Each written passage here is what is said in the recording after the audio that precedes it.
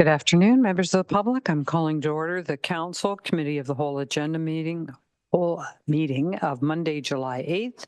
We're going to start with our land acknowledgement, and Councillor Potts will be doing the honors this afternoon. Thank you. Thanks, Mair Hamlin.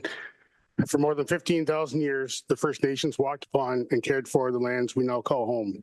Anishinaabeg, Haudenosaunee, Ojibwe, and many others who were families, friends, and communities the way we are today.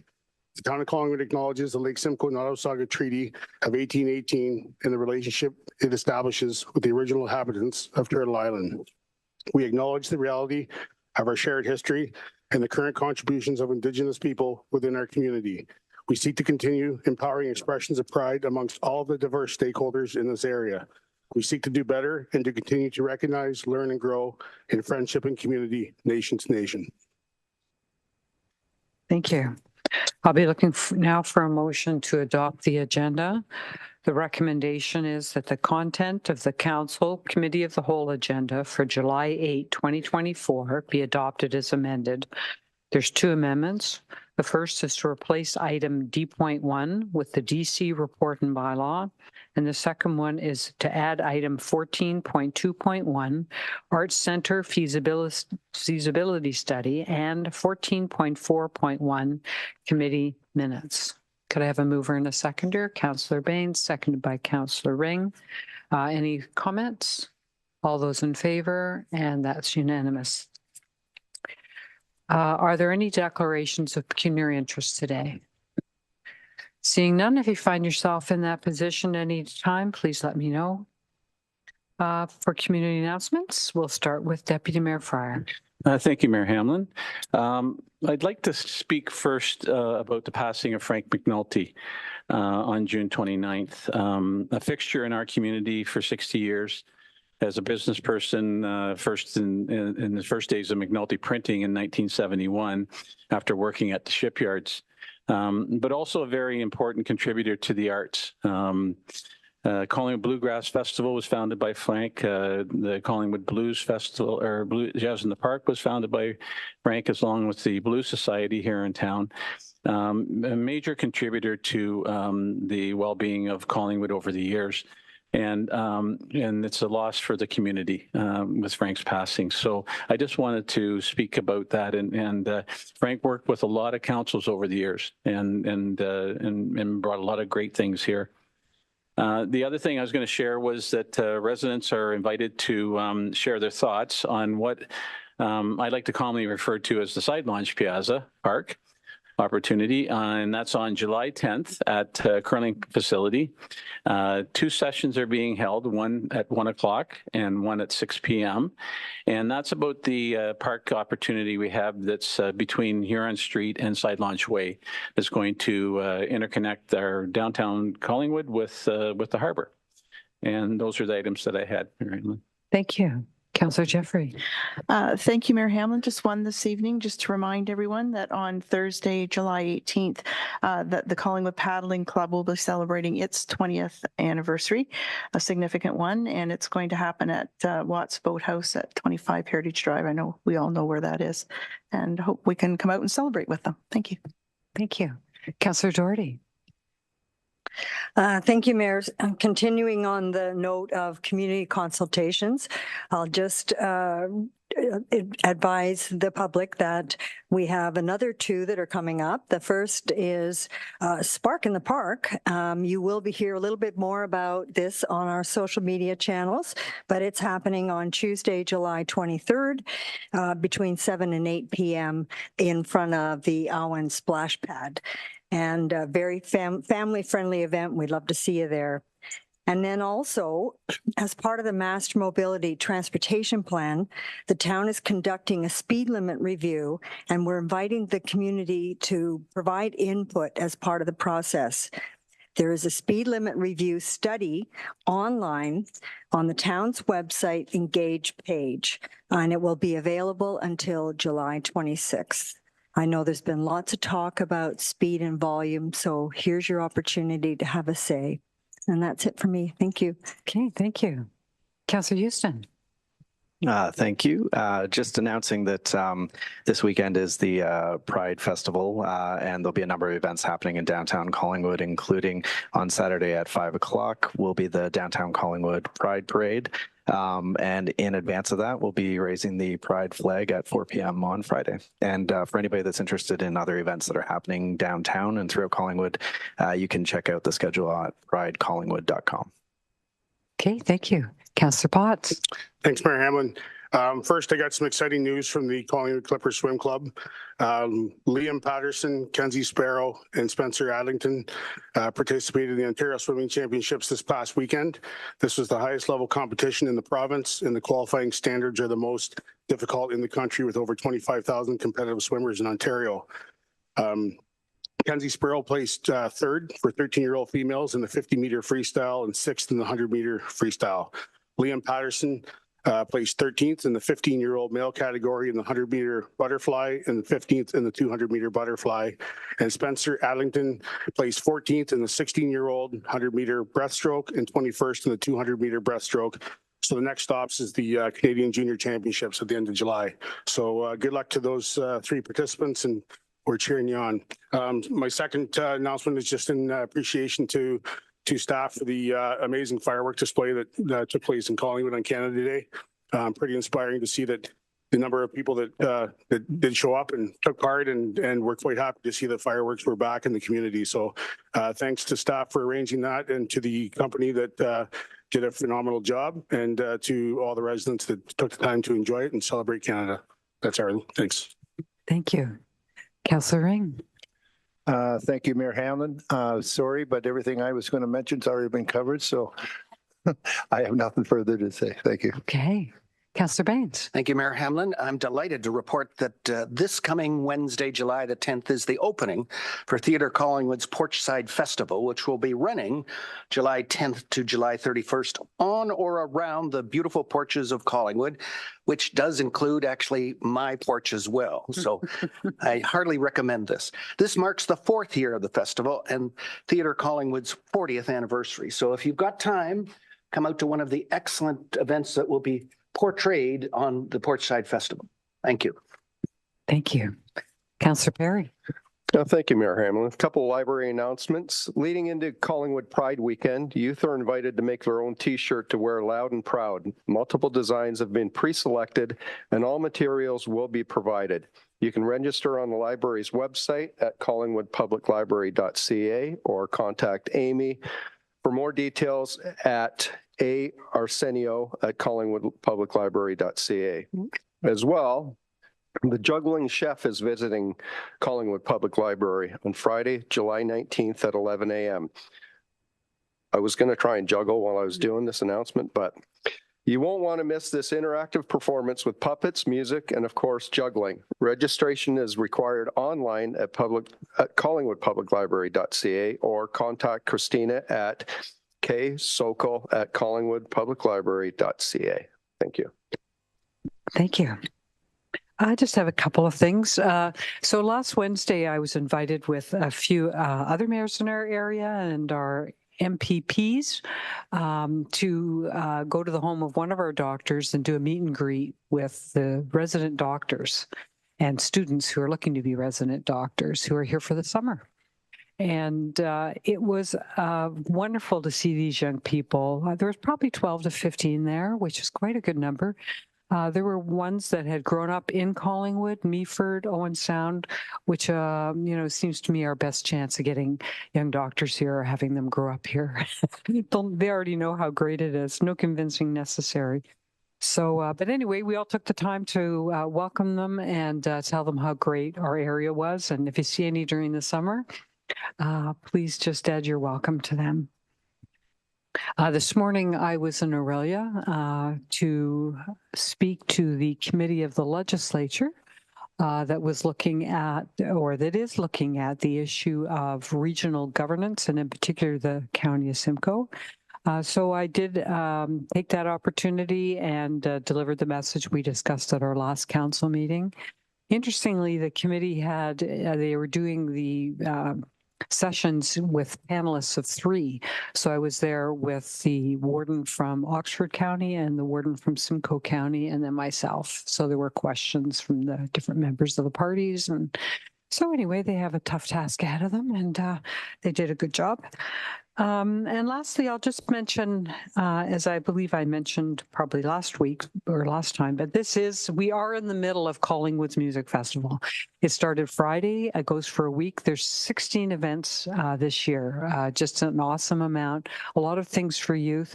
I had the pleasure of attending Friday to the opening session, and I can say the prime goal, I would say, is for everybody to have fun. There was lots of encouragement for clapping and humming, and there was even dancing in the aisles at the church.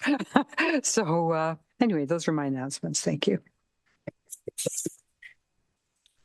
We have one deputation today at this time. It's Kory Chisholm, Eden Oak.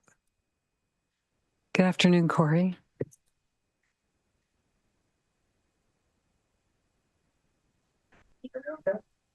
Perfect. Good afternoon, members of council, members of the public and town staff that are in attendance today. My name is Kory Chisholm. I'm a partner with MHBC Planning and the planning consultant for Eden Oak Raglan Inc., the owners of the now approved subdivision at 452 Raglan Street.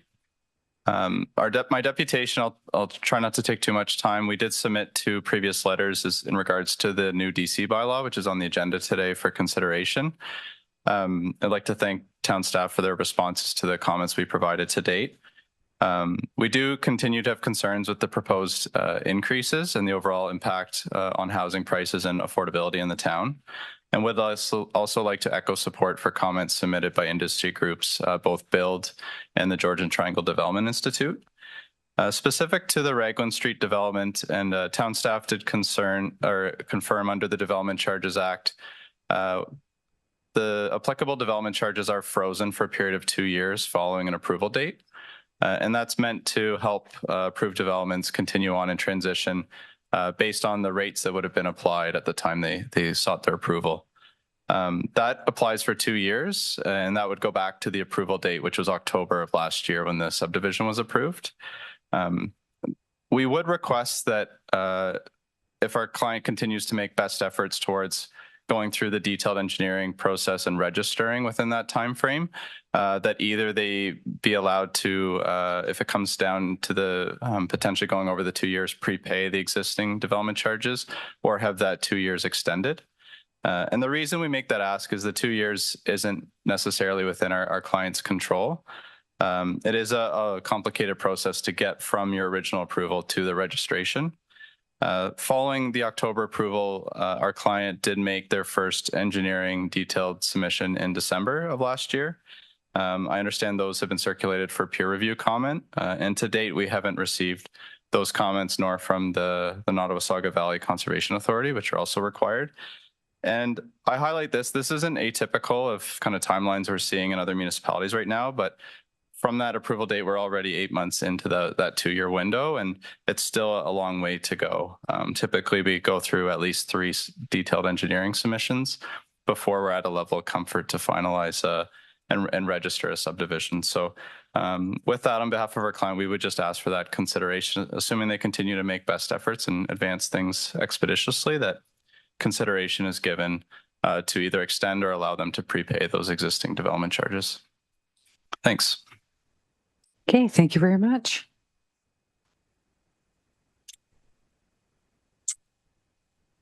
Item 5.2 we will hear from Shelley Wells, but it'll be later in the agenda.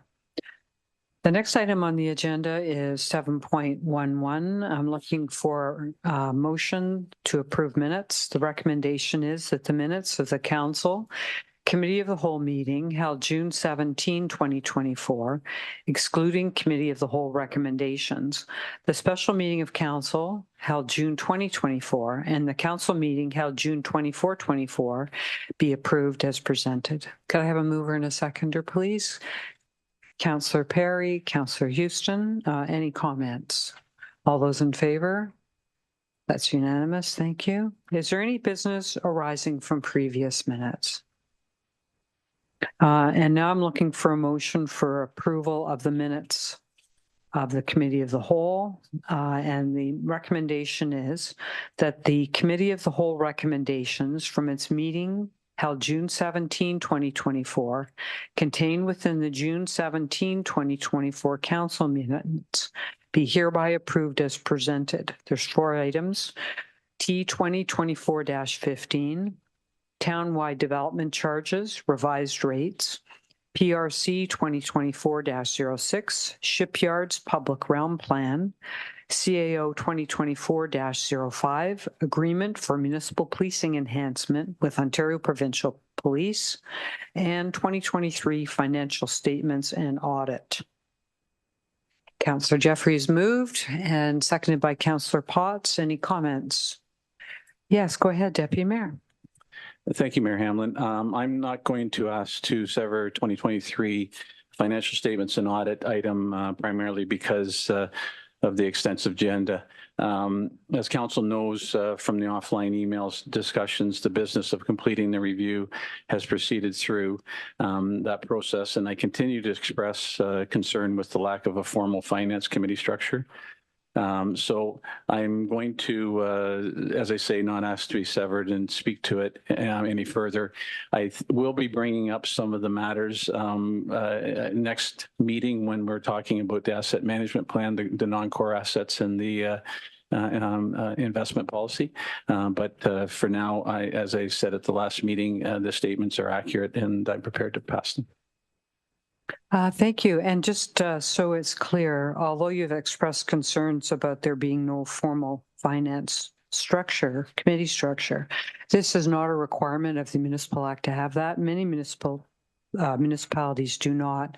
And this is not something that's even before us or we're having a chance to vote on. So I just wanted to make sure it was clear that this isn't a failing of this council. It's not before us. And it doesn't have to be at today's meeting, and we'll look forward to your future motions on that should you be so inclined. All those in favor? That's unanimous. Thank you. 9.1 is the townwide development charges bylaw, and we're going to have an introduction by Treasurer Quinlan. Thank you, Mayor Hamlin, and thank you to members of council and the public that are here today. We do have in front of you an updated amount or updated rates from the last time we met back on June 17th. I will note we did receive some comments from the development community specific to some of the projects included within the background study. We have had or asked Hempson, our consulting group, to review a few of those items along with Tatham Engineering to make sure that we were all comfortable with what the rates are. It has resulted in a slight change, about $2,400. So previously, when we look at the single semi-detached unit rate, it was $82,410, and it has gone down to $79,984. So that's a change of $2,400. Also, the other units would have fallen in the same way, about a 3% decrease. And when we look at the non-residential rate, it has also decreased from $331.75 per square meter down to $330.82. So about a 0.3% decrease as well. I think in general, much of the comments we received from the development community expressed the concern about affordability in the town of Collingwood. And I would say that, of course, the members of council and staff are concerned with that as well.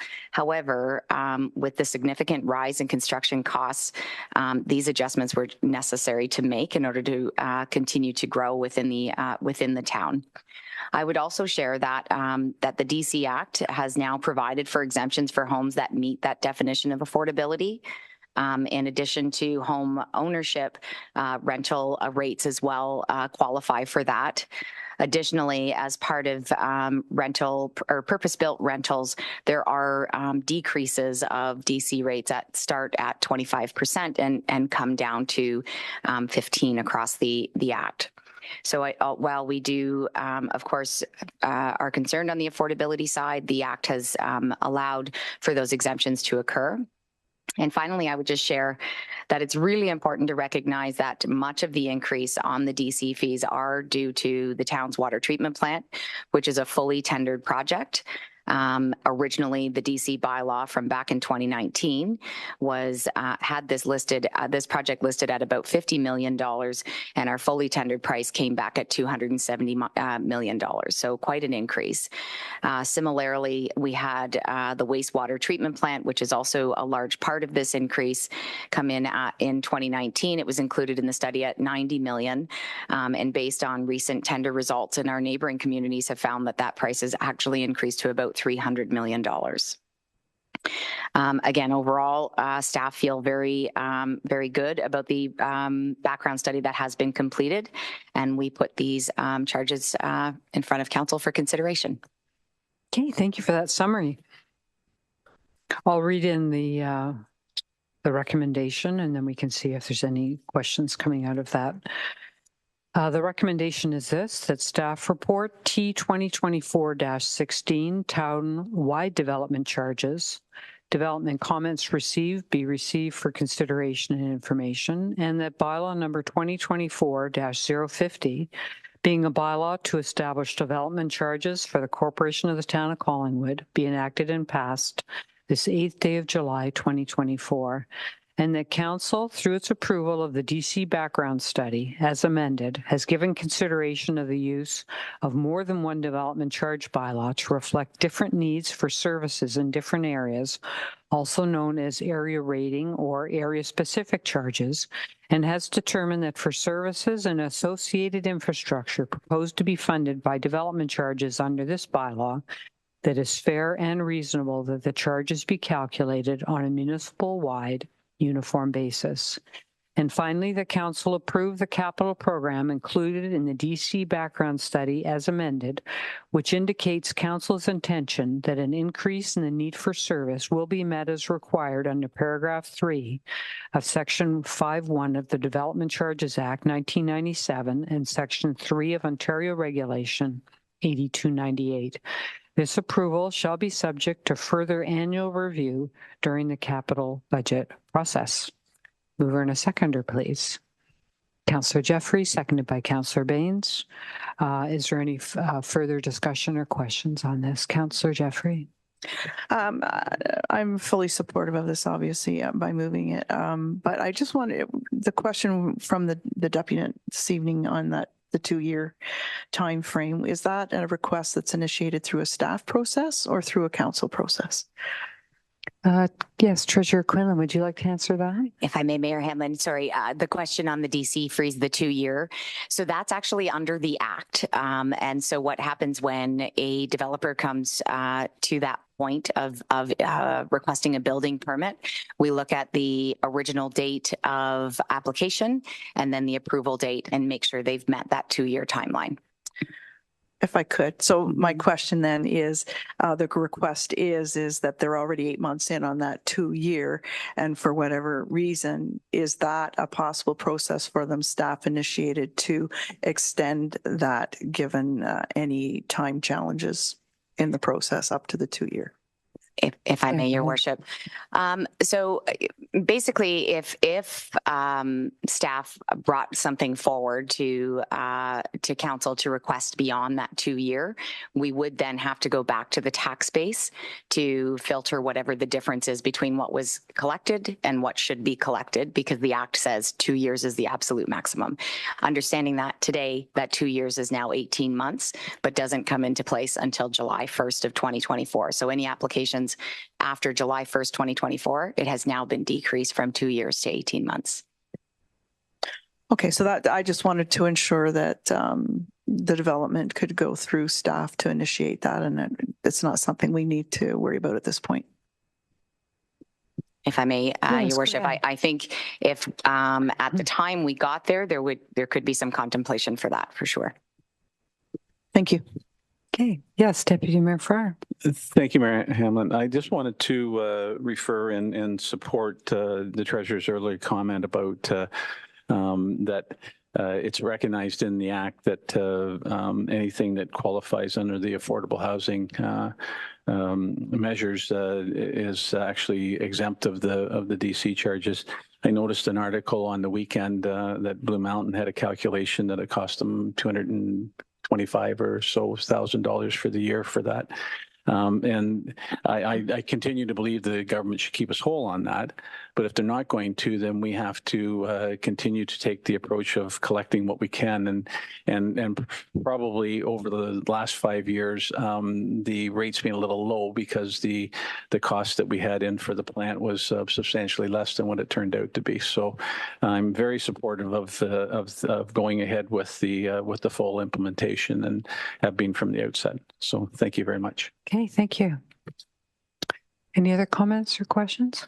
I just wanted to ask, I know there's some things that we're allowed to collect for in the Development Charges Act that perhaps we're not yet in a position as a municipality to collect for. For example, we're allowed to collect if we're doing enforcement services. So in other words, if we had a municipally administered court service, which I know we've talked about here, or if we're having a more robust transit service or childcare delivery, there's all kinds of things in the Act. And I'm just wondering, to you, Treasurer Quinlan, will there be an annual review of this before council, or how do we pick up these additional things as our programming unfolds? Thank you. Thank you, Your Worship. Great question. So there are some services that you've mentioned that today we don't, as a municipality, actually function in or do at this point in time. The development charge bylaw is in place for a maximum of up to 10 years, but nothing precludes the municipality from completing it or updating it prior to that. Although we only have a 1 year amount of time on this particular background study.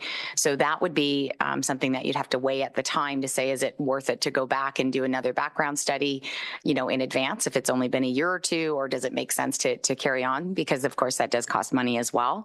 But certainly, we could at any point in time say, yes, we'd like to go back out and do the background study again.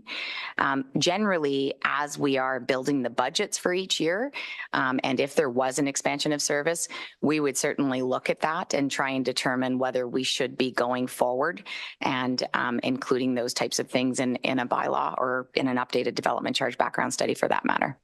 Or I guess, and I'll just leave this thought with you, it may be that if we're having a new service that we think it's appropriate, we do a charge for, we do a standalone bylaw for that, so we don't have to pay to update everything. Yeah, that's another alternative as well. Okay, yeah, thank absolutely. you. Yeah, Councillor Baines. Thank you, Mayor Hamlin, through you to the treasurer as well.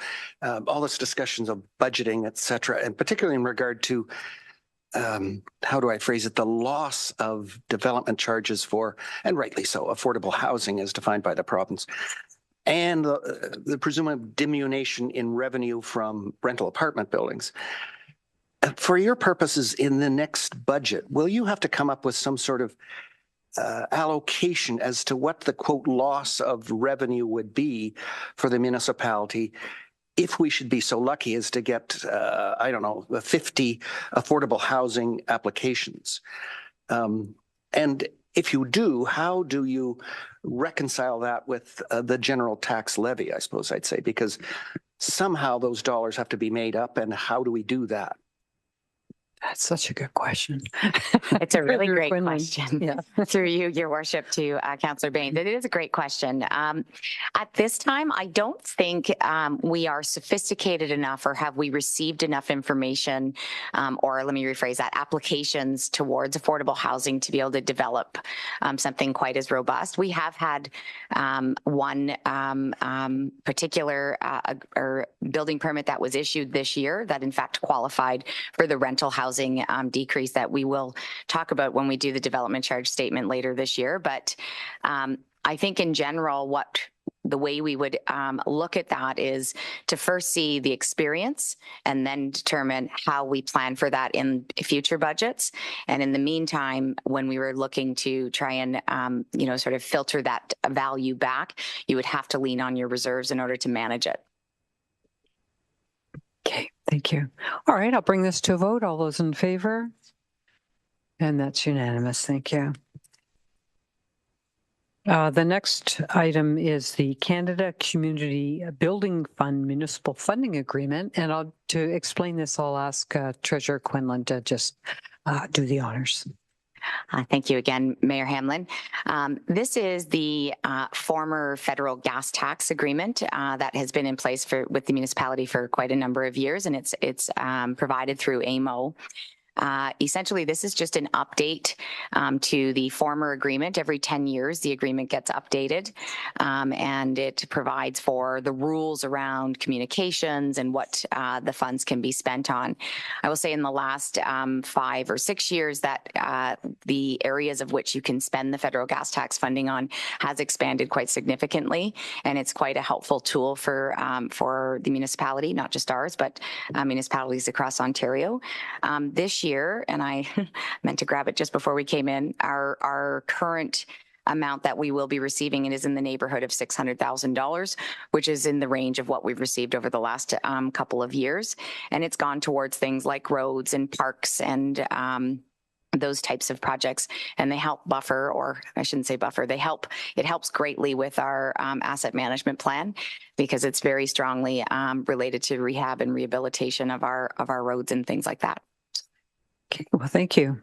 So the recommendation before us that bylaw number 2024-051, being a bylaw to authorize the execution of a municipal funding agreement for the transfer of Canada Community Building Funds, be enacted and passed this 8th day of July 2024. Could I have a mover and a seconder? Councillor Potts, Councillor, yes, Doherty.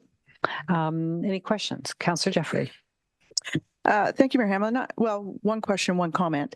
It's the Federation of Canadian Municipalities that negotiates the former gas tax dollars, and it's the provinces and the territories who work with the government to distribute it based on formulas individualized. So when you hear me speak about the Federation of Canadian Municipalities advocating to have these funds doubled, this is what I'm talking about.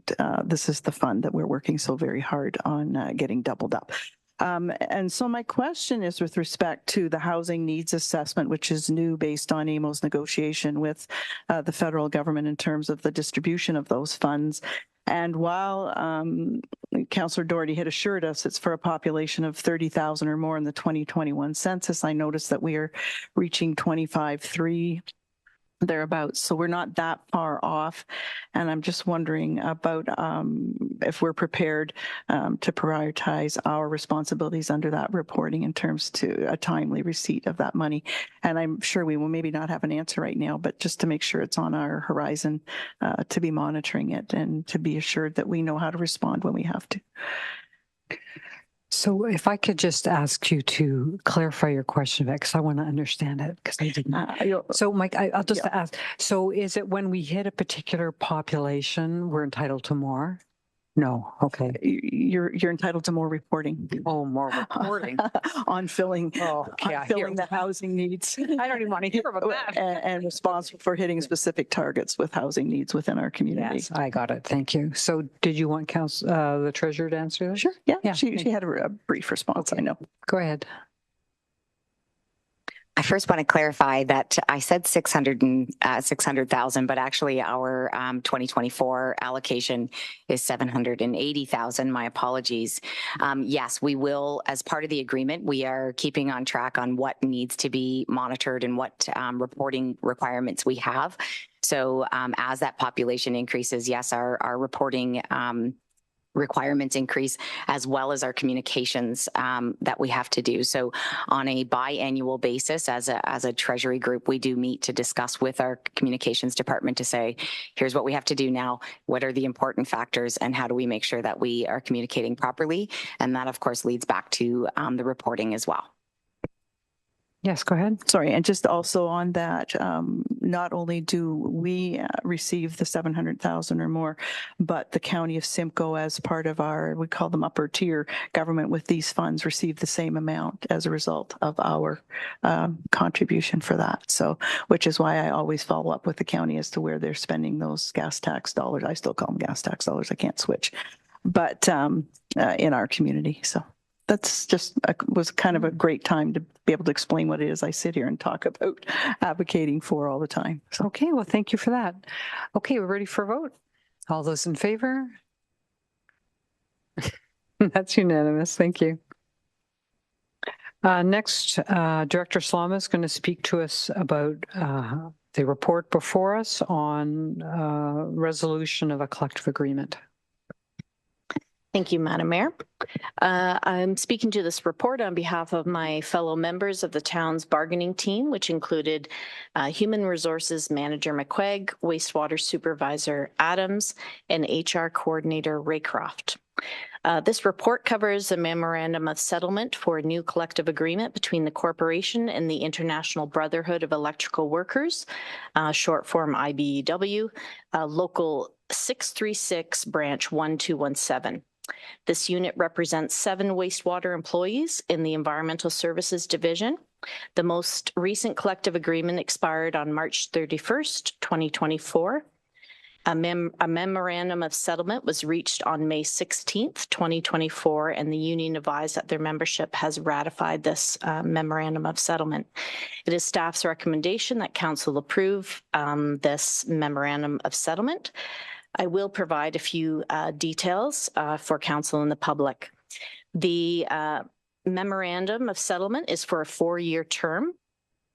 From April 1st, 2024 to March 31st, 2028, The memorandum of settlement provides for general wage increases of 2.25 for year 1, 2% for year 2, 2% for year 3, and 2.25 for year 4. As the rates for senior operators were slightly below the market medium or P50, market adjustments were also agreed upon for the senior operator positions in years 1 and 3 to bring them closer in line with our comparators' medium rates. Minor improvements to bereavement, standby pay, group health benefits, safety footwear, and vacation entitlements that are fair and comparable with other bargaining units were included for future years. The mill right premium was also increased with a cap, as these skills provide a great value to the town in that many repairs can be facilitated in-house and eliminates us having to go to outsource that work. Negotiations also included refinement of the operator structure with incentives for operators to attain higher licenses if they cannot move into a higher position, if one's not open and available. And upon ratification by council, the adjustments for 2024 will be implemented for the team, and all other financial changes will be incorporated in future operating budgets. So again, staff bring this memorandum of settlement forward for council's consideration. It is staff's recommendation that council approve the memorandum of settlement. Okay, thank you for that report. The recommendation before us, the staff report CCS 2024-03 collective agreement bylaw for the International Brotherhood of Electrical Workers, bracket wastewater and bracket be received.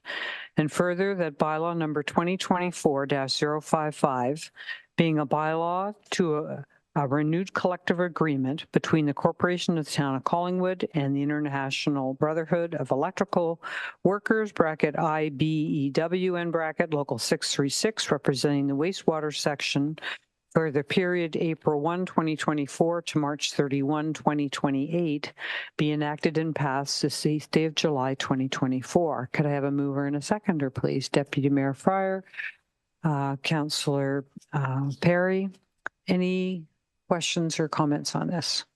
All those in favor? That's unanimous. Thank you. We have 3 departmental updates today. The first one will be delivered by Director Valentine, and this is on the Popular Health and Wellness Village. Thank you very much, Madam Chair. We do have a brief update for Council this afternoon. Staff are continuing to work with the province to provide information that allows the Ministry of Municipal Affairs and Housing to monitor and assess the progress of the development facilitated by the Minister's zoning order, with the most recent update being requested and provided through to the province in June. From a land use planning perspective, we understand that the proponent is working on their submission for a block plan, which is the first stage of the formalized development process. However, no application has been received to date. As a reminder, while municipal water and wastewater linear services are available to the subject property, servicing capacity allocation has yet to be committed, and this would be considered through the typical process associated with our service and capacity allocation policy once the planning phase proceeds. We also have some updates from the proponent that they wished to be shared with council. First, they highlight that they continue to work with our hospital and design team to finalize the gift agreement and location of a future hospital on the site. Second, they further indicate that consulting works, including environmental and geotechnical investigations, have begun on the site for the preparation of the block plan submission, which I mentioned in my comments. They will also be updating the vision based on the confirmation of the proposed hospital location once that is known, as well as the preliminary findings of the geotechnical studies when they're completed. Their team also continues to work with town staff on proposed modifications to the adopted official plan policies that address development of the MZO lands. And here I can also add that these changes, along with other modifications resulting from provincial legislative and policy updates and comments that we've received from the county's circulation of the adopted plan, are in the final evaluation stages with the county, and we are targeting to bring those forward to council later this month. And finally, the proponent notes that they are continuing actively with community and stakeholder outreach. That concludes the update for this afternoon, Madam Chair, and certainly happy to answer any questions or receive comments from council. Okay, thank you very much. Would any member of council have any comments or questions? Okay, thank you.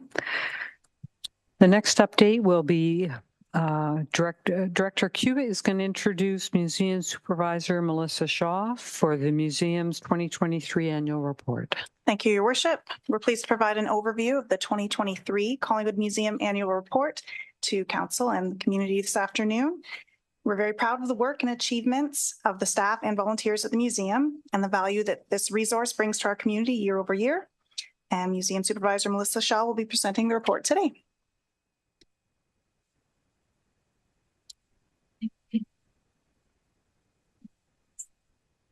Thank you so much.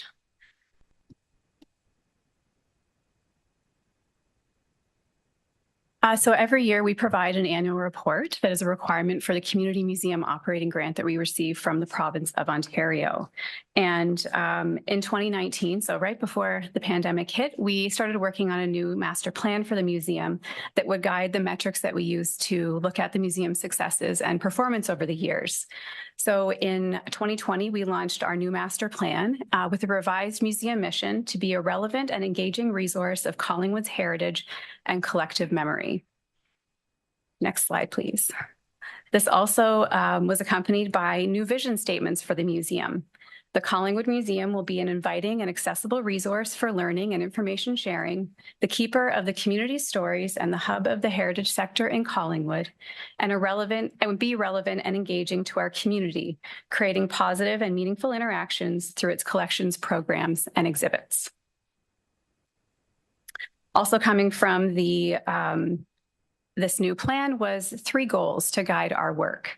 The first, to become more relevant to our community. The second, to become more engaging to our community. And the third, to improve sustainability measures of the museum's operations and collections. Now I'm going to break out the 3 goals based on some of the objectives that we highlighted. And our first objective within becoming more relevant to our community was to increase instances of the public accessing or being made aware of the museums and its offerings by 25% within 5 years. So essentially 5% every year.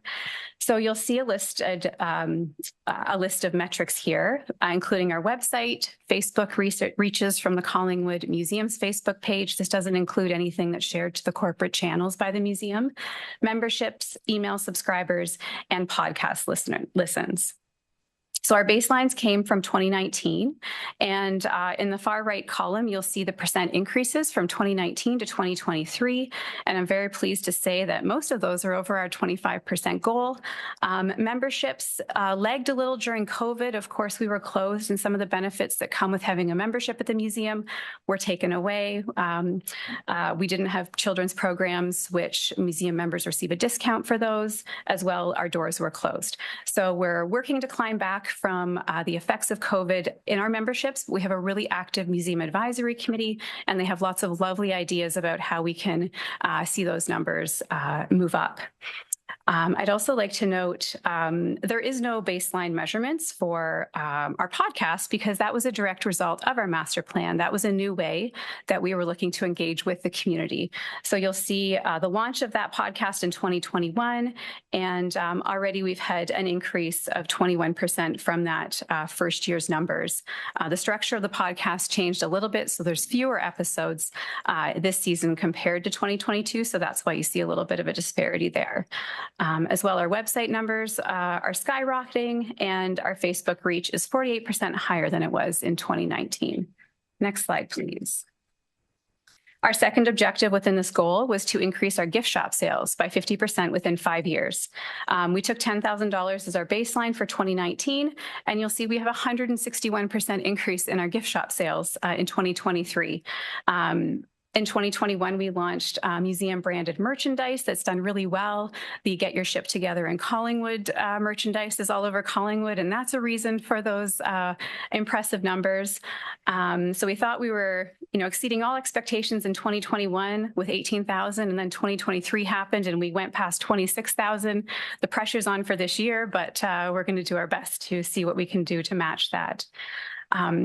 And with our gift shop, we realized that the gift shop itself is a specific reason that people come to the museum. So we started to track gift shop visits, and we started to do that in 2021. And since doing that, we've seen a 72% increase. So last year we had 277 individuals coming in just specifically for the gift shop. That's not to see the exhibits or participate in programs, just for the gift shop. And finally, within this first goal, a second objective was to increase instances of the public accessing or being made aware of the museum's resources as measured by a combined total of services at the museum. So these range from research requests. We provide 15-minute complimentary research requests for community members, offsite promotions. We set up a booth at Side Launch Days, the GNE, the Collingwood Christmas Market. As well, we get a lot of requests for the historic images in the Collingwood Museum's collection. And you'll see those in businesses and restaurants and in the homes of people in and around Collingwood. And as well, images provided. So while we had 37 individuals come to the museum requesting photographs, we actually provided 179 photographs to those 37 individuals or businesses or organizations that requested those. And those also include departments within the town.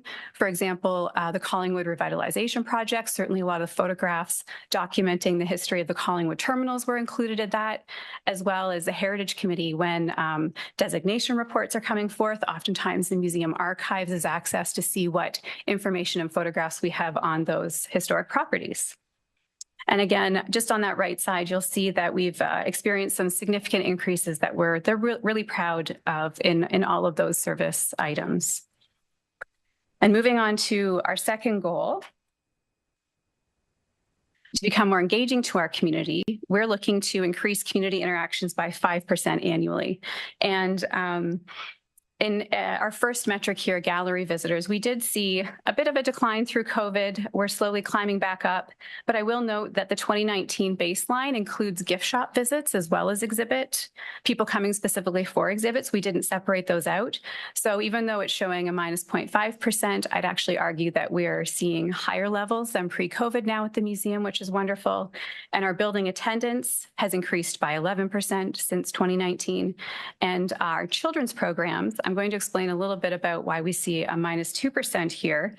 And we can go to the next slide if you don't mind. And that's because we've actually streamlined the way we deliver programs at the museum to make them more efficient. So in 2019, we were running in the realm of 60 programs. And last year we ran 37. And the reason for that decrease was because we found that we weren't maximizing the capacity of our programs. We were offering the same program twice a day. So you get 6 children in one, and then in the afternoon you get 5. And in some cases, we weren't attracting enough for the morning or afternoon sessions. So we were seeing cancellations. So last year we didn't cancel any of our programs. We offered programs to 531 participants, and we had a 95% registration rate for all of our available spots. So that proved to be kind of a proof of concept that worked. We were no longer oversaturating the options. We brought in over $9,000 in program revenue, which is, I've been at the museum for 17 years, and that's the highest I remember. So within the last 20 years, I'd say that's a record at the museum. I'd have to go back to compare to the 90s, but certainly within institutional memory at the museum, that's a record high. I'd also like to highlight that our programs are eligible for the Affordable Recreation Program through the Parks Recreation and Culture Department, and all of our programs are planned and staffed by 1 part-time programming staff member. And in the summer, we bring in 2 seasonal staff members to help with that. And then during the rest of the year, it's our part-time staff who are helping deliver those programs. Other public programs that we're really proud of, specifically in 2024, include the annual Shipyard Social and the Hard Hats on Here Ontario March that we run every year. That's become our flagship event, and we continue to see new ways that those contacts with the keepers of our stories and the people who are those knowledge keepers, how those contacts are continuing to benefit the community. And I'm excited next year to share with you how those are being realized in relation to the Chi-Chi-Mon anniversary and so many more. We continue to collaborate with community organizations and town departments. Special events included a Collingwood Charters cruise and a haunted walking tour. Both of those events filled up immediately. We had waiting lists for both. In-person visits at the museum and at offsite events in 2023 surpassed 9,000. And we are very excited to have new partnerships with Collingwood Today that sees monthly articles featuring photographs and objects from the museum collection, as well as features in Escarpment magazine that highlight the wonderful work of one of our volunteers in creating the Stories from Another Day podcast. We also installed 8 temporary exhibits, including a traveling exhibit from the Museum of Immigration in Halifax called Refuge Tent Canada. Now, moving to our third and final goal, to improve sustainability measures of the museum's operation. One of our objectives was to bring collections management processes up to date. And in 2023, we launched an online collections database with 511 photographs from our 3 most accessed photograph collections within the museum. And we're working hard to increase those. This year, we're going to be launching the Collingwood Terminals photographs as part of that online collection. In 2023, we had 56 individuals offer items for donation to the museum. Of these, 36% were accepted, and reasons that they wouldn't have been accepted were we already had that at the museum. It was outside of the collecting mandate, so not relevant to the town of Collingwood, or they could have been in poor condition. And in total, staff updated over 1,200 artifact records within our collections database. So as we're receiving things, we're cataloging them, ensuring that we're doing our due diligence and ensuring those items are protected for the future. And this is the final objective I'll speak to today regarding sustainability. As I mentioned, we receive an annual grant from the province. It's called the Community Museum Operating Grant. And with that, we're required to meet the minimum standards for a community museum. And oftentimes there are requirements to update policies, to create plans for the museum, to ensure we're collecting and operating in an ethical and sustainable way. So in 2023, we updated our public programming policy. We created a 5-year accessibility plan with the assistance of the Accessibility Advisory Committee, and that was based off the Town of Collingwood's accessibility plan. And finally, we updated the terms of reference for the Museum Advisory Committee. And with that, I will thank you on behalf of our team, and I look forward to bringing all of our successes from this year to you next year. Thank you. Well, thank you very much for reporting on such a busy and successful year. Thank you. Thank you for your hard work. Are there any questions? No, that's good. Oh, Councillor Baines has a question. Go ahead. Thank you. I was just going to say to Supervisor Shaw, excellent report, great numbers. You hit just about all of them, if not exceeded them. I would just say, should take this opportunity because I see some members in the gallery who I know have a deep interest in Collingwood history. And as an ex officio member of the Museum Advisory Board, I will make it my personal mission to put the touch on you to join as a member of the museum. So look forward to that in the future. Thank you. Well, thank you for that. Thank you so much. Thank you. I know I can't take questions. Sorry. No. So the next departmental update, we're going to hear from Director Slama on a report on maintenance of rear lanes. Yeah, thank you, Your Worship. Recently, council and staff have received some questions about the condition and maintenance of rear lanes throughout town. This has led to a request for clarification on the location, condition, and maintenance of town-owned rear lanes, and I'll be sharing this information with council today. So the town has 21 unopened right-of-ways that have street access. These are lands that are owned by the town. Of the 21 lanes, 6 lanes are used as a rear access, with fewer properties requiring the rear access as they have no street-facing driveways. So I'll just quickly provide some location of those 6. So we've got between Beach and Birch and north of 3rd, there is a rear lane that's approximately 100 meters long with a gravel base.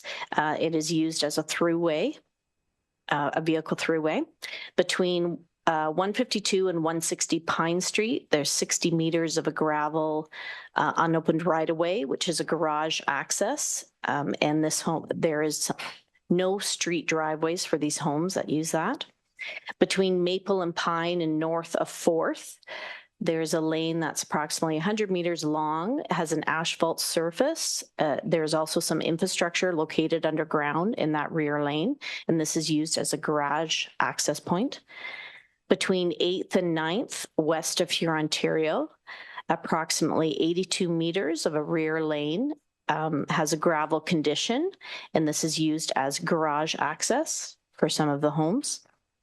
Between Minnesota and Napier, and between Simcoe and Ontario, there is a rear lane that's approximately 185 meters long with a gravel surface, and this is used as a garage access for some of the properties. And the last one of the 6 is between St. Paul and Ontario, north of Ontario, and it's 160 meters long. It has asphalt surface. There's also some infrastructure located on this lane, and it is the only driveway access for the homes that touch that lane. So the above 6 lanes are the only lanes that are maintained by Public Works to some level of service. The lanes are maintained in their current condition. So if they're granular, they are graded in the summer, and if they're an asphalt surface, or all of them are plowed actually. If it's an asphalt surface, they're swept in the summer, and then all of these 6 are plowed in the winter. There is no current plan to improve the condition or increase the maintenance level of service for these lanes. Any improvements to these lanes would be considered a local improvement, which means that the benefiting landowners would fund any of the improvements. These improvements would not be covered by the general tax base, as the lanes only benefit the properties that are adjacent to them. And there is currently no intention to open these as roads for use by the general public. Any increase in the level of service maintenance to the rear lanes, such as implementing maintenance where none is completed, or improving the current maintenance level of service, this would require dedicated operational budget. Some of the resources that council should consider for increases to the operational budget might include contracted services to prepare the lanes. Like if we were to take a grass lane and open it up so that it could be used as a driving lane. Additional equipment, additional employees, additional employee hours, additional supplies such as, granular sand and salt, things like that, as well as a need to be added to the asset management program for future repair, rehabilitation, and replacement. So I will be able to provide council with a written list of all of the 21, but outside of those 6, the rest of the lanes are just currently left in the condition that they are, which is grassed and generally unused, or else I would have mentioned if they were used on a semi-regular basis. Okay, thank you.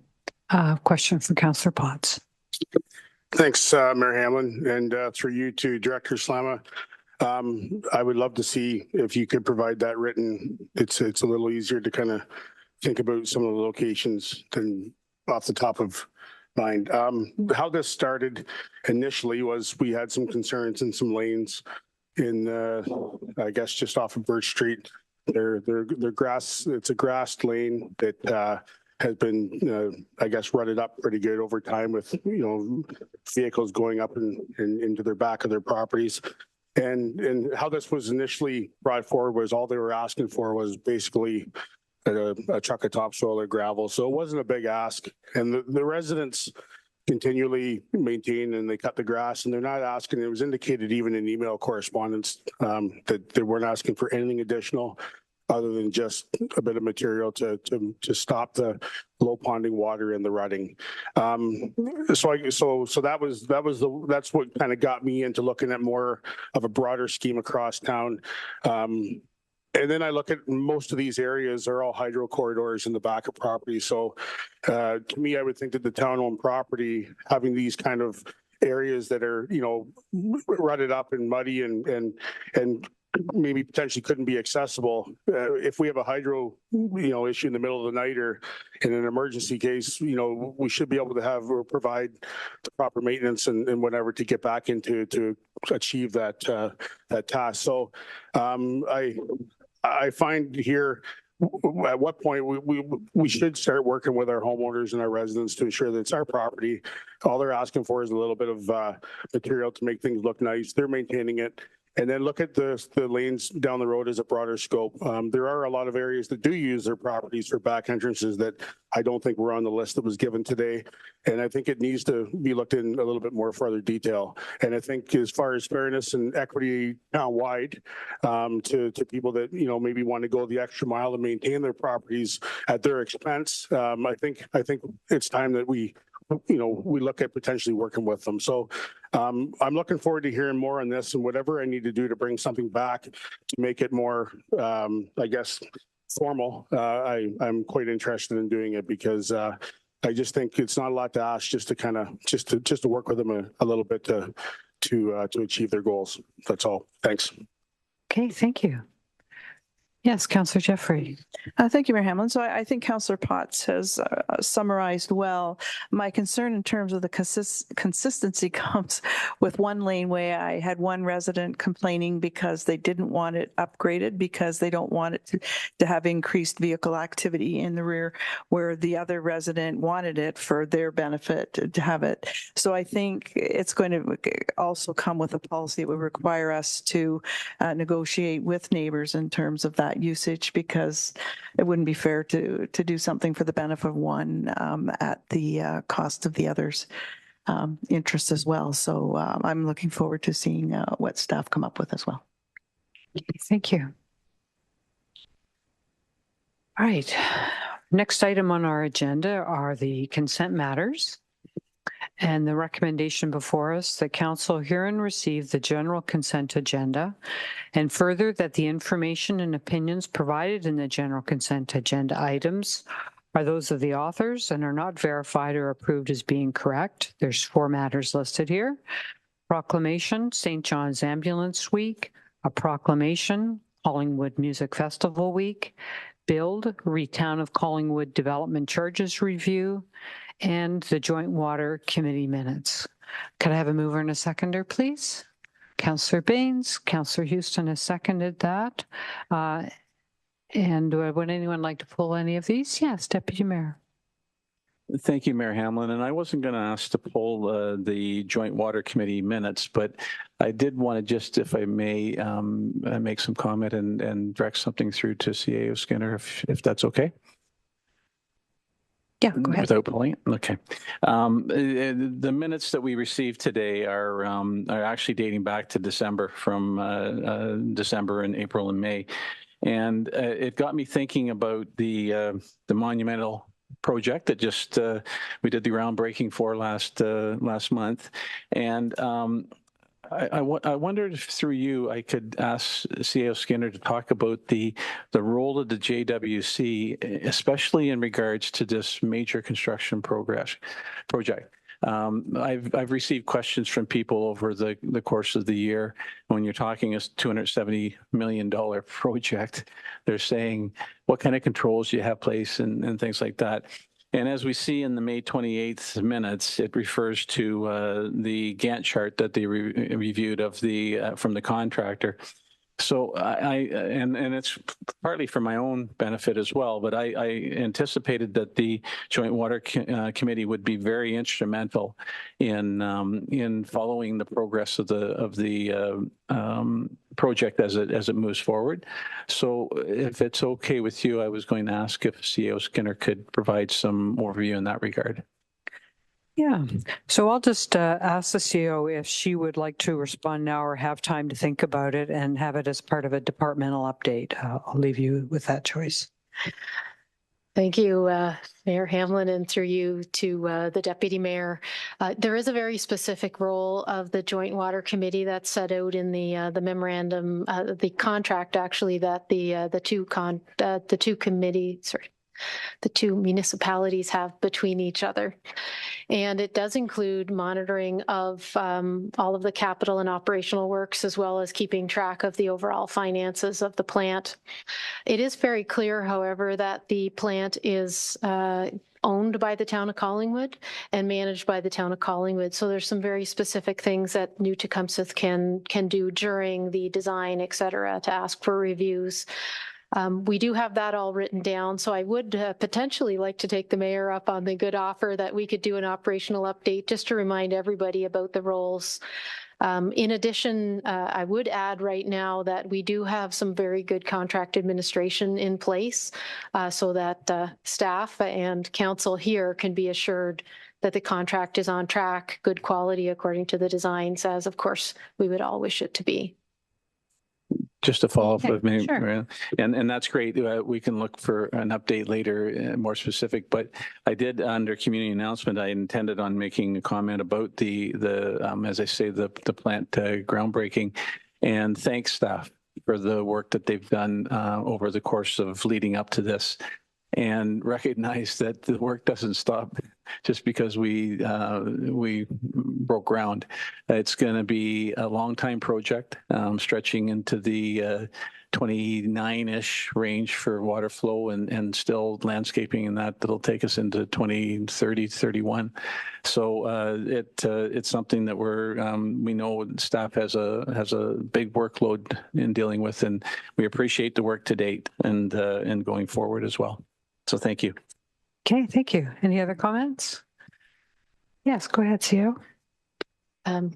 Sorry, I was able to put my hands with the help of staff on the specific responsibilities of the Joint Water Committee, which could potentially avoid a subsequent update, if that's okay. Yeah, please do. Okay, so from our contract, the Joint Water Committee, which is a group of senior staff from Collingwood and New Tecumseth, and used for consultation on any matter arising under our water agreement, which would include but not be limited to the planning process for the initial and future expansions, the maintenance and capital budgets and the asset management planning, reviewing the supply rate, so that's the rate for water sales, and index increases and updates to the financial model, attempting to resolve disputes between the parties prior to the parties engaging in the dispute resolution procedure, developing and updating our communication protocol between the municipalities on this matter, any water or water distribution matters, reviews of our terms of reference every 5 years. The terms of reference are approved by the councils.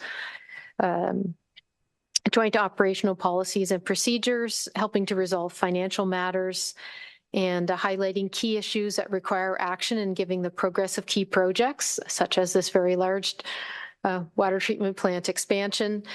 And the decision-making would remain with municipal councils, particularly with respect to the contracts between the two parties. Okay, thank you. Okay, so I see no other hands. So all those in favor of receiving the consent items, thank you. That's unanimous. Next on the item is the county report, and I'll turn this to the Deputy Mayor. Thank you, Mayor Hamlin. And I do want to give a little bit of a longer report because of the circumstances. So I wanted to update council regarding the temporary transitional housing complex at 199 Campbell. As Simcoe County General Manager Fayez Bagat explained 3 weeks ago, the partnership with Common Roof, which was the only available option, was late in completion, and efforts needed to be focused on getting the units in place and operable. Last year, Simcoe County had studied and identified the need for this temporary solution and placed Collingwood at the top of their list along with Aurelia. The federal government made funding available, but for some reason put a tight window of opportunity of only 4 months to put things in place. So Aurelia is gone and we're being completed now. Unfortunately then, as we all know, there was only limited ability for county and Collingwood staff to communicate and no opportunity for an initial public meeting. Improved communication is being worked through, or worked on now though, and has gotten better and will continue throughout.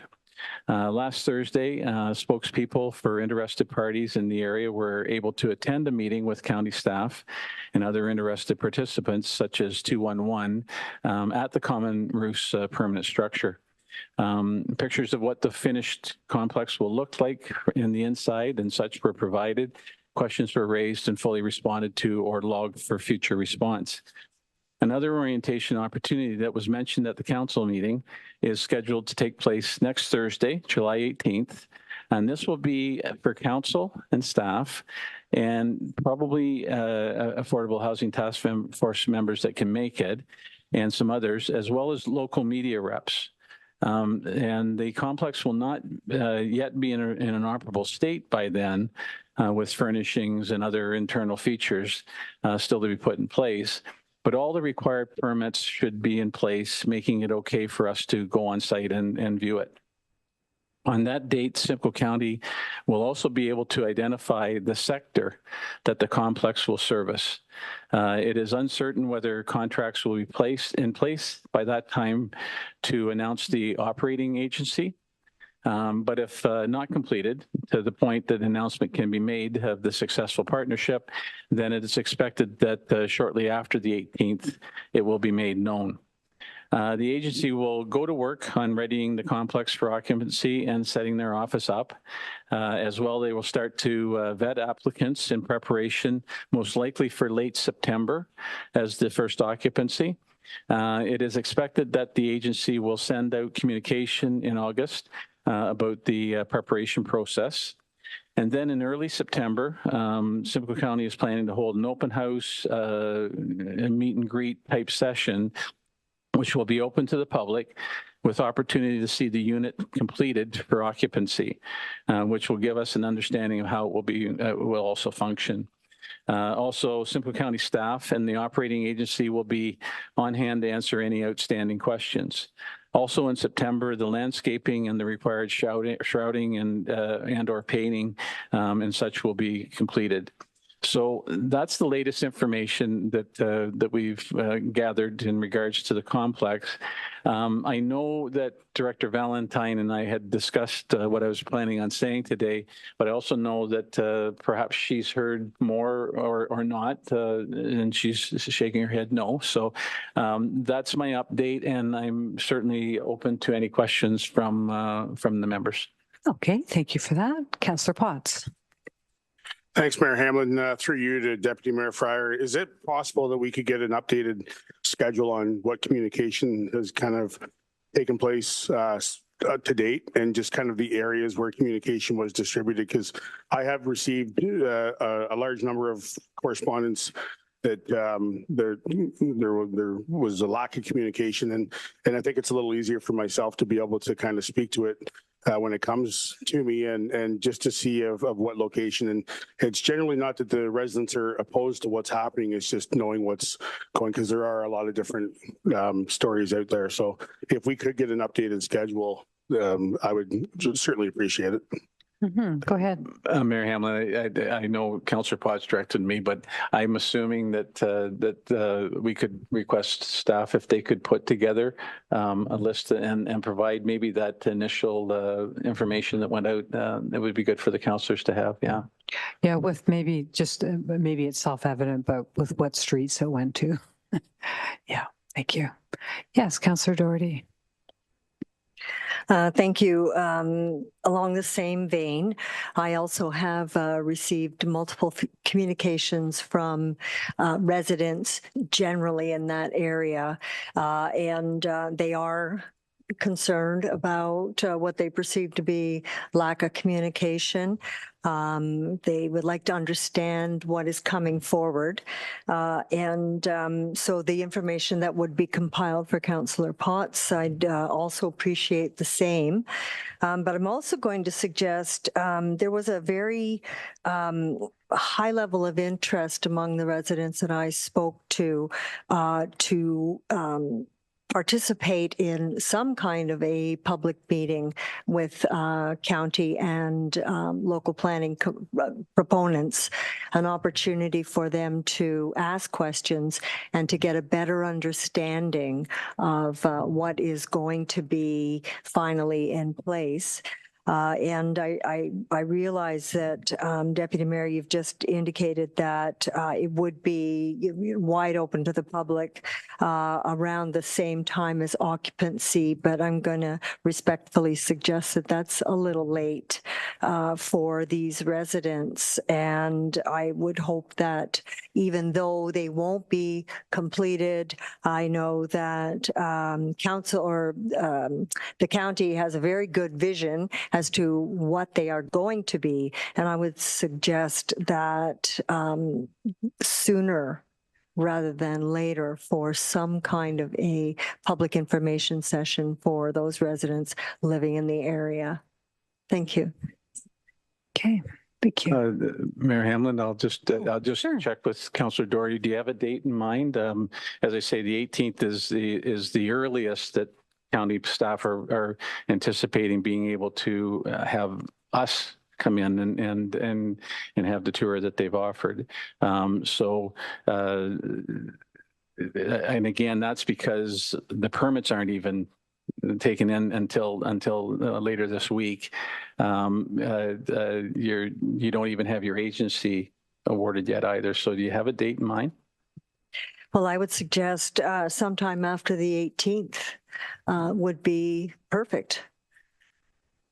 By that time, there's a sufficient level of detail that it can be presented to council and staff.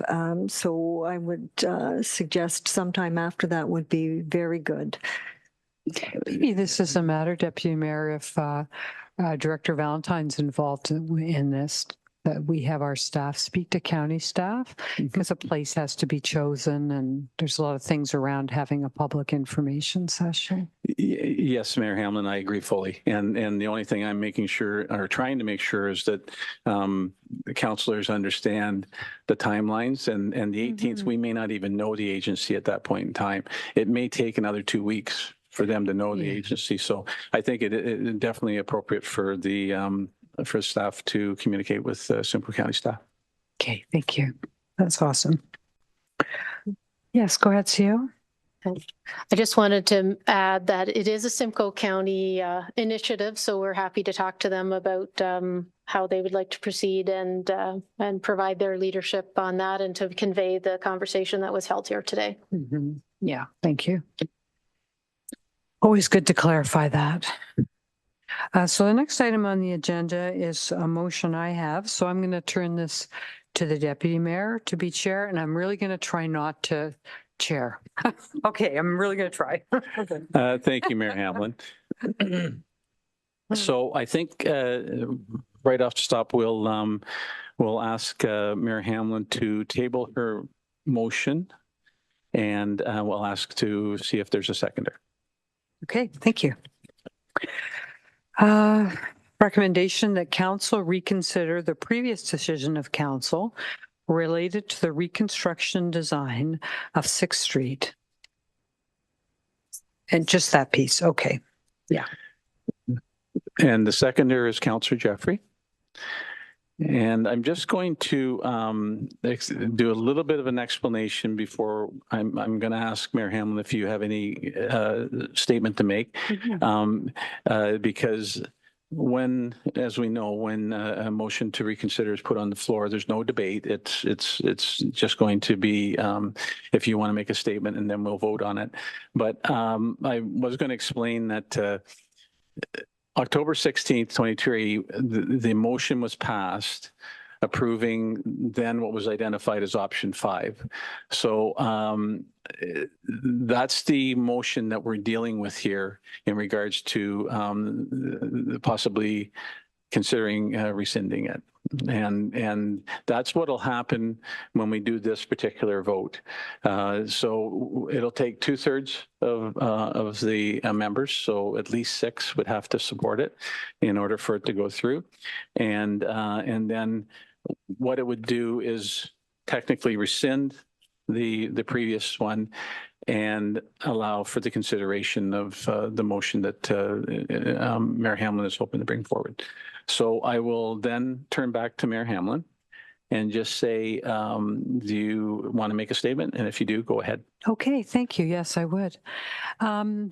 As we all know, 6th Street is up for reconstruction to get some new pipes in the ground for water, storm, and sewer, and new pavement and all those wonderful things.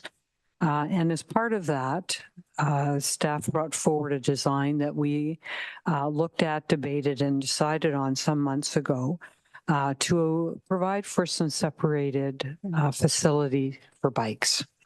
And it goes without saying, I think, that more people are going to ride bikes if they feel safe, and people will feel safe if they're separated from the cars.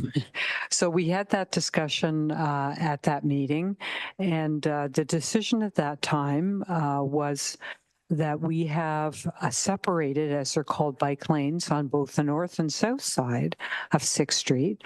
And then on the north side, let me just back up a bit. On the north and south side of 6th Street, and also on the north side of 6th Street, we would have a sidewalk. So the reason I'm asking for a reconsideration of that is that there's been a lot of concern about how many trees would be destroyed by having a bike lane, separated bike lane on the north side. And we do have a report now from an arborist that our staff could speak to that has gone into those details. So if we do decide to reconsider this, we would have an option to consider that. I have what I would like to put forward as a compromise position that would allow still to have a separated bike lanes, but only on the south side. And that would free up the north side to keep the trees and to have the sidewalk. So in a nutshell, I was hoping we could sort of end up both with separated bike lanes and with trees. So that is the reason I wanted to have council have a chance to reconsider that, and that's my statement. Okay, so just to be clear to everybody, we're voting right now as to a reconsideration. And as I said, there's no debate, but I thought that there might be a question or two. So is it just a question, Councillor Ring, about procedure? Okay, go ahead. Thank you, Deputy Mayor Pryor. Excuse me. I'm going basically on your description of what's going to take place here. If we rescind, if we reconsider, you said it automatically rescinds what we approved in October. And I don't think that's correct, is that? I'm just asking a question, or did I hear you wrong? If that's what I conveyed, you're right. I meant to say may, because it would take the support of the other motion to officially rescind. Just want to make that clear. So sorry if there was confusion there. Okay, so we're clear on that. This is a vote to have reconsideration or not. So all in support?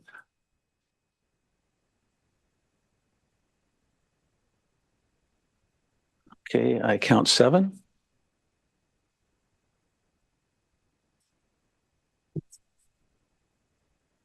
Just put your support cards up if you're supporting the reconsideration. Okay, sorry. That's right.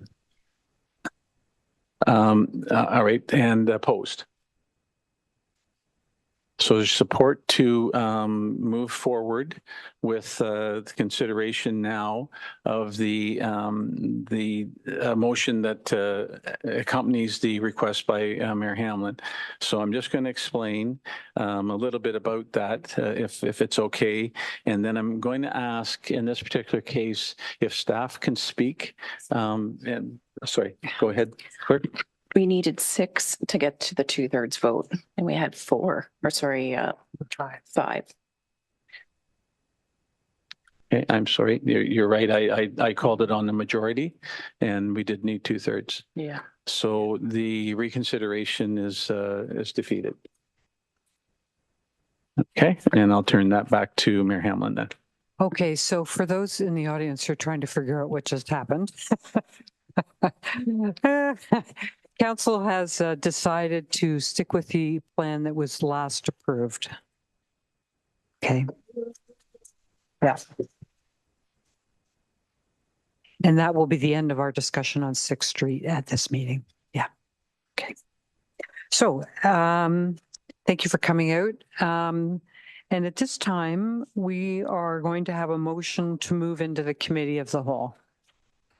And the motion is that council herein move into the committee of the whole session. Mover and a seconder. Councillor Bain, seconded by Councillor Potts. All those in favor? And that's unanimous. And we'll just take a 5-minute break while we switch over. Thank you.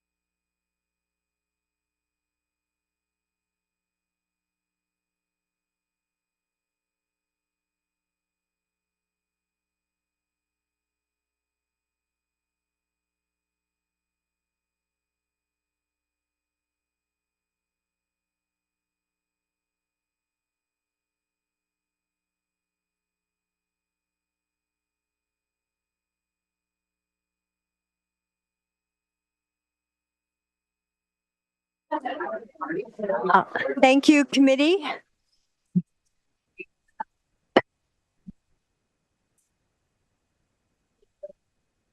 Thank you. I will call the Committee of the Whole to order.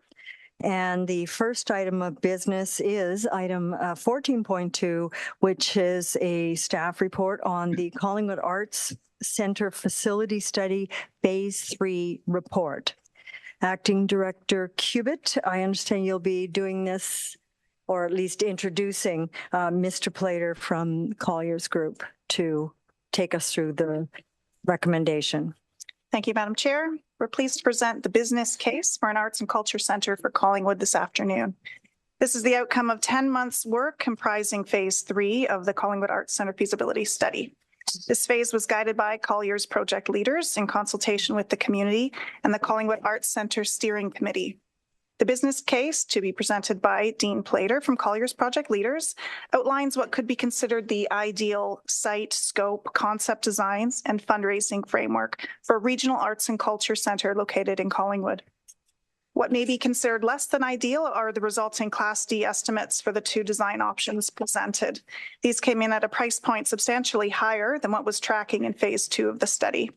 Given this, Colliers recommends deferring decision-making until the downtown visioning master plan is completed so that plans for downtown parking, transit, and community spaces can be more fully explored within the context of the Arts Center, and that a prioritization and scope reduction exercise be undertaken, which would include staff and council defining an upset limit budget for the facility and seek to reduce the facility functional program to achieve the agreed upon budget. Staff support this recommendation and are seeking approval for an additional $40,000 from the Arts and Culture Legacy Fund to extend the consulting services contract with Collier's project leaders to complete this exercise. And with that, I would like to introduce Dean Plater to present the business case. Thank you. Mr. Plater, welcome. Thank you. So good afternoon, Mayor, councillors, and thanks for that introduction, Karen. We could jump right ahead to the agenda, which I believe is slide 3. So we'd like to go back in time a little bit, talk about how we got to this position that we're in now, the project background. We'd like to speak to the strategic alignment with the town of Collingwood, an environmental analysis, and some similar projects that have occurred across Canada in recent years and what those look like. We'd like to talk about the final options, which were ultimately refined down to 2 different facilities. We'd like to take you through a little bit of analysis and recommendations on a path forward. As Karen alluded to, the project got pretty far away from the initial stepping off point, so we think we have a course forward that might work. Next slide. And next slide. So as Karen suggested, we are really at the 3rd phase of the project, and a lot of work had been conducted before Colliers became involved roughly 10 months ago. Prior to the work that had happened in this latest phase, a lot of interesting things happened. So there was a high-level feasibility study that was conducted. At that time, there was an order of magnitude budget that was defined roughly in the neighborhood of around $25 million. And other things that happened. So as we talked through with the staff members, understanding where the project had evolved to, we realized that operating funds, potential subsidies had not been determined. Details around the possible funding models had not been resolved. There had been some community input, but not a deep community input.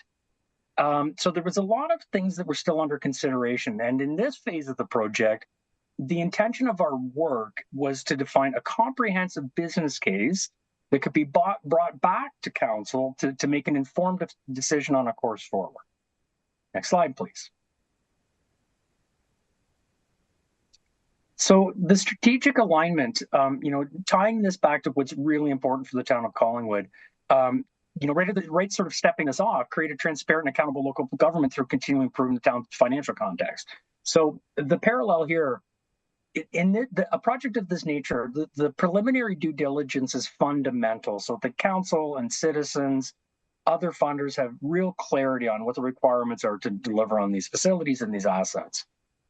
And ultimately, under item 2, support and manage growth and prosperity, seeking economic development that attracts youth and other people to the community.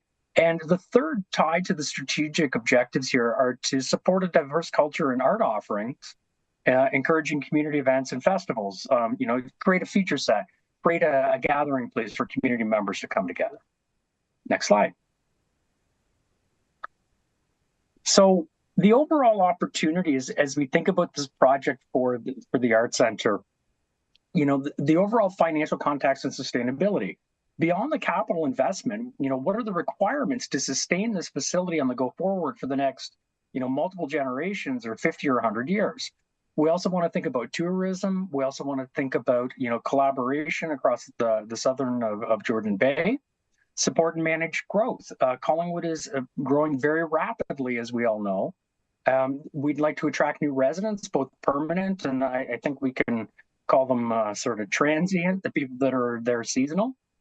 Improve the overall quality of life through arts and culture, and then encourage diversity within culture and art offerings, which will elevate, the community member satisfaction and expands on all of the wonderful things that are happening in the community now, expanding with different types of diverse community events. Next slide, please. So in the environmental analysis, we reached out to some other projects that have actually been conducted just to try to get a perspective on, what did it take to make these things happen?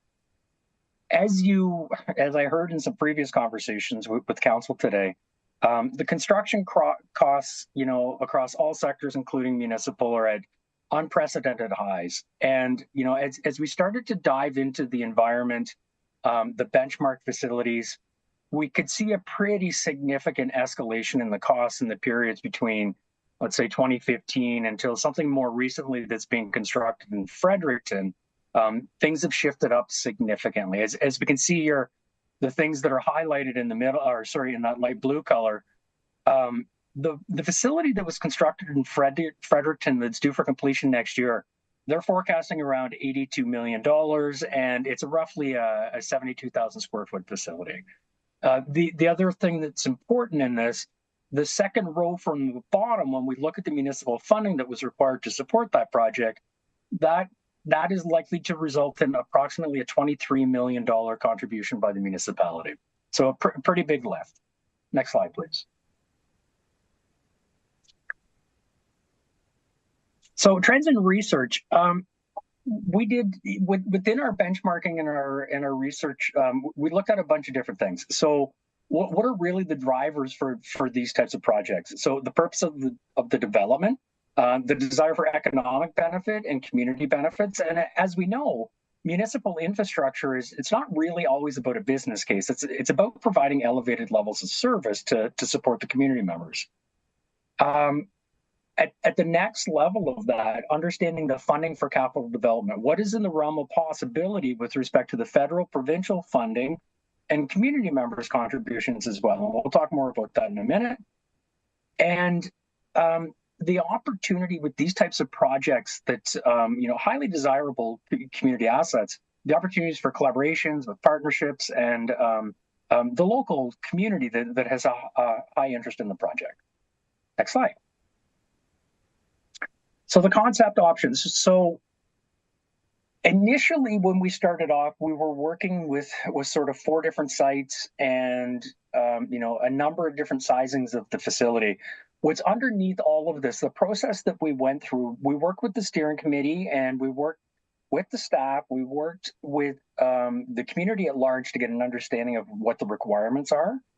We collated all of that into something that's known as a functional program, which ultimately results in, an overall footprint of the building and a delineation of the different feature sets or things that might be in that building. So the site options that we sort of eventually got down to 48 St. Marie, 140 St. Marie, 101 Pine, and then for seating sizing, 400 seats versus 600 seats. And those numbers were derived in working with the steering committee that has a very good understanding of what the types of events that could be brought into the facilities based on the relative size. Next slide, please. So option 1, Pine Street. what we see here is a really high level concept of what potentially it might look like to drop onto Pine Street. As we went through the different sites that were available, relative to the downtown core, very quickly Pine Street sort of bubbled to the top against the other options that were in front of us.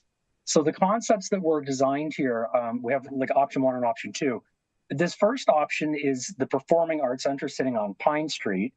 And then if we jump to the next slide, option 2, as we continue to work through this and gained a deeper understanding of what might be of interest to the community, nice feature sets, nice services that could be provided, that initial option got elaborated to include the space on Ontario with a sort of a pedway walkway across the street, which would allow for an expansion of there would be gallery space in there, possibly a little bit of commercial, some space for collaboration. So these were the 2 options that were resolved working with the steering committee.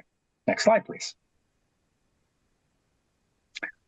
So the analysis. So next slide, please.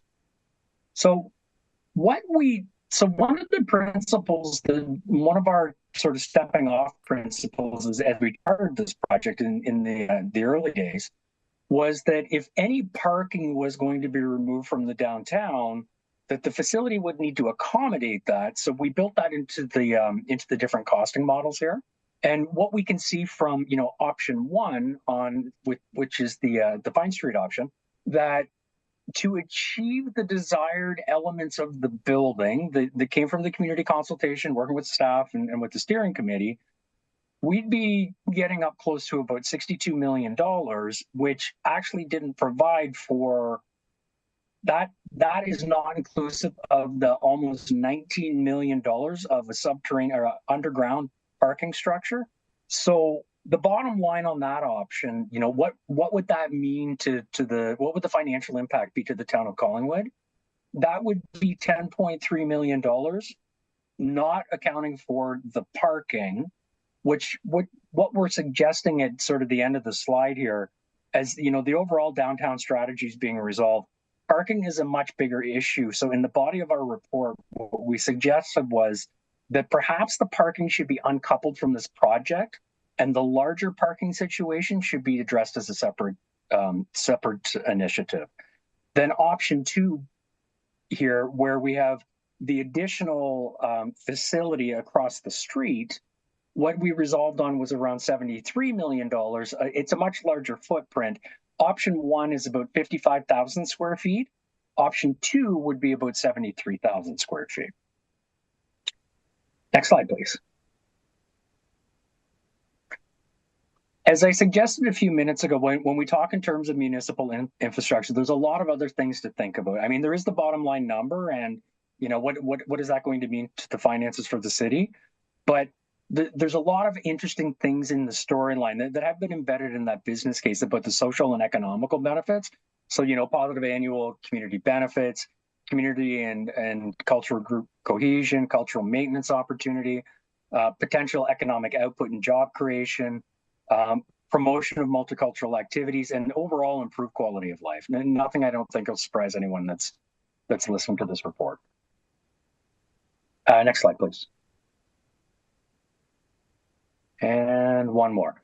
So as Karen suggested, as we step this off, there's a lot of things that are happening right now, and specifically with the downtown visioning and master plan that's under development, which potentially is going to have some sort of influence on this project as it continues to unfold. As I said at the beginning of this presentation, the initial stepping off point on this project was the thinking was roughly a $25 million project, to build the center. And, there was a lot, and these types of projects take time, right? There's a progressive elaboration of the details, the refinement, the scope. What we're going to suggest here is sort of the takeaway here. We don't think that the numbers as they've been developed and presented here today are going to be palatable. And, it's an important project to the community. There's a lot of value in this project. We think maybe an appropriate course forward would be to sort of take a pause on things now that we've got a good understanding of, all of the elements of the building, and then to define an upset limit for the project.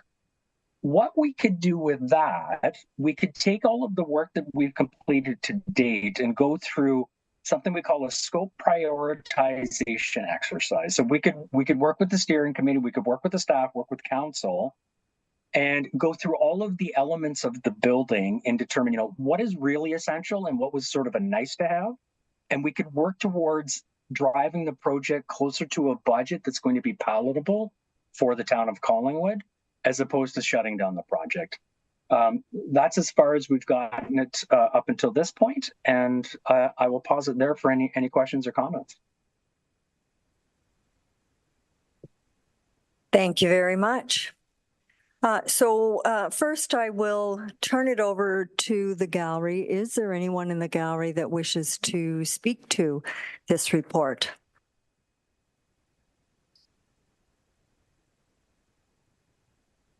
Please come to the podium, sir.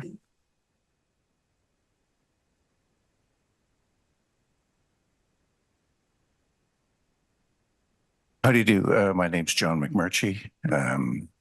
My family's been in this town for 6 generations. So on the one hand, it occurs to me that there is enough private money in this town these days to build this 2 or 3 times over without any public money. So maybe there are creative ways available to access that money.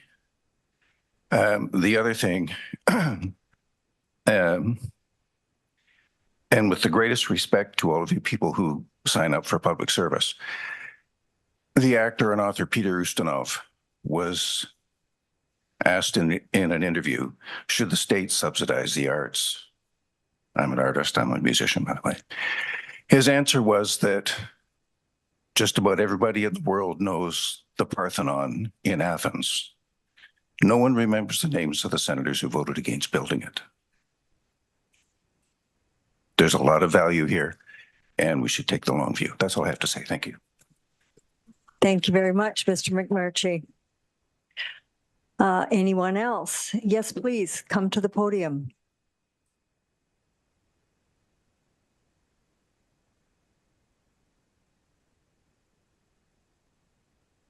Stand up there. Hi, my name is Sherry Weldon. I'm also from Collingwood, long generations back, and a musician. I'm really excited to see this go forward. As somebody who grew up in a wonderful sports town with a lot going on that way, but as a child who was artistic and musical, there was not a lot for me and others like me. To see a great concert or a symphony, I would have to go to Toronto. And, as kids and lots of kids these days may not have the money to go and do that. It is so important to me to see something go in, both for exposure for youth, but also a place, where they could perform, where the schools could bring them to immerse them in culture. It's just so important, especially these days when there's a lot of youth going in wrong directions and not having that creative outlet or just that exposure to creativity is so important. So anyway, that's all I have to say. Thank you very much, Ms. Weldon. Yes, sir.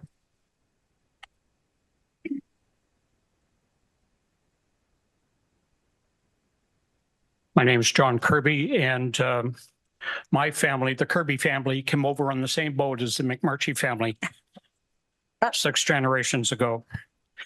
I commend council for all their interest in this project. It's been going on for a few years, and I commend Colliers for the report, Dean, and his staff for putting this together. My only hope is that before any decision is made, before council sits down and takes any recommendation, that everybody has a chance to go through this document, valuable document, and analyze it. We're not saying it's perfect. I don't think it's perfect, and probably Colliers will admit it's not perfect. There are so many variables in this project. And I would hope that before any decision is made one way or the other of deferring it or moving ahead or whatever, that we take a long, hard look at what we can do short term, answer some of these important questions, and then move ahead with a viable project that's going to work for everybody. Thank you. Thank you very much, Mr. Kirby.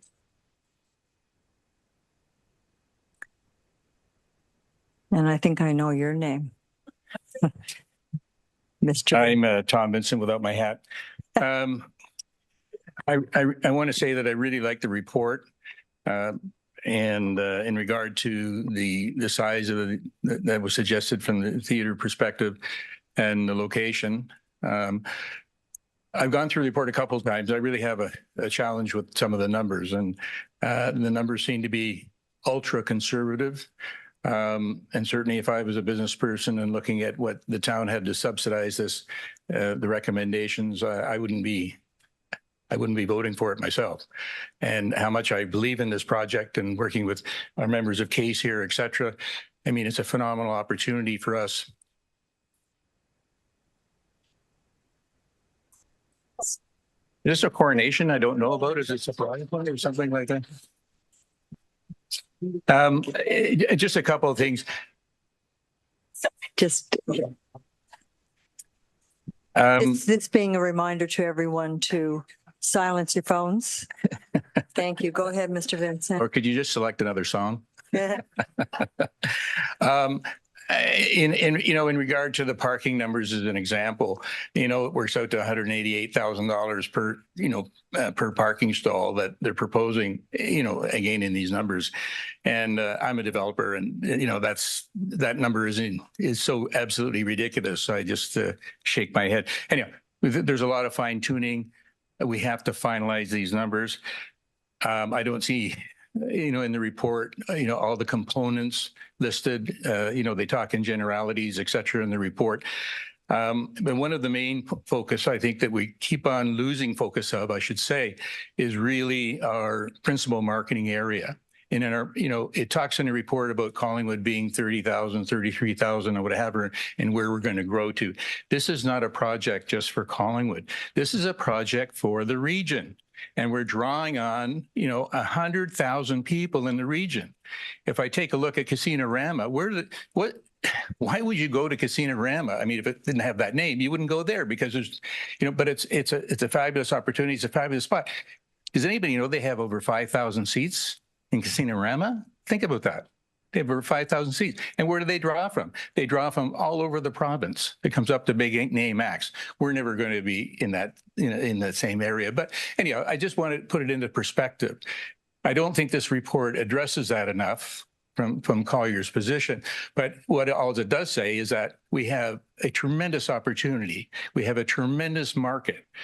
And as John mentioned, he stood up here at first, I mean, there's a lot of intellectual capital and money in this community. We know we can raise a lot. I wouldn't say we could raise a lot for the whole amount, but we can definitely raise a lot and get a tremendous support. And we need those numbers pinned down, before you can make any rational consideration. That's for sure. And you know what? None of us sitting here have built a theater before.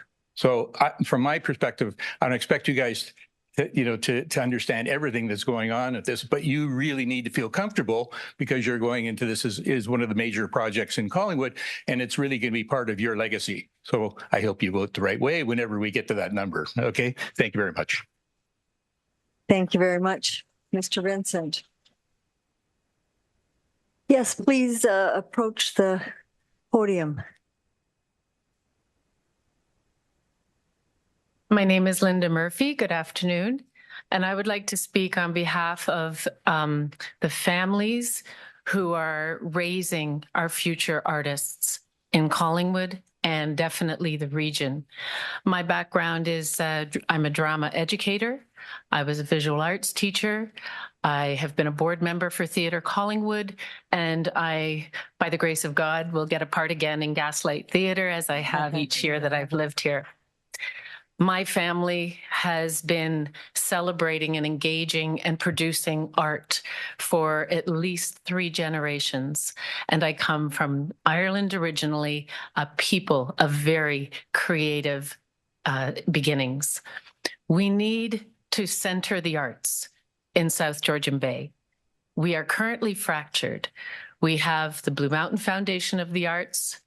We have Theatre Collingwood, we have Gaslight Theatre, we have Meaford Hall, we have Thornbury Community Players, we have Clearview Community, Wasaga Community Theatre. We're here, but we're everywhere. And Theatre Collingwood has come up with the most creative solution to this issue by having local historic homeowners host performances in their backyard. How lovely and how historically retro if you look back at the origins of theater when it had to be done in secret. Well, our artists don't have to produce in secret anymore. We need to celebrate them, focus them, and give them one home to hang their art, to produce their art, and to show their art. So I encourage you to please support this initiative. And I know it's going to be expensive, and that's not my area of expertise, but I will be helping to put bums in seats the best I can. Thank you very much. Is there anyone else? Yes, please come to the podium.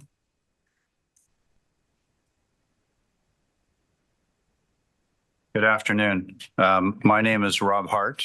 Some of you know me, some of you don't. I have been on a 5-year journey so far, working on this Arts Center that we now have in front of you. We have a tremendous opportunity here in Collingwood that nobody has taken advantage of at this stage of the game in our region. We have 200-seat, 300-seat theaters. We need to put a focal point in place for the arts community in South Georgian Bay, to give them a home, to develop a center that will draw people from out of the region, inside the region. The economic opportunity that exists with an arts center that really doesn't exist with too many municipal facilities or buildings is tremendous.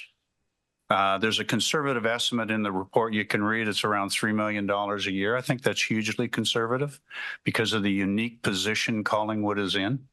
So that's an absolute critical point, I think, is the economic development and the economic value this brings to the community every year. It's just not a once-off thing. And there's not too many facilities that will do that in a community. The other point I want to make is I was also on the steering committee for this particular project. And we've gone through lots of hoops, lots of discussions, lots of them heated, and gotten to a point where we are today. But one thing we have not had an opportunity to do is scrutinize the numbers.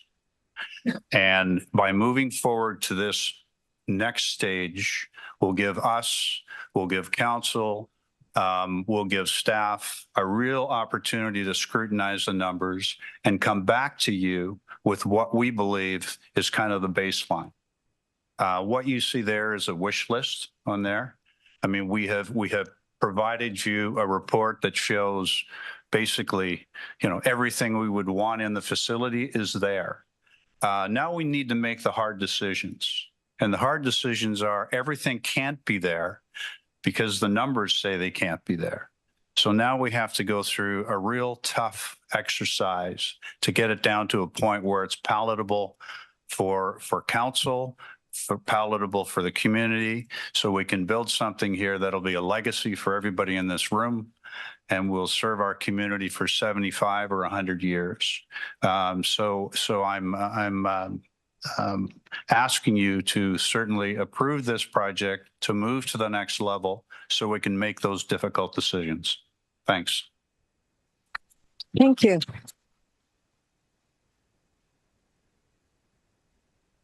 And is there anyone else that would like to speak to this report? Yes, please come to the podium. Leave your phone behind. Sorry about the noise. I do apologize. I did not come here today to speak, but it's hard for me to not speak when I care for something for so much. About 25 years ago, Excuse me, I lived beside a man. Just say your name before Oh, you so start. sorry, Libertouche. I know who you are. I know. Maybe not everybody okay, else. Okay. I lived beside a man who was at that time president of McLean Hunter. He was my boss. He was extremely successful. And he said to me, he was involved in a tiny little bit. He said, we were godparents with the same children. He said to me, you know, we really need a theater. So I made a huge mistake. I brought Mr. Campbell to a meeting with a town hired person.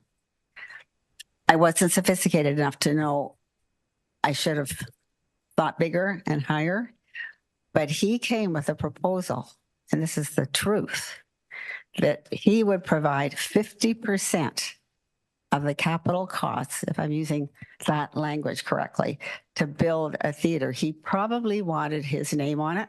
He had a great name. That would have been fine, I would have think. I don't think that would be a problem. But he was shut down, and I didn't pursue it. So it's relevant to a gentleman here. Somebody said, the money is here. The money is here. I hope you all are going to decide to move forward and let the super fundraising people in this community do their job. Let's get together, let's build a theater, and then we could decide whose name's going to go on it.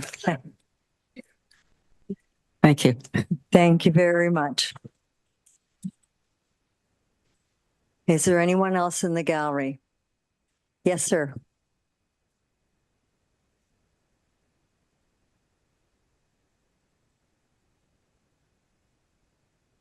My name is Charlie Goditis. I've approached all of you before, one thing or another. This report is a very important report, and it has to be, I guess, vetted. This is the best way of describing it. We have to determine a number of different points that are crucial to this whole thing. The money, number one. A lot of people in town are confused with the money. In typical performing arts center type of installations, there's a fundraising component, a federal component, a provincial component, and not a very big municipal component. And yet the municipality gains an asset. I think we've got to get that word out to the public, because the first thing they think of, oh, the town's going to have to pay for this. Not that much. Now, another thing is the subsidies. Well, a lot of people now are starting to realize that there's various sporting activities around town that get substantially subsidized. And again, a performing arts center that we did the analysis on, we took a really close look at all of the different members in the community that would use this. And we found there was a tremendous need, which means that the subsidies will be decreased, not increased, because of the usage. Then I think of all the young people here.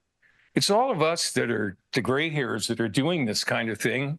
Yet the reality is we're building this for young people. There's more and more young people moving to Collingwood, and they want to have things to do, whether it be arts and culture, whether it be sports. We know that we're going to have to do both. So let's bite the bullet and get the Performing Arts Center going and make everybody proud of Collingwood, because this is a gorgeous place. We all know that. Let's make it well known. I grew up in Niagara Falls. I saw what happened in Niagara-on-the-Lake. My girlfriend lives in Niagara-on-the-Lake, so I go back and forth all the time. Niagara-on-the-Lake's booming. And it's because of the Shaw and because of, obviously, the wineries. But the Shaw is still a big draw to it. Look at Stratford. There's no reason why we can't do something like that, because Theatre Collingwood is a gem that we have. I mean, I know Barb Wider was very involved with it for a long, long time. And we've got a real gem there. Erica does a great job. There's different people here that are doing great things. Daniel's doing great things. Erica's doing great things. So it's time that we give people an opportunity like that. That's the end.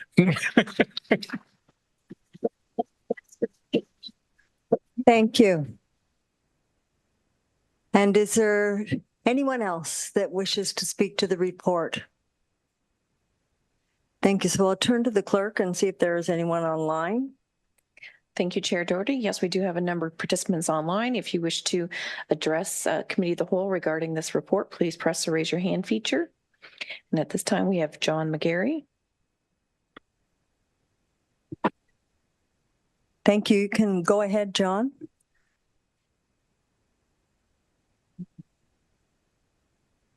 Thank you, Madam Chair. I think I've got it now. And as an avid consumer of the performing arts, I would like to see a project like this go ahead as well. And I have a question through you to Mr. Plater. Do you have any concept, or as Colliers in your experience, get any concept of what degree of public funding, like contribution, donations, call them what you will, is feasible from a community of, say, 150,000 people? I noticed in your slide, the 3 facilities you looked at were in much, much bigger cities. Thank you. Carry on. Thanks, John. So through the chair. Go ahead, Mr. Player. So, I mean, this report summarizes a lot of detailed analysis and, sort of inputs. We brought in a partner of ours to do an assessment of the viability of fundraising within the community. And with the size of the community in the region, the numbers that were derived were around $5 million from community support. In working with the steering committee, though, we felt that number was understated just purely based on the amount of wealth that's in that area, right? We actually doubled that number to $10 million for the purposes of doing our analysis. Does that answer the question? Thank you, Mr. McGarry. Does that answer your question? Oh, okay. It looks like we've lost Mr. McGarry, so hopefully he did get the answer to that. Okay. All right, if there is no one else online or in the gallery, I'll read out the recommendation and ask for a mover and a seconder from council.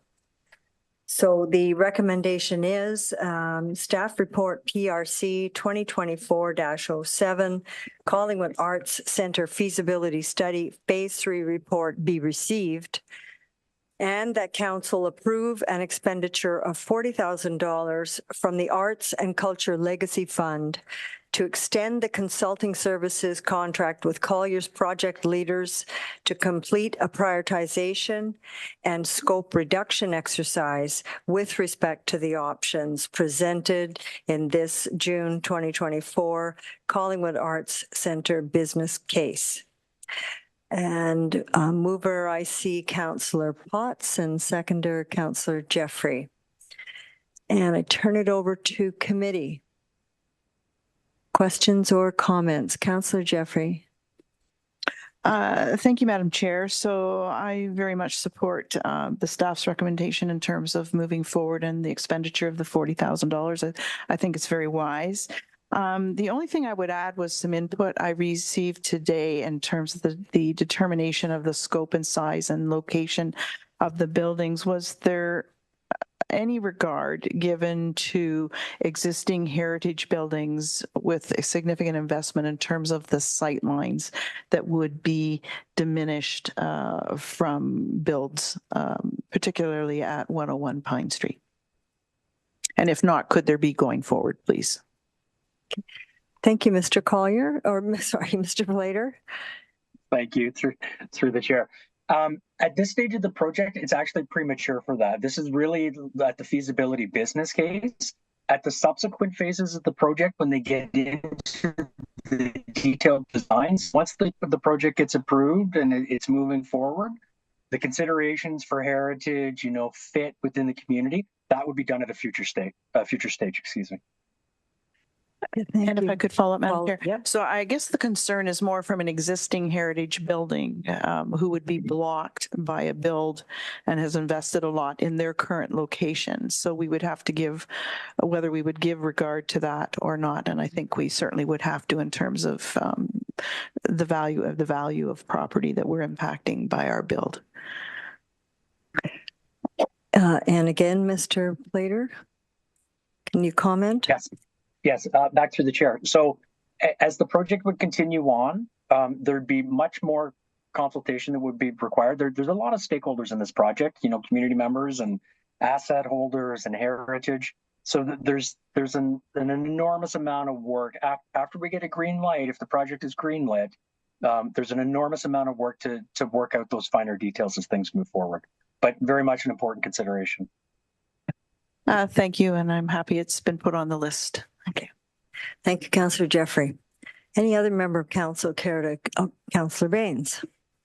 Thank you, Madam Chair. Through you to Mr. Plater, I would imagine that with your recommendation of decoupling the parking or the necessity for building parking for such a center, and then throwing that to the master visioning, part of the takeaway or the bring forward, if you will, for the master visioning discussion is to respond to that question. Someone's got to at some point, and Mr. Vincent brings up the point about whether or not you should have it in the first place anyway, or at least to that capacity. But if I suppose it's not necessarily your list of recommendations, but at some point in this, we, council, have to be explicit about someone's got to answer this specific question about the parking being decoupled from this vision of this facility and responded to one way or the other, and whether it's master visioning or whatever, we've got to address that.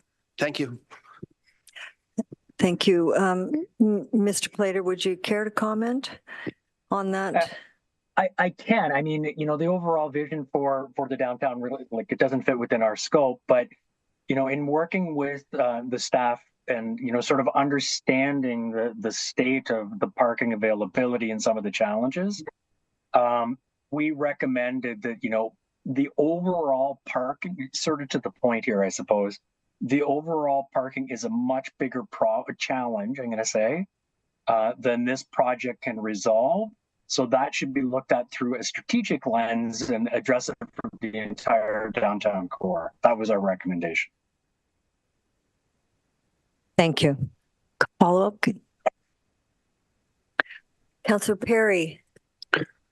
Thank you, Chair Doherty. Not being a planner or an engineer or anything like that, and looking at the price of the underground parking, I wonder if there was any thought put to double layering the parking lot at Eddie Bush. I would think that would be a cheaper route to go, as put a second level there, and you may gain more spots anyway than the ones you take out on Pine Street, if my calculations or estimations are correct. But anyway, just throwing it out there, it was a thought. Thank you. Mr. Plater? Comment or just keep that under advisement? I would suggest we'll take that under advisement. Thank you. Thank you. CAO Skinner. I just thought it from a technical perspective on the staff side, there's a couple of projects underway that will help council and the public have more information about parking. Director Slama with her group are right now doing the master mobility and transportation plan. And in that plan, it builds a model for traffic patterns. And those traffic patterns would ultimately give us the tool to do a subsequent parking study so we'd understand how many people were coming downtown and how many we could project in the future. So that could be a subsequent project in 2025 that would provide information to council in addition to the downtown visioning, which might set some potential parking areas, but maybe not whether they're 1 layer or 2 layer as was just suggested, or 3 layer or 4 layer, whatever we're looking at as we move forward. Thank you. Thank you. Mr. Plater, comment on that? No comment. Thank you. So if there are no, Mair Hamlin. Yeah, thank you. I just want to say thank you to Colliers for pulling this together. Wonderful job, and to give thanks to the steering committee that worked so hard on looking at the various options. As both Mr. McMurtry and Mr. Plater said, this kind of a project, you know, is a generational project. I think one of them mentioned 50 to 100 years. Another one said we should take the long view. And that's the, we should be taking the long view here. This would be an incredible asset for our community, not just benefiting the adults, but I love the remarks that were made at the podium about our young people. And we've got in the design currently, there's a recital hall that is a black box. In other words, you can move the stage and the seating all around. And when I've talked to kids who are part of the music scene in town, they can't wait to have that kind of facility. And as we know, we do have dance groups and we have our circus group and we have choirs and we have all kinds of people, young people who can see themselves taking advantage of these kind of things. I had the opportunity a month or so ago to speak to the chair of the public school board about whether the board itself might be interested in having the students participate in this as I know often the schools will build it and then the towns use it, but this would be the reverse. And she was quite interested. And I wanted to ask at this stage of our CAO if those discussions have gone further at the staff side. Thank you. CAO Skinner. Thank you through the chair.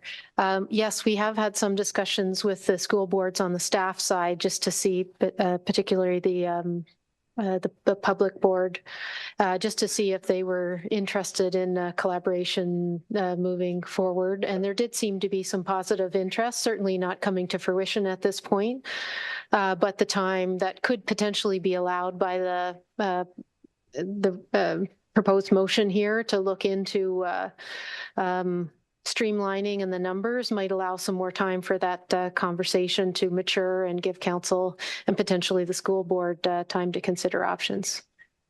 Thank you. My dream is they contribute. Right. The school boards contribute to the operating costs. And during the day, when maybe the students would be going in there. So anyway, it would be a win-win. The other thing I thought about actually this morning, because I was sitting at this Simcoe County review, is whether the County of Simcoe Council should be approached to see if they could make a capital contribution, because this will be of an economic benefit to the county and the tourism that they are working hard to develop for the whole county. So just offer that up. But anyway, I'll just speak so much in support of the recommendation that staff has before us today. Thank you. Thank you. Deputy Mair. Thank you, Chair Doherty. Back when we were deciding about whether to put the money into this particular study, I was a little hesitant, but I recognized we needed to get this information. We needed to know some detail and have that robust discussion. So I'm just thinking about the aspect of what's being asked in the motions that we're considering, and it talks about the 40,000 being put towards looking to complete a prioritization and scope reduction exercise. So I want to get clear on what we're voting on today, because the suggestion in the business case is that we wait until the downtown visioning is complete. I tend to lean towards waiting until we complete our strategic financial plan, because I'm going to have a little bit of difficulty coming up with an upset limit budget for the facility without knowing all the pieces of the puzzle. And we know the strategic financial plan is being completed as we speak, so to speak. It'll include the updated asset management plan for the non-core. It'll include the new DCs coming in, even though DCs don't qualify for arts and culture. I'm talking about the overall plan. So I'm not against supporting spending the $40,000 to go through that exercise. I just question the timing of it and when it would be appropriate to look at that if that's what we're going to do. So I was hoping to get a little bit of clarification either through the consultant or through staff as to the timing of the spending of the $40,000 that we're considering. Thank you. I'm not sure whether I should turn to acting Director Cubitt or our treasurer. Maybe some of each. Thank you, Madam Chair. I'll just add that the intention for this extension was to happen quite quickly in the next 2 to 3 months. But I am keen to hear what Treasurer Quinlan has to suggest. Treasurer Quinlan? If I may, Madam Chair, I think the idea is that this additional portion of the study or additional phase of the study would help sort of give a vision of something that might be a little bit different than what's been proposed so far. I hear you, the expectation of these long-term strategies coming due. We won't hear about that probably until early fall. Non-core asset will come in the next agenda, which is on the 22nd. So, but I don't see the harm if it was council's wish to continue to analyze something that might be a little bit different. In going into this next phase. I think the idea is right now, I think we have a pretty general idea of what's out there. We've talked about it along the lines of the water treatment plant and the wastewater treatment plant and all those wonderful projects that are on the horizon.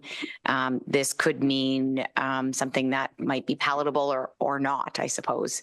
But I guess that's for council to consider. Okay, thank you. Follow up. I'll follow up if I may. Thank you.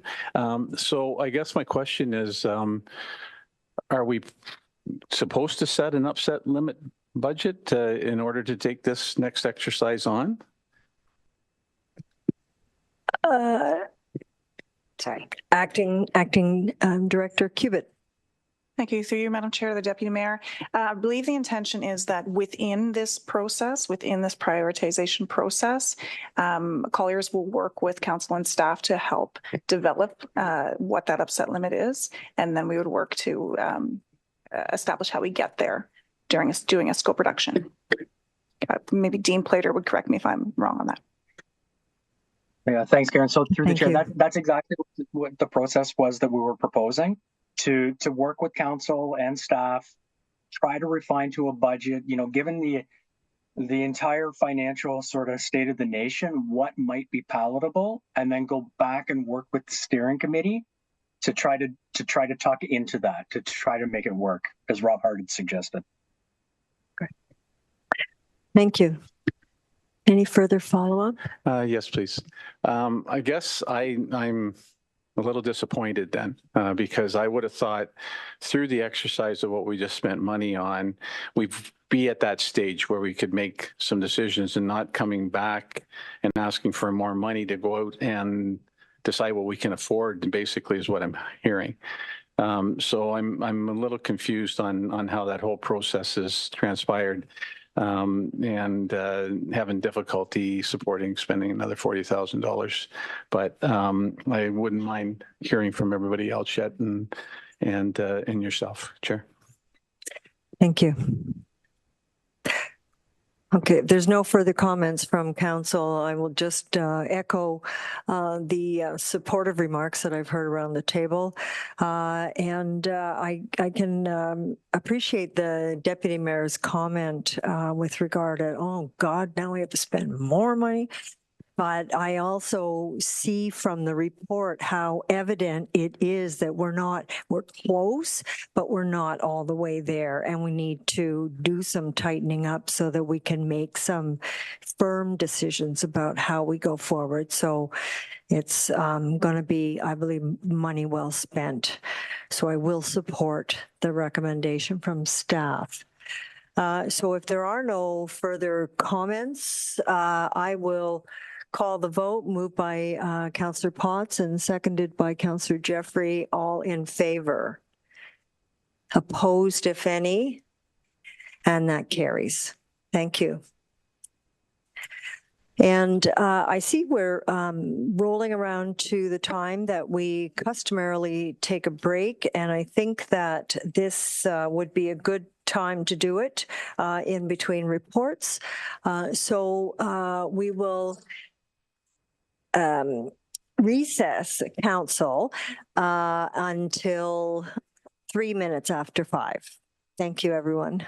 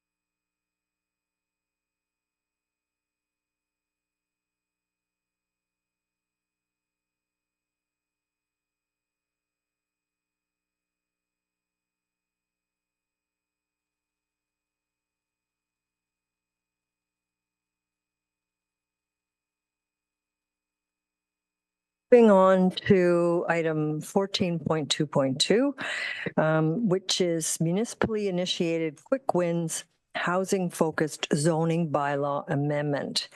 And I will turn it to Director Valentine for introductions.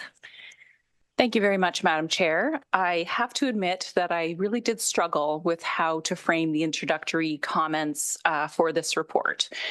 You will know that as a registered professional planner, my primary role is to provide you as council with sound advice to support good community planning in the public interest. And I want to assure you that that is exactly what we've done in the report before you tonight. In exercising that responsibility, professional planners need to be cautious. We can't be seen as advocates. We must be impartial and open to all perspectives, possible solutions, and paths that can lead us to good planning. That's why my introductory comments and presentations are typically pragmatic and factual and free from emotion. However, with this particular topic, it's really hard not to let a little bit of emotion slip out from time to time. And quite frankly, we believe that we're at a pivotal moment, a moment where the need for action is urgent and undeniable. Across our community, countless individuals and families are grappling with the harsh reality of the housing crisis. And it's a crisis that really knows no bounds. It impacts young families that are seeking to get into the housing market for their first home, through to elderly folks who are looking for affordable options, and everyone in between. But we are not powerless in the face of this crisis. Through this consideration tonight, we have the capacity to reshape our communities and to restore hope.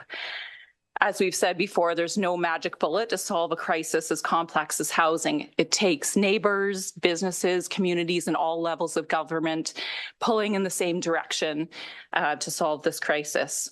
We need to do our part, and certainly one item that we do have control over as a municipality and was recommended by our esteemed Affordable Housing Task Force and the Affordable Housing Master Plan was to update our zoning bylaw to remove barriers and encourage additional residential units and other types of housing that would typically be more affordable. And in this regard, we've moved quickly with this first step, with certainly more to come through the zoning bylaw update. But we know also that change is hard. But if we continue to build the same type of housing that we have for decades, we will do nothing to address the crisis before us. As the architects driving change, it might help us to recognize that we're talking about more than bricks and mortar. We're ready to embrace creativity, innovation, and most importantly, compassion. The need for housing isn't just a statistic. There are people behind these numbers. We've listened to their stories. The Affordable Housing Task Force has amplified their voices, and tonight we're recommending an important action. I will never be as eloquent as one of our valued task force members, Marg Shibanidi. I don't see her in the gallery, but I'm hoping she might be online and can speak to you today, because I wish I could be as articulate as she is on the topic in saying that the cost of inaction is profound. Affordable housing is not just a nice to have, but it's a fundamental for our economic success and the social fabric of our community. So circling back, we do have Coordinator D'Souza here to present her report for your consideration. We also have support from Community Planner Wukash. The report, as noted, is based on research, extensive engagement, and good planning principles. And as a bonus, it positions us well for opportunities for funding at the federal level. Just a couple of hours ago during this meeting, we received news that the federal level of government will be opening another tranche of the HAF, or Housing Accelerator funding.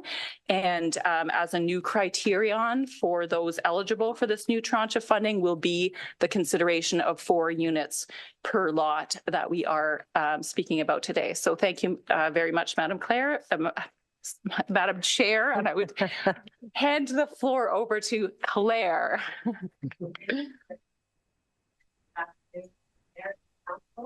I'm Claire D'Souza, the town's housing development coordinator, and this afternoon I will be providing a presentation of the staff report for the Quick Wins Housing Focused Zoning Bylaw Amendment. Next slide, please. As you recall, the zoning bylaw amendment proposes to permit up to 4 dwelling units per residential property, provided adequate servicing is available. Update the related zoning provisions for additional residential units, or ARUs, and reduce parking requirements for ARUs and apartment buildings. Next slide, please. The Gentle Density Housing Bylaw Guide provides a range of community benefits that can be realized by encouraging gentle density housing, and certainly Director Valentine has touched on a few, but these include increased household savings and affordability, improved workforce housing, which can reduce commutes to work, improved transit viability and ridership, economic opportunity through greater viability of local services and commercial shops, improved housing options, including more opportunities for intergenerational living and community vibrancy, improved social connectivity and resilience, increased tax base, greater infrastructure savings in comparison to sprawled development patterns, and ultimately creating fiscally responsible communities. It conserves and protects farmland and natural areas and improves emissions reductions by reducing sprawl. And ultimately, this kind of development pattern can even reduce crime through more eyes on the street and neighborhood activity. So there's a range of benefits to the community from this type of housing. Next slide, please. We held a statutory public meeting on June 17th, where we presented the proposed changes and heard comments from the public. Oral submissions were received during that public meeting, and they were generally positive. Individuals spoke about the benefits to housing affordability, creating walkable and transit supportive communities, and improved housing stock. We also received oral and written submissions that identified a few concerns related to increased parking on boulevards and in front yards, intensification leading to reduced air quality, and impacts on stormwater and drainage. The comments and concerns received during the public meeting and written comments received via email have all been addressed in the staff report in greater detail. Next slide, please. The proposal was circulated to internal departments and external commenting agencies for review. We heard from both the Nottawasaga Valley Conservation Authority and the Grey Sauble Conservation Authority requesting that additional language be added to restrict development of ARUs in hazard land areas unless otherwise permitted by the conservation authorities. We have added that language into the proposed zoning bylaw amendments since our public meeting. We also heard from the Simcoe County District School Board, highlighting their support for the proposed changes, but identifying some concerns related to the impact of intensification on school capacity and facility requirements. They also requested that that staff explore parking reductions for schools.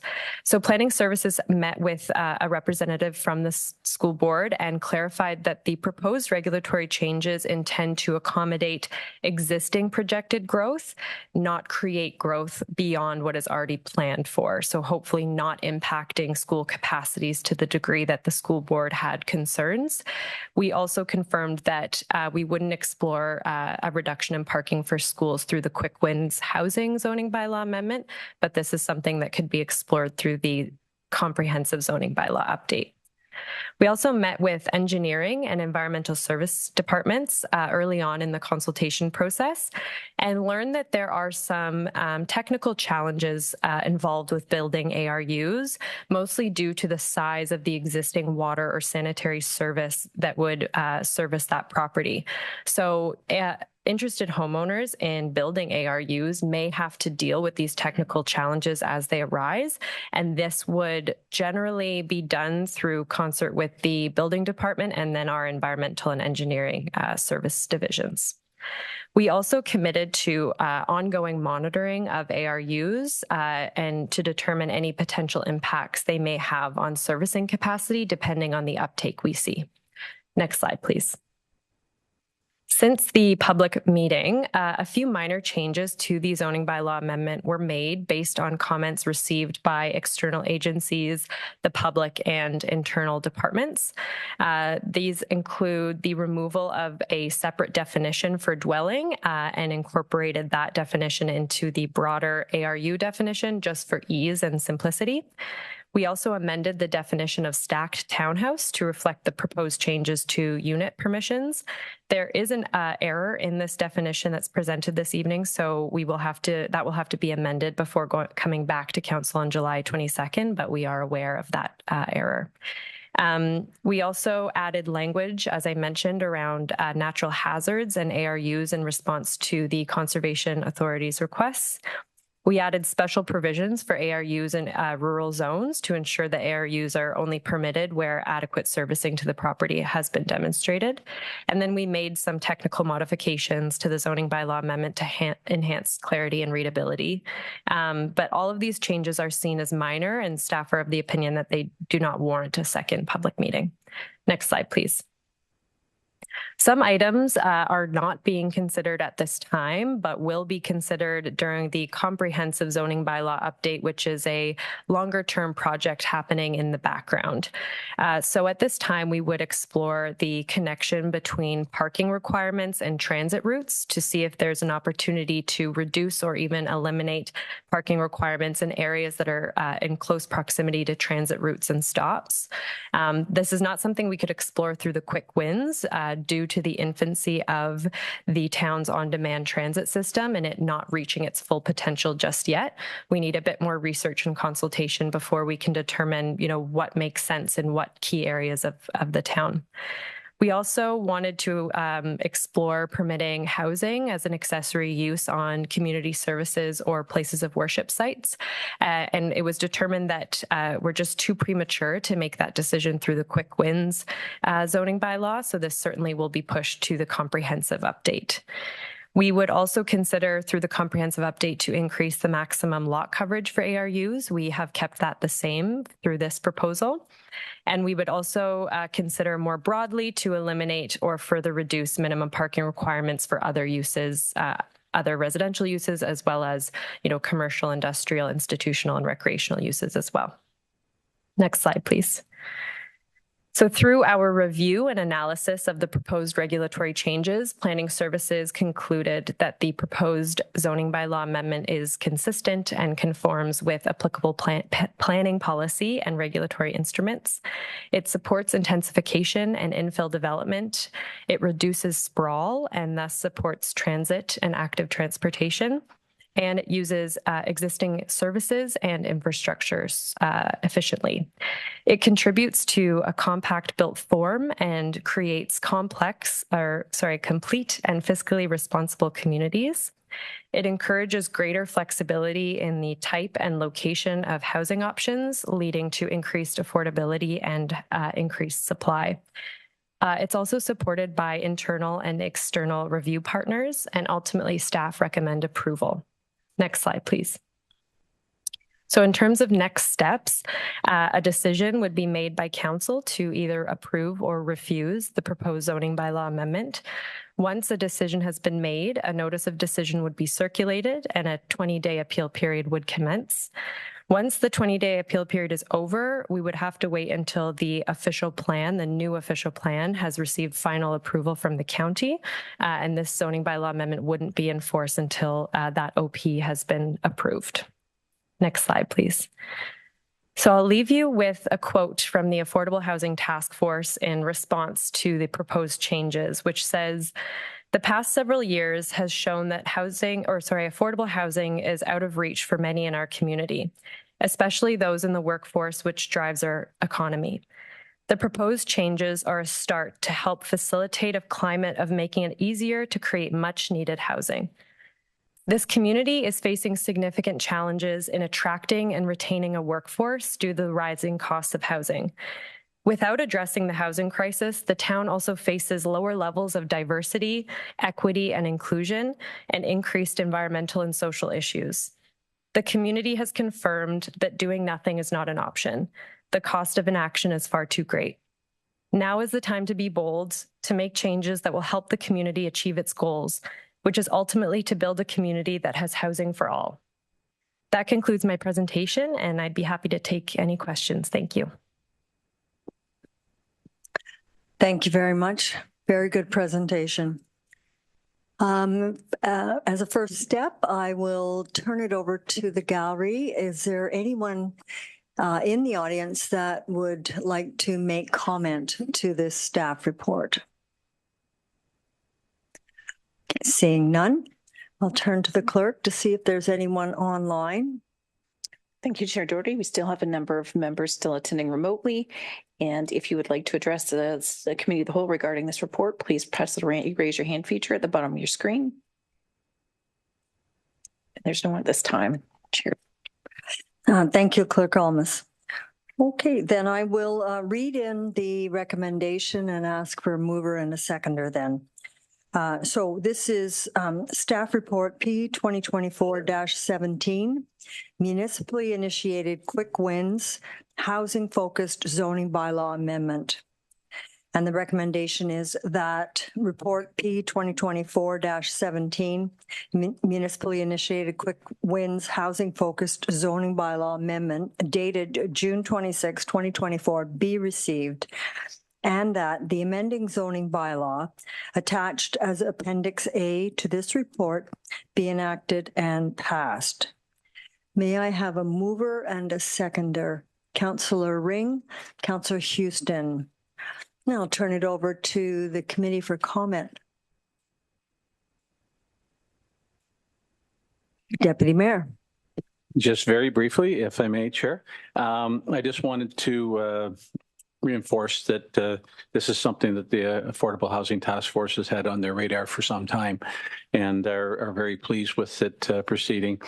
And the one question I had, if I could, to Coordinator D'Souza, in the chart on page 3, it says lot coverage is 15% and still will be 15%. I'd seen some questions about lot coverage. I'd wondered if you could just kind of review that part of it for us, please. Yes, through the chair. So lot coverage is 15% for detached accessory dwelling units, or ARUs, sorry. So these didn't change from the existing lot coverage provisions for detached accessory buildings. So we've just looped them in for a detached ARU, but they are different from what the parent zone would allow. So depending what residential zone you're in, you have other lot coverage provisions. So in the R1 zone, the maximum lot coverage is 20% for the entire lot. So these, for a detached ARU, you'd have to make sure that you're meeting the maximum lot coverage for the parent zone, but then you're also not exceeding the maximum lot coverage for all detached accessory structures. Okay. Thank you, Chair. Very supportive of it. Thank you. Thank you. Any other comments or questions? Mayor Hamlin. Yes, I'm also in support of this, and thank you for the hard and fast work on this. My main concern in all of it is that we haven't brought our on-demand transit into place yet. And I know we've had considerable trouble finding a staff person who would lead that initiative. But I'm wondering if someone on staff can give us an update on where the on-demand transit is in terms of unfolding in our community. Thank you, Mayor Hamlin, and I'll turn to Director Slama. Thank you, Madam Chair. Through you to Mayor Hamlin. So the on-demand service as part of our transit service still running on the crosstown on the weekends only. And you are correct that, we have been working diligently to try and find a community transportation coordinator who would be the staff resource that could really lead some investigations and improvements into the on-demand service, and also consider, some further discussions on how the transit service could be enhanced or broadened right across the community, especially to reach some of these areas where the housing might be located. Follow up. Sorry, so has a person been brought on yet for that job? Dr. Sloma? Yeah, through the chair to Mayor Hamlin, not yet. Okay, thank you. I guess I just want to say, I know these, as we know, these units are targeted to people who need less expensive housing and may not have cars, but these are the exact same people who can't get to work unless there's transit. And I know it's a problem already with people living in rental units in homes in the middle of subdivisions. So I guess I'll just say at this point, I really hope we can find a person to get our, onboarded so we can get our transit moving, because I think we don't want to be left in a position where we have all these people living, God willing, in these extra units, but no way for them to get where they're going, whether it's to shop or work or what needs. Okay, thank you. Thank you, Mayor Hamlin.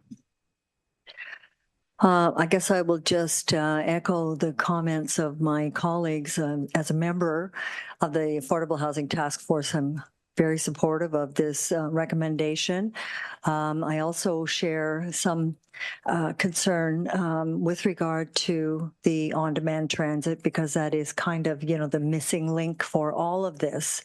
And I also know that having seen it work well in other communities, that we can make it happen if we could just get the people on board to coordinate. So without any further ado, I will call the vote. All in favor? And that carries unanimously. Thank you very much. Okay, next item is item 14.2.3.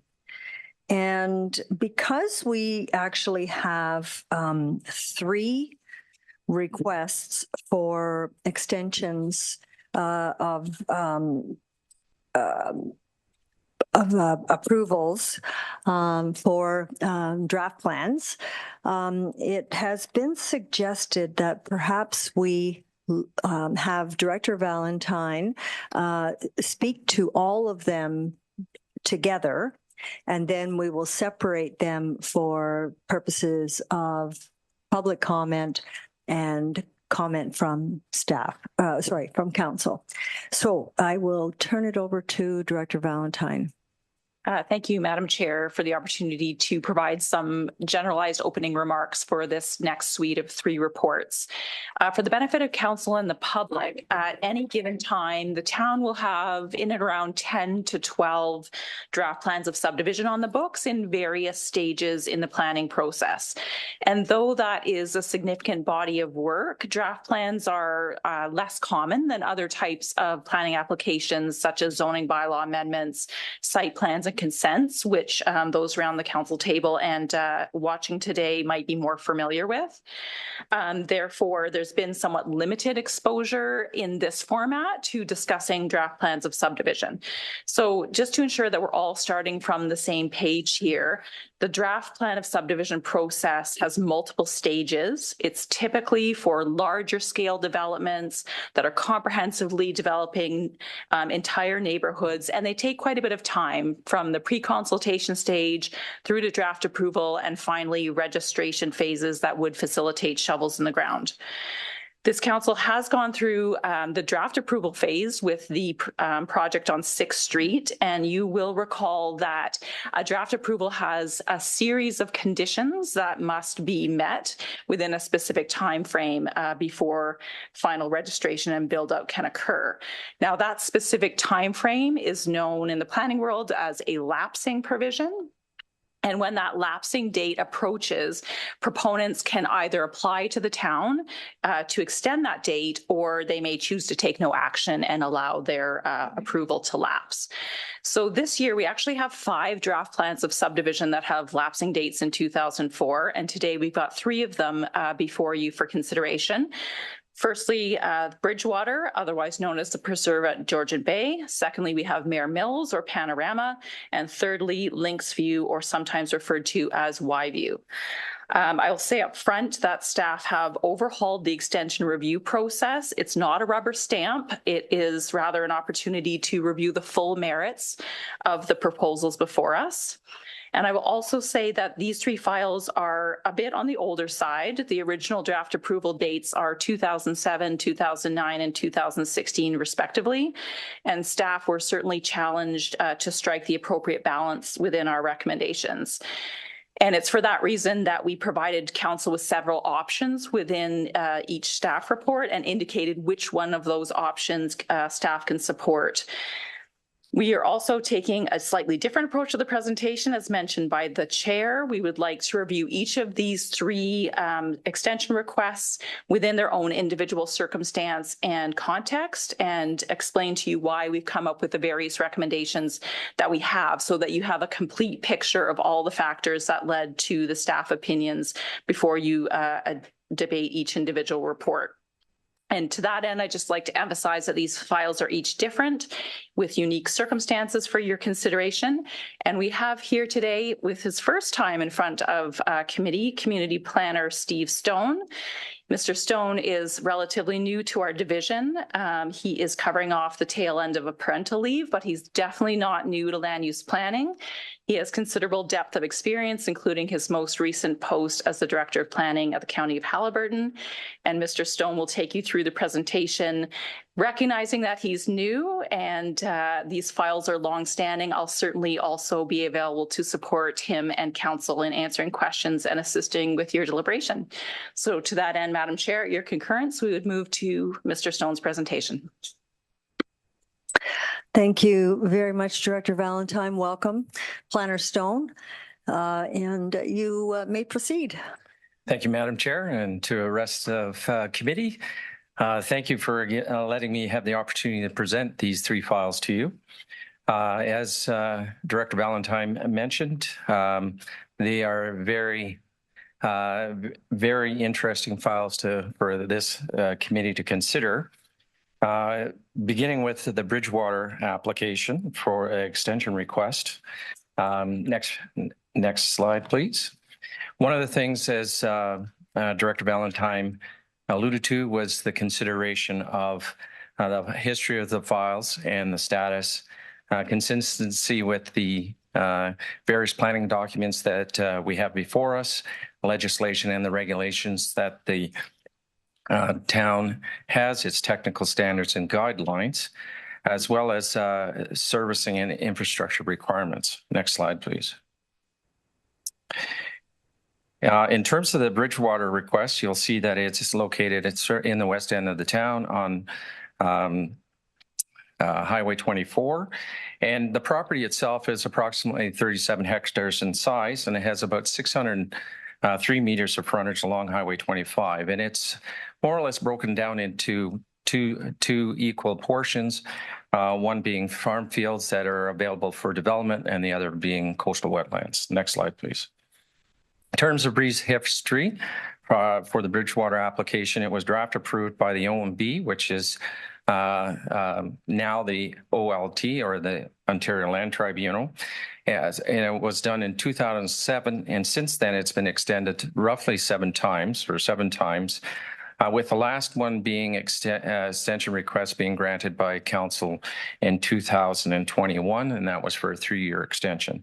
It's slated to lapse at the end of this month, and the request by the proponent is to extend it for another 3 years. Next slide, please. And this is just a picture of the concept. One of the things that's mentioned in the report is staff working with the proponent to look at various opportunities to update the plan. And so there's been a number of red line revisions that occurred to this particular concept. Most specifically would be reference to condominium being removed from the verbiage on this drawing. And also the original concept had a condominium road, and that's been removed in favor of a public road. Next slide, please. In terms of technical reviews, so staff has worked very diligently to review the proposal in light of the official plan and zoning regulations of the town. And we've worked very closely as well with the proponent to update the conditions. And as you'll realize, one of the things that was very important to updating these conditions was addressing the matter of servicing capacity and allocation. So again, their technical team and the town's technical team reached a consensus on how many single detached units would be available should this be registered at some point in the future. And those numbers are included in the staff report. There was discussion about phasing of this particular development, and it was agreed to that the proponent will provide a phasing plan as part of the deliverables with the satisfying of conditions. There's also meeting current standards with regards to urban design and architectural control, warning clauses that acknowledge servicing restrictions on these lands, and also construction management plan, which is a new deliverable that the town is requesting of the development. There's dedication of parklands, as well as conditions that will deal with active transportation with connecting to outside assets that the town has in play for this particular development. Next slide, please. In terms of extenuating circumstances, this ties into this gap policy that the town has enacted. So one of the things that was big on the history of this development was the board hearing, or the tribunal hearing, that just concluded last year. It took a number of years for the zoning to be dealt with and finally approved by the tribunal.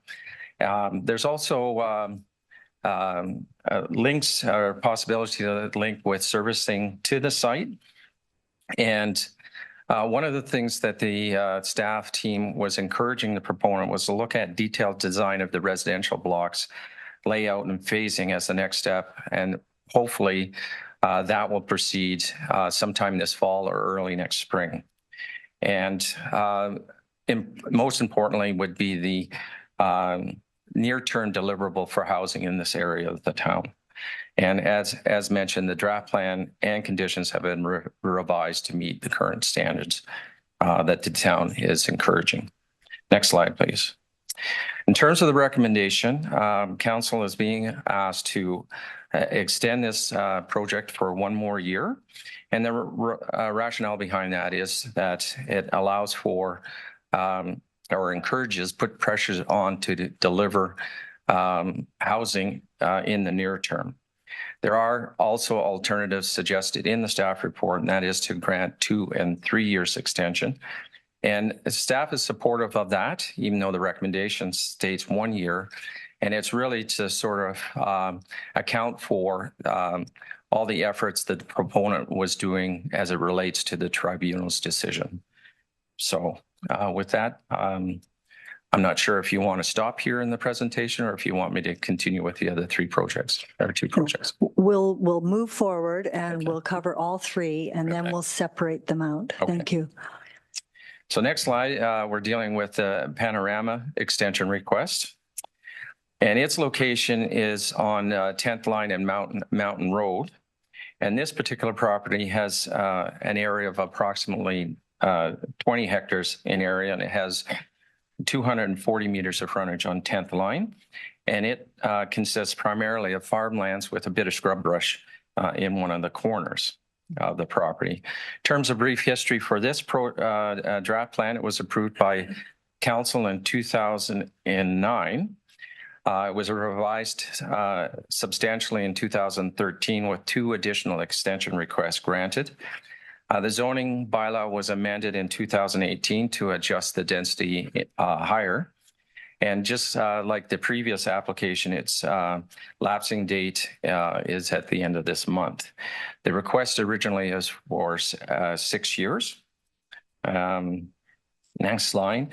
And conceptually, you see the draft plan before you.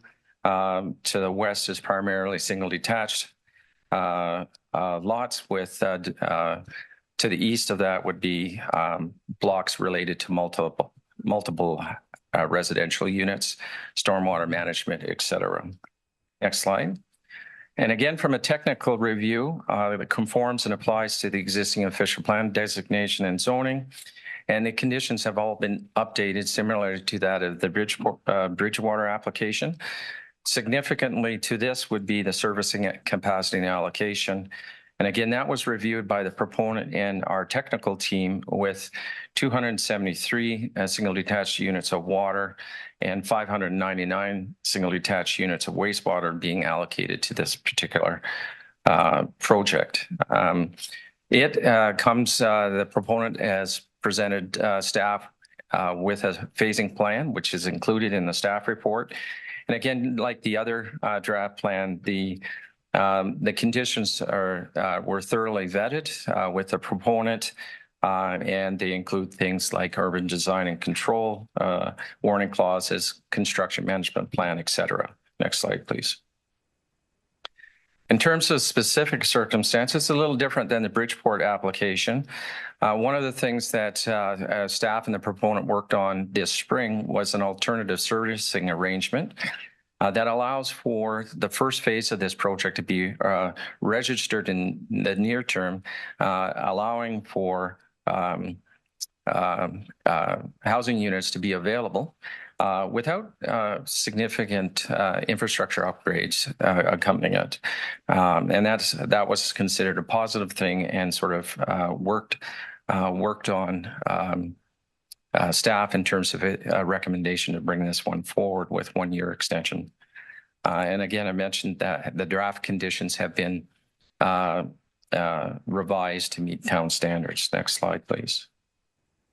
In terms of recommendation, I mentioned that this staff is confident with the 1 year extension. Again, with the rationale to this project is shovel ready in the near term, allows for additional housing to be available to the town. Alternatively, committee and council consider a 2 and a 3 year extension, which again, staff is supported based on its review of the SCAP policy. Next slide, please. With the third one, this is Lynx View. It's in the neighborhood of the previous one. It's a little further down on 10th line. It's a much larger property. It's about 40 hectares in area with about 304 meters of frontage on 10th line. And again, the lands are comprised of farm fields, as well as there's a woodlot in the rear portion of the property. Next slide, please.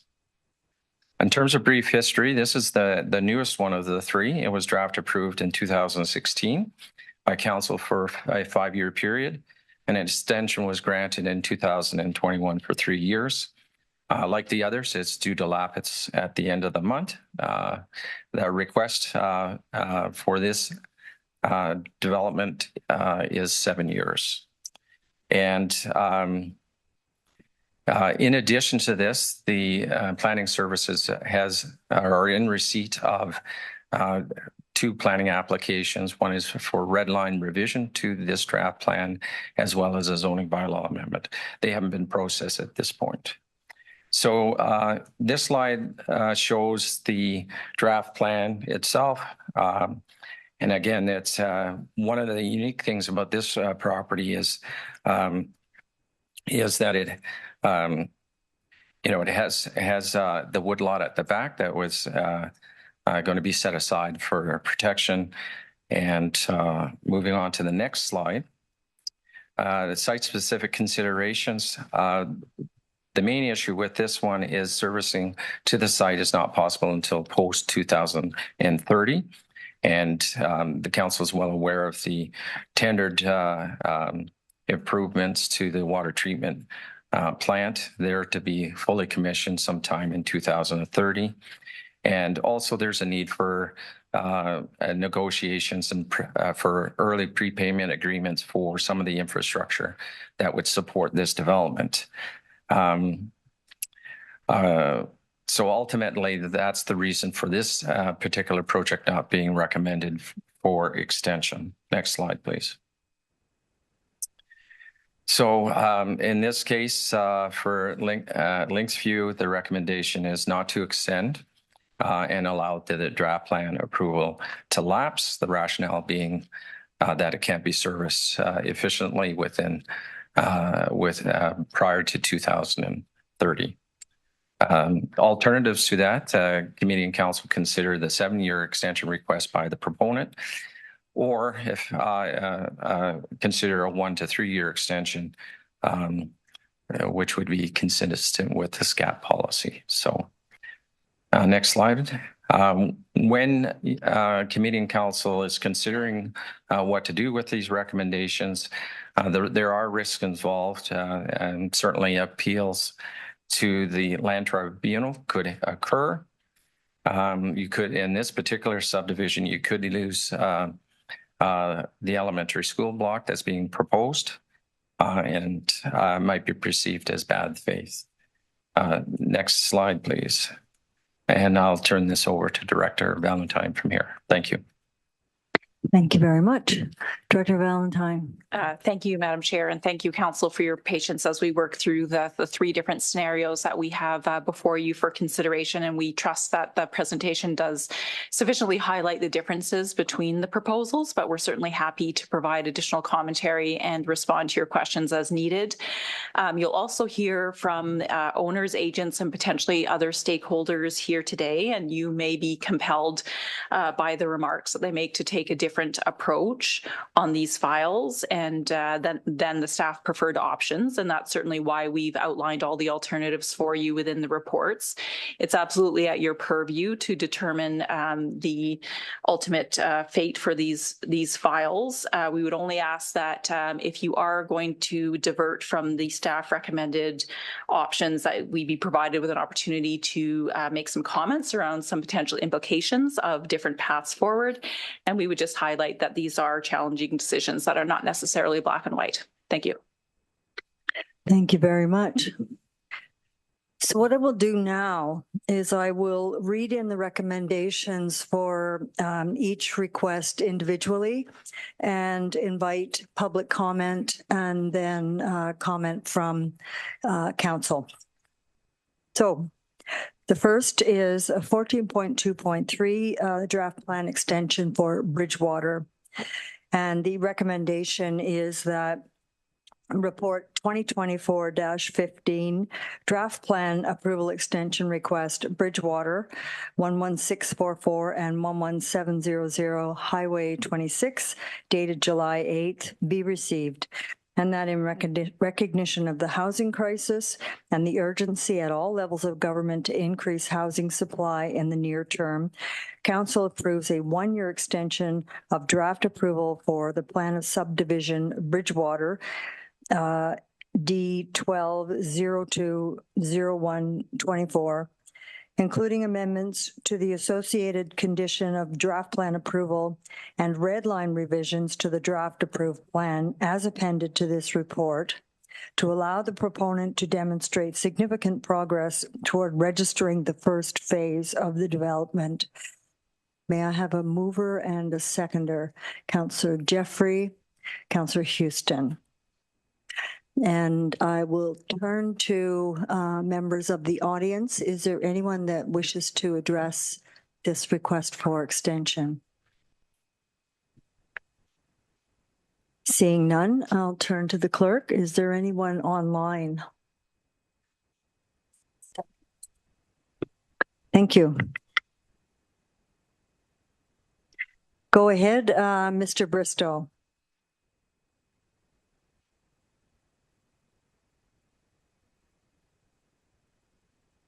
And you're on mute at the moment.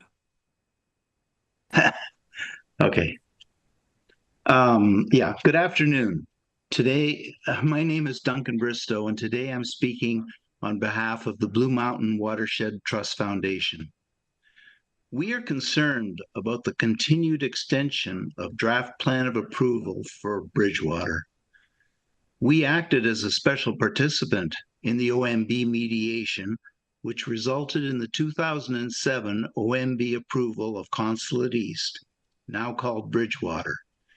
In our summary at the close of that hearing, we said that the final settlement was a long-term potential disaster for the wetland in consideration of the population pressure from a major development surrounded by the wetland. For more than 25 years, the Trust has been dedicated to preserving the Silver Creek wetlands. We were also a participant in the May 2023 OLT hearing regarding the proposed doubling of density in this development. Our position was that since the 2007 minutes of settlement, including buffers to the wetlands, were written with respect to the original proposed density, that essentially doubling that density should obviate the original minutes of settlement and require a new development proposal. However, the OLT approved the doubling of density at those hearings in 2023. Given that this development proposal has been on the town's books since 2007, Collingwood has another opportunity to refuse yet one more extension and request the developer come back with a new proposal consistent with the most recent official plan requirements, although perhaps staff is ensuring this on an ongoing basis. I don't know that.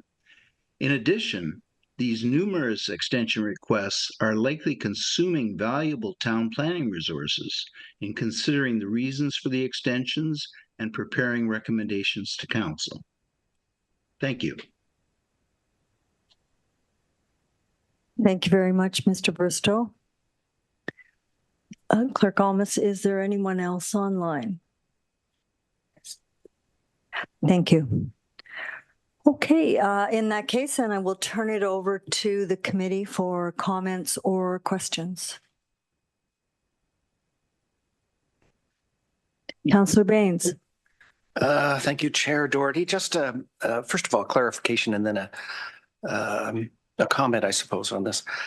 In regard to the 30-day extensions granted for this and for Linksview, I'm assuming that was done by staff, a 30-day extension from June 29th to July 29th. And now the request, if we implement this for a one-year extension, would presumably be July 29th, 25, or would it be June 29th, 25? So does the 12 months happen after the 30-day extension? I suppose that good. Planner Stone or? Yes. Planner Stone. Madam Chair, that is correct. Thank you. And in regards to my comments, I'm loath to support this because I hear the gentleman's comments in regard to 7 extensions. Sorry, would this make 8, or is this the 7th extension if this is granted for 1 year to Community Planner Stone? Madam Chair, so it will be the 8th extension. Yes. Thank you. Thank you. Thank you, Councillor Baines. Any other questions or comments?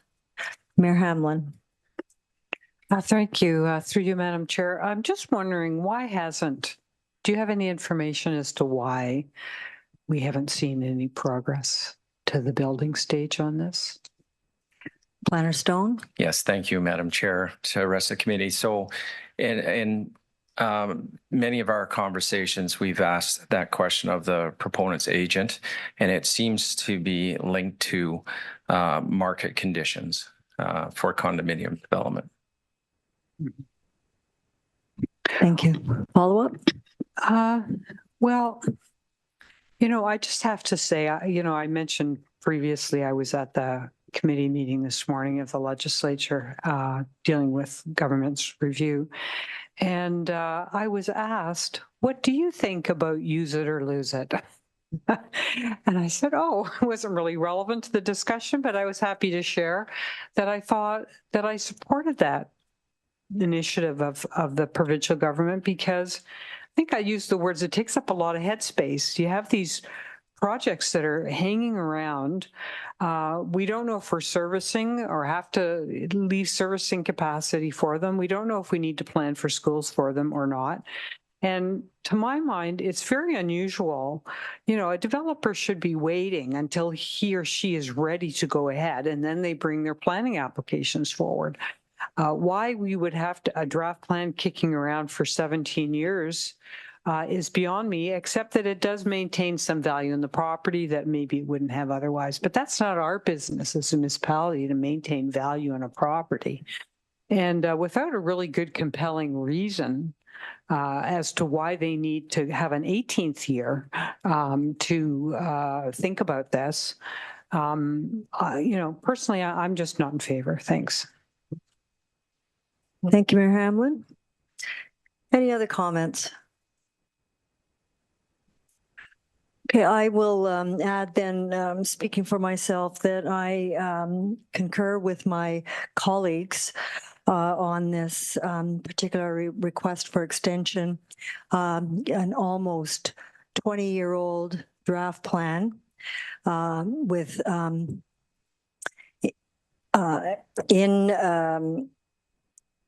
sorry, what's the word I'm looking for? A lack of consistent activity in advancing the plan over these last 17 years, interspersed with multiple trips to the tribunal. Again, really now looking at the fact that we have a servicing capacity issue and we have a draft plan that is potentially, taking up some of our attention. So I am not likely to support this request for an extension either. Councillor Jeffrey. Thank you, Madam Chair. So your comments have brought up a question for me through to Director Valentine. So if we give them another year and it's still status quo at the end of another year, what do you propose? Can you have a crystal ball to say what staff's recommendation at that time would be? I mean, I'm looking here where the government, it is a housing crisis. The government is looking at us to increase housing supply. So we'd be looking to be contra-minded when we make decisions to refuse that. And then we are approaching a time with federal funding where we have to produce a housing needs assessment once we go over 30,000 in terms of, so that's where my head is going. I'm going to support the staff recommendation at this point, but I'm just, if they go another year with no progress, are we going to continue this repetition of recommendations? Director Valentine. Thank you, Chair. And through you, I think you articulated well where staff's head is at. We are under pressure from all levels of government. Funding for housing, for infrastructure particularly, is tied to performance. So we are putting as much effort as possible into those plans and other applications that can get shovels in the ground in the very near term. It would be staff's expectation that the proponents show significant progress toward, if not actually register the first phase of this development as articulated by Planner Stone. We would like to see the full design of the large residential blocks within this plan, the road layout, and ultimately the phasing that is consistent with our servicing capacity allocation plan. And we would ideally like to see the first phase registered within that 1 year. So the intent is to keep the pressure on. If they were to come back to us after a year without significant pressure, I doubt we would do the same deep dive into the planning analysis as we have for this recommendation, and would be very challenged to support for further extensions. Thank you. Councillor Ring. Thank you, Chair. Doherty, through you to Director Valentine. I understand what you're saying there, and I understand that hopefully within the year we get to where we got to be to get the approvals done. But do we necessarily need a year? If we said if we amended this to 6 months, would they have the time to do what we require them to do within 6 months, or do you think it's going to take the whole year to get to where we want them? Oh, yes, go ahead. Thank Go you, ahead. Chair, and through you, I think you'll hear from another proponent here today that to do the detailed engineering work is typically 6 to 8 months, and our team does need the capacity to review those as well. So we thought it was most fair to give the full year at this point in time because we do want to balance showing progress, but also providing the proponent with the appropriate opportunity to do the good work to ensure good planning on this site. Thank you. No follow-up. Thank you. No further. Okay, any other questions or comments? Okay, so we have a mover, Councillor Ring, seconder, Councillor Houston. We'll call the vote. All in favor? And that is 1, 2, 3, and opposed? And 5, and the request is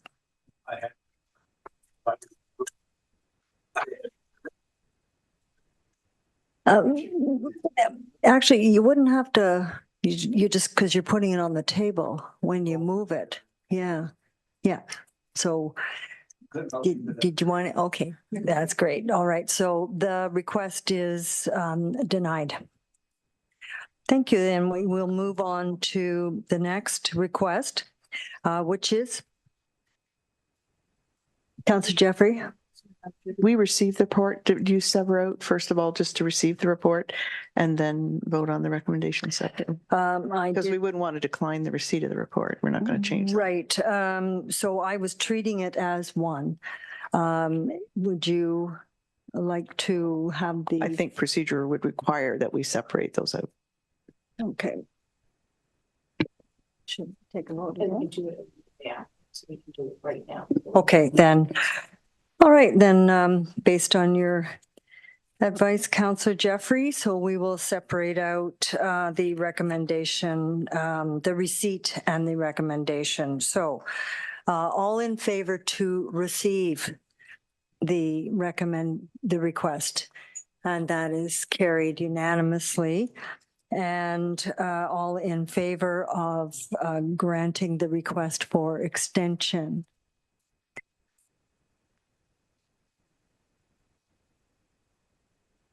And we have 1, 2, 3, and opposed.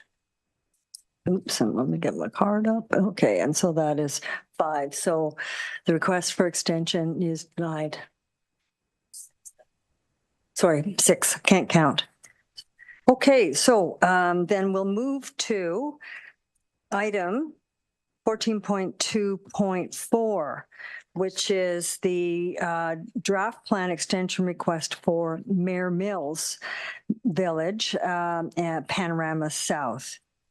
So we have a recommendation that it be received, and the secondary part of the recommendation is that in recognition of the housing crisis and the urgency at all levels of government to increase housing supply in the near term, Council approves a 1-year extension of draft approval for the plan of subdivision Panorama D12020224, including amendments to the associated conditions of draft plan approval as appended to this report, to allow the proponent to demonstrate significant progress toward registering the first phase of the development.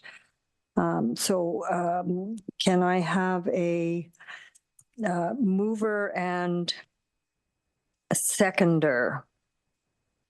Councillor Jeffrey, Councillor Perry. And questions or comments from Council? Mayor Hamlin. I have the same question through you, Madam Chair, as to whether staff has been advised why the owner of this property hasn't proceeded in the 15 years it's been sitting here. Through you to Director Valentine. Thank you, Chair. I'm just wondering if we missed a step on public comment for this application, because I do think we have the agent and owner. Okay, my apologies. My apologies. Let's just back up a little bit and invite comment from the proponents who are in our audience today. Please come forward.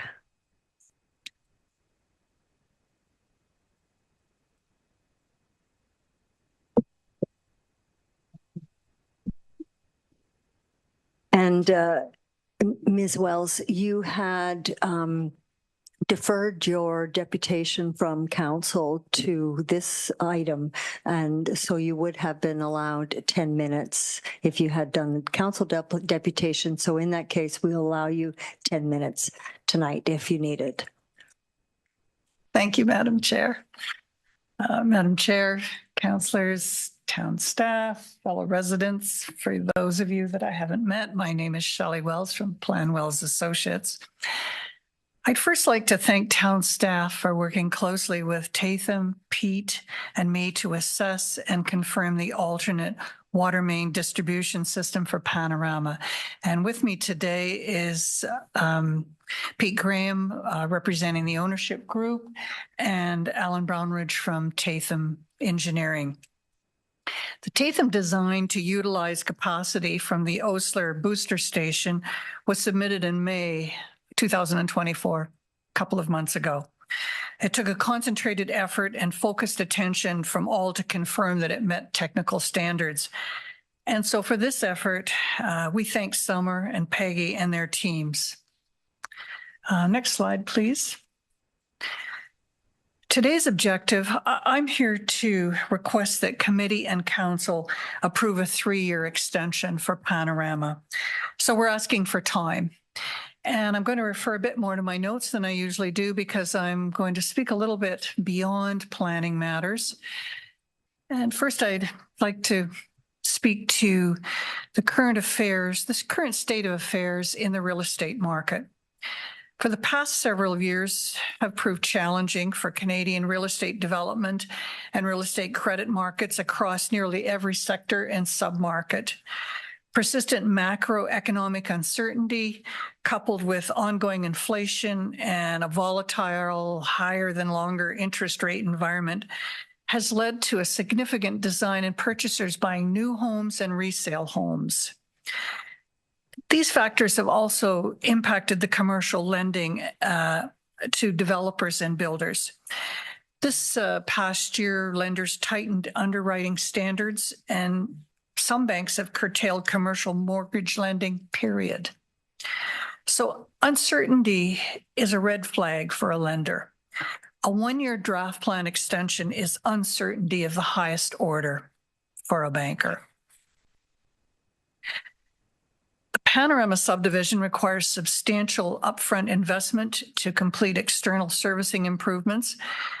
Cost to commission studies and obtain clearances are also significant.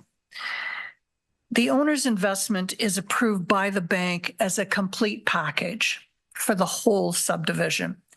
The owners rely on this approval for future business planning and for secure lending. 1 year creates uncertainty and risk for the developer and builder, but more importantly, for the builder's banker. Obtaining clearances, even to get us to phase 1 registration for Panorama within 1 year, is difficult. And I'm going to talk to, for instance, because we have clearances that we have to obtain in order to register. So for instance, a draft plan condition requires that we do a scoped environmental impact assessment. Just getting to agreement on the scope takes time. Our biologist may work to our timeline because he works for us, but external agencies, peer review consultants, they don't always work to our timeline. Must we do this in breeding season? That could be next spring. And little can happen on site until this study is completed, and it's probably going to be peer reviewed.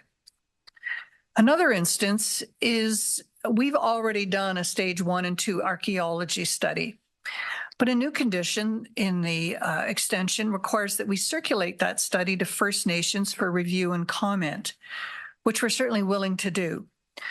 But some First Nations have specific archaeologists they use, and I found on different files for other clients, if our site review was not done by one of their preferred archaeologists, we were required to redo the study. Again, not much can happen on the site if a second archaeology review is required, and time flies away. Meanwhile, detailed engineering and technical studies can proceed, but they too take time. And let me assure you, we intend to act immediately to advance to detailed design.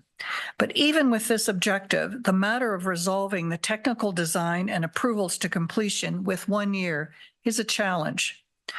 Our priority is completing the design to be certain the solution meets all the requirements of the town. Resolving the details to all parties' complete satisfaction takes time. For instance, several design components of the final solution are tied to the pending upgrades to the town's mountain road reconstruction project.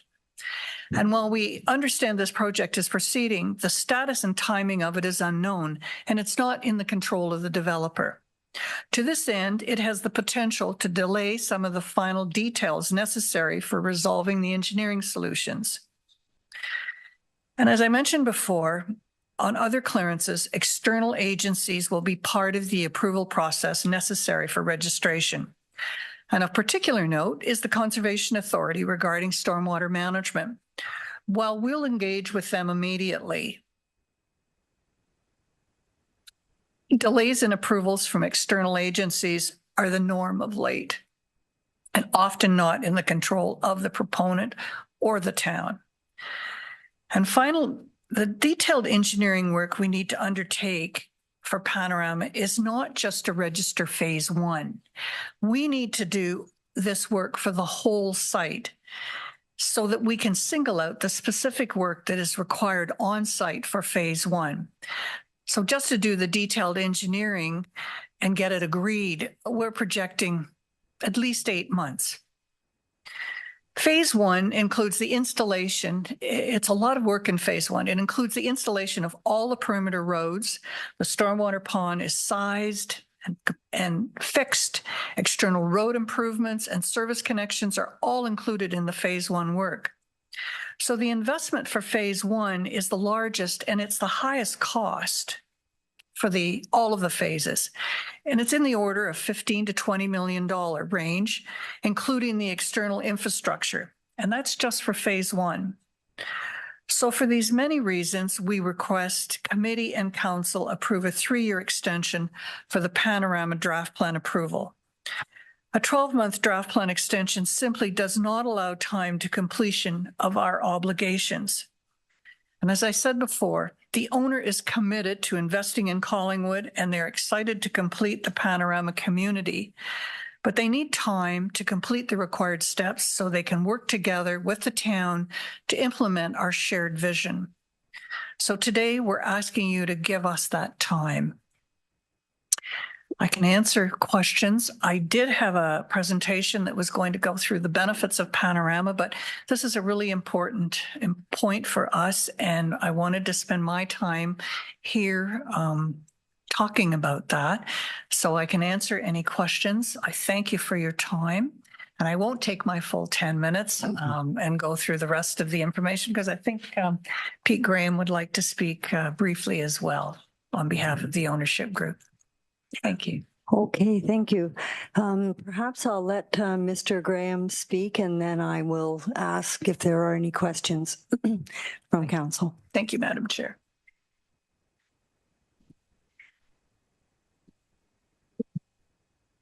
Thank you, Shelley. Good evening. My name is Pete Graham and I'm here representing the ownership group for Mair Mills Village, Inc. And the name of the project is Panorama. So we are extremely excited to be able to start this first phase of development. We are a land development company, our ownership group, and we're also home builders. So in 2016 is when the property was purchased by our group. And I started, the next day meeting with the engineering department to talk about a front-ending agreement. And it took a couple of years, and Peggy was around. And we eventually got to that final agreement. We were the only landowner group that actually signed it, and we provided a letter of credit to the town. So we were committed at that point, and that was in 2019, 2020. So we want to go. We want to start this. We want to build houses.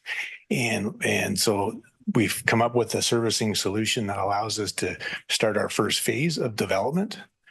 And and we will. So we're going to work towards clearing draft plan conditions, do all the work that Shelley's just talked about, but we need more time. Like 1 year is not enough. And I would like to say I could cash flow this myself personally, but we go to lenders and they are going to question why is only a 1 year granted? Like what's wrong? What are the issues? So it creates difficulty for us getting a 1 year extension from the town of Collingwood.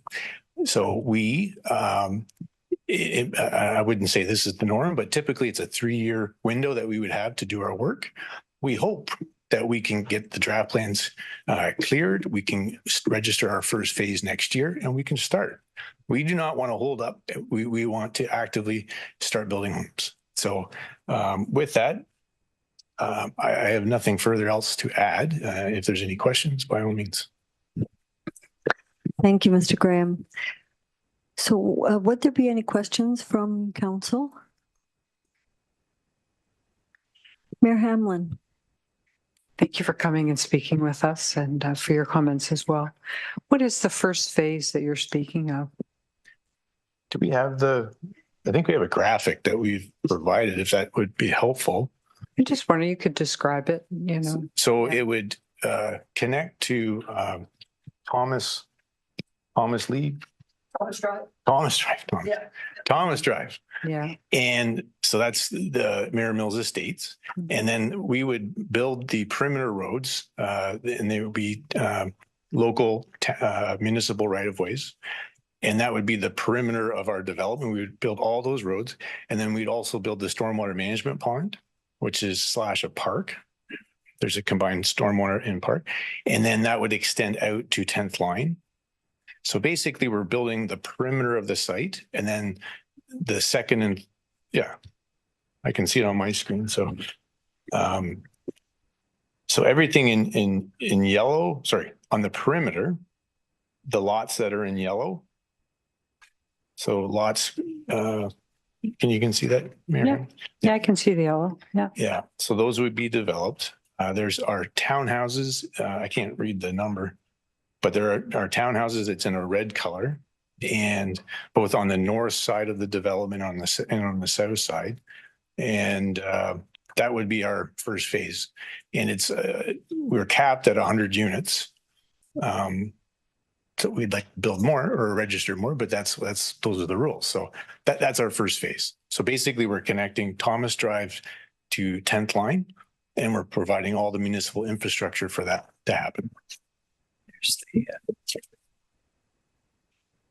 Director Valentine. Thank you, Chair. If it's helpful for committee members, on page 8 of the staff report, you do see the phasing plan that Pete was articulating. So phase 1 is shown in blue on that page. It's a bit easier to conceptualize when you see it all shaded out together in the staff report. Thank you. Councillor Baines. Thank you, Chair Doherty, through you to Ms. Wells, or perhaps Mr. Graham, or both. Thank you very much for that explanation as to why you're seeking this 3-year extension. I think it was very reasoned and well presented. I'm inclined to support that. However, the mayor did ask a question about the delay, and I would assume, Mr. Graham, it's a delay from 2020 to now. I don't want to put words in your mouth, but is that COVID or the financial markets, or what caused that delay? I think more with the water treatment plant upgrades. We were told that there wasn't capacity, and then we continued to evolve our discussions with the town. There were new players that entered our cost sharing agreement. We've been the common denominator throughout the whole thing. So there's external factors that have changed. New landowners had to come into this agreement with the water treatment plant upgrades. With that happening, those are the two main ones. Thank you. And just one follow-up. If this isn't perhaps the appropriate time or place, but if I, as a council member, had my druthers in your plan there, some flexibility in the design, i.e. for accommodating perhaps a corner variety store or a kiosk library branch or something to that effect, to make this a more inclusive neighborhood, I think would go a long way to gathering more support from the community and I think council. Thank you. I can respond to that. And yes, please so do. there is a block, I can't read the number. I don't know, it's in the corner. And that on the south, 133. Yeah. So we can build up to 6,500 square feet of commercial / retail. And so, yeah, we'd like to do that. I think that's a great, some type of retail. I'm not sure, but we're committed to looking at that. And yeah, I think that's a great amenity to have. Councillor Perry. Just to not center you out, but the library is looking at a satellite branch in a MRF, so we'll go down that road. Thank you. Okay, Mayor Hamlin. I just have to say, I'm I totally understand what you're saying. And I know you've been at the table trying to get the water through. Why I feel it's so hard for me to decide is we're about to spend so much money on Mountain Road and all the upgrades for all the development that's been on the books now for so many decades and nothing happening. Like I have to say in my quiet moments, I've started to think, why are we spending all this money on Mountain Road? Like maybe we should be putting it in our art center. There's so many other things we could use other than upgrading Mountain Road. So, and I know all these developments are coming forward. I guess they're all going to be on Mountain Road that are coming forward. And you can only speak for yourself. I totally appreciate that. But this is why I'm so struggling with this and wanting to really look, because I like your development, honestly. I like the fact there's a commercial block. I like that your pond's a park. I like the mix of the uses and so on and so on. But, how do we know you're going to go ahead? Go ahead, convince me. I wouldn't be standing here. I just came back from my cottage. And so they pulled me here to talk. No, this is very important. This is extremely important for us. And we wanted to build in 2019. That's why I made that point. Like we signed the agreement and we gave the town our portion, our check, and said, we're ready to go. And at that time, the other landowner was not, and it fell apart. So here we are. We worked with Peggy and her staff, and it was awesome. We came up with a servicing solution. And what's great about it, it maximizes the use of existing infrastructure. So if I'm going to sell you something, we are going to use every square inch of that pipe, of the existing pipes, and that's what you want. That's a good thing. And we allows us to proceed. We can build some houses. We're taxes, development charges, and I hope you can have your performing arts center. I just moved here, so I'd like to go there as well. So I don't know if that did I sell it? Yeah, you did. You know what? You reminded me that you had recently solved your servicing issue. So okay, you did it. Good work. Okay, thank you. Thank you. Any other comments or questions? The clerk has advised me that there are a couple of people online, so we'll just ask if they wish to speak to this proposal. Thank you, Chair Doherty. There are 2 online. I'm not sure if they're for this report, but if you'd like to address the committee of the whole, please press your raise your hand feature. And not at this time, Chair Doherty. Thank you. So I guess I'll speak to this as well. Although this draft plan has also been around. Oh, sorry, Deputy Mayor, did you? Just procedurally, we haven't put it on the table yet. We heard from the proponents. First. Yeah. Okay, so we're now in the stage of council being able to speak and discuss this. Yes. Okay. So I will speak after you if I could, please. Okay, well, I'll let you go because chair should speak last. Okay, thank you very much.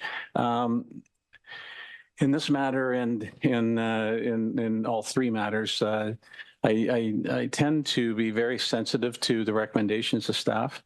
When it's mentioned in there that there's a possibility of going to the OLT, the concern I always have is if we go against staff recommendation and it goes to the OLT, who's going to speak on our behalf? And so I'm only supportive of the 1 year. I can definitely appreciate the concerns raised by the proponents. And I am also sensitive to the reasons why market conditions have taken a bit of a back step with the interest rates rising the way they have. That definitely impacts all of our developers. So I continue to take the approach right now that I'm only going to be supportive of the 1 year extension, hoping that it can move far enough along that there won't be any concern by our staff in a year from now in regards to whether or not this can perhaps be given a longer extension because it's in the phases and it's moving along. So that's my position on it. Thank you. Thank you. So now that we are in the formal council comment period, Councillor Jeffrey. Sorry. I guess this is the problem with, for me, having all three presentations before we discuss them individually. I can't remember again what staff said about the alternate choices. If we didn't do the 1 year, could you please run through those again? Thank you. Director Valentine. Thank you, and through you, Madam Chair. So we did put forward as the preferred approach the 1 year extension to ensure that we are making progress collectively towards the registration of phase 1. You've heard from the proponent that there are challenges with that recommendation. Staff were also prepared to support a 2 or 3 year extension consistent with the service and capacity allocation policy, because we do believe that extenuating circumstances do exist for this site. So in terms of the Deputy Mayor's concern that staff wouldn't be able to support a longer extension, we could within the 1 to 3 year range. Thank you. Does that assist? Very much so. Thank you. Okay, thank you.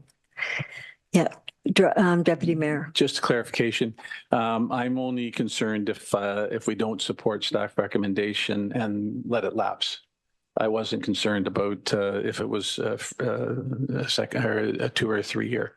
But at this point in time, I believe strongly that the 1 year is the right way to go, just because we are trying to take that approach of starting to introduce the idea of use it or lose it. Thank you, Deputy Mayor. Okay, Mayor Hamlin. Sorry, I wanted to introduce an amendment to the recommendation. Is this a good time? Yes. Oh, no, it's not. Yeah. Okay, yes. All right. Okay, so we'll receive it and then we'll deal with the original recommendation and any amendments. So first, just to receive the report, all in favor. It has been previously moved by Councillor Jeffrey and seconded by Councillor Perry. So that is unanimous in receive. Okay, and now we have for the second part, which is a recommendation for a 1 year extension. Mayor Hamlin, you're proposing an amendment to that? Sorry. My amendment would be for a 3 year extension. The reason being that I'm mindful of the fact that this owner has just recently solved his servicing problem, and it would be helpful for him to have full advantage of the leveraging of lending to get this going to the stage where he could be registered. So on the, obviously if nothing happens in 3 years, we'll be revisiting this in quite a different light. But the fact he's got his servicing solved, he's been trying to get the servicing solved and is here today as weighing on me. Thank you. Thank you. So I'll move that. Seconder. Sorry, through the chair, just procedurally. So since the motion was severed, but it was fully put on the floor before, so we do have a mover and seconder for the staff recommendation.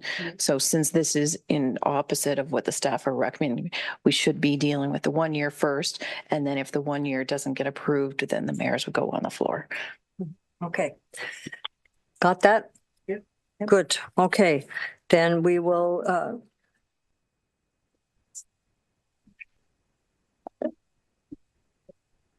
yes. Yeah. So going to call the vote on the recommendation for a 1 year extension. All in favor? Opposed? Okay, so that recommendation fails. So now we have an amendment that's been proposed for a 3-year extension to this draft plan. Do we have a seconder for that? Councillor Potts, good work. Any additional comment? Okay, then I will call the vote on the amendment. All in favor? And opposed, if any? And that passes. Thank you.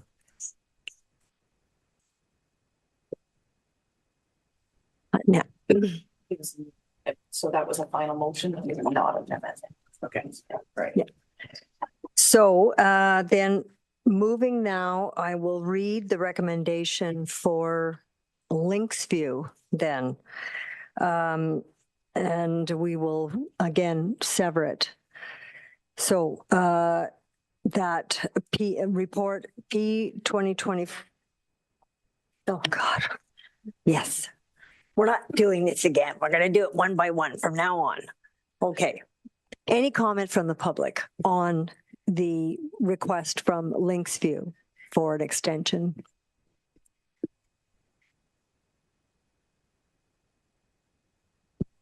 Thank you for waiting, Kory. Sorry for the gong. Hello again, Council. I think I said good afternoon when I first came up. I'll say good evening this time. I'll just like mention, I think I have 5 minutes to speak. We also have Eric Zhu from YView Group, the ownership group, who would like to share some words following my comments. And we also have Katerina Sliva from Denton's, our client's legal counsel. She's joining online. If perhaps she can be let in now, and then she'll be teed up, and I think she'll have some closing remarks following Eric's. So I'd like to thank town staff for the thoroughness of the report and their willingness to meet and speak with us leading up to today. I do respectfully disagree with the recommendation to let the subdivision lapse, and I'll share some thoughts onto from my perspective and in my opinion why that is. We would ask council proceed with option A in the report, which is the full requested 7-year draft plan extension. But if council is not comfortable with that, we would at a minimum request that council elect to proceed with option B to extend for 3 years. We did in May submit applications for a zoning bylaw amendment and redline revision to the currently approved plan. We've been working with town staff on these potential revisions to that plan for a number of years, and those applications are the formal applications to move that forward. And through the review process, there could be some further changes incorporated into the plan as that process proceeds. The plan was approved in 2016, as mentioned in the staff report. YView did acquire the site in 2018. That's also when I became the planning consultant on the file. We were before you in 2021, seeking an extension at that time. We received an extension for 3 years, which brings us to today. I do believe there are extenuating circumstances that need to be considered when considering this request for a draft plan extension. In 2018, when the site was acquired, there was no known constraint in water. There was no known constraint or that there'd be a big delay with the water shortage and all the time that it has taken to proceed with the water treatment plant improvements. In 2021, when that came to light, and I think for everyone, it was sudden, it wasn't expected. That's completely outside of the control of the owner. For the Linksview site, and it was mentioned for the previous subdivision, they have a servicing solution to proceed with a first phase. I think beyond that, it's likely that the significant external infrastructure improvements will be required. Those improvements are required for Linksview to proceed even with the first phase. They've been actively participating in a cost-sharing group with Panorama as well as one other landowner. And last I've heard, the cost is in the neighborhood of 15 million to proceed just with the external improvements. Our client was willing to move forward back in 2021. That's when the water shortage came to light and the ICBL was enacted. And really, since then, until a few months ago, when the agreement with New Tecumseh was signed, there has been no certainty on what would be the ultimate solution. What's the timing? Can the funds be found to move forward with that? And really, for a landowner to commit to front-ending the bulk of the $15 million, proceed through detailed design with no known timing or certainty on when they could obtain allocation for a first phase, that's next to impossible to secure financing in that situation. And you'll hear more about that from the owner. Just briefly as well on I know the province has made some changes and the term use it or lose it is thrown out there. I do believe, in my opinion, the genesis of that is largely to do with situations where there's historic draft plan approvals that are also sitting on servicing allocation and really tying that up and not letting others use that. That is the case in some other municipalities. In this case, while the Linksview draft plan approval is in place, it's not currently sitting on or using up any allocation. So it's not withholding any allocation from other developments from proceeding. I think to conclude, really, the water shortage that has arisen and the ICBL, like I said, is outside of our client's control. It wasn't known when they acquired the site. Coming out of that was the servicing capacity allocation policy, or the SCAP. And it seems like now those delays are being used to penalize our client in this case and not being able to extend their draft plan approval. So I'd really implore council to consider that when making your decision this evening. And I'll pass things over to Eric Sue from the ownership group, and happy to answer any questions following the speakers.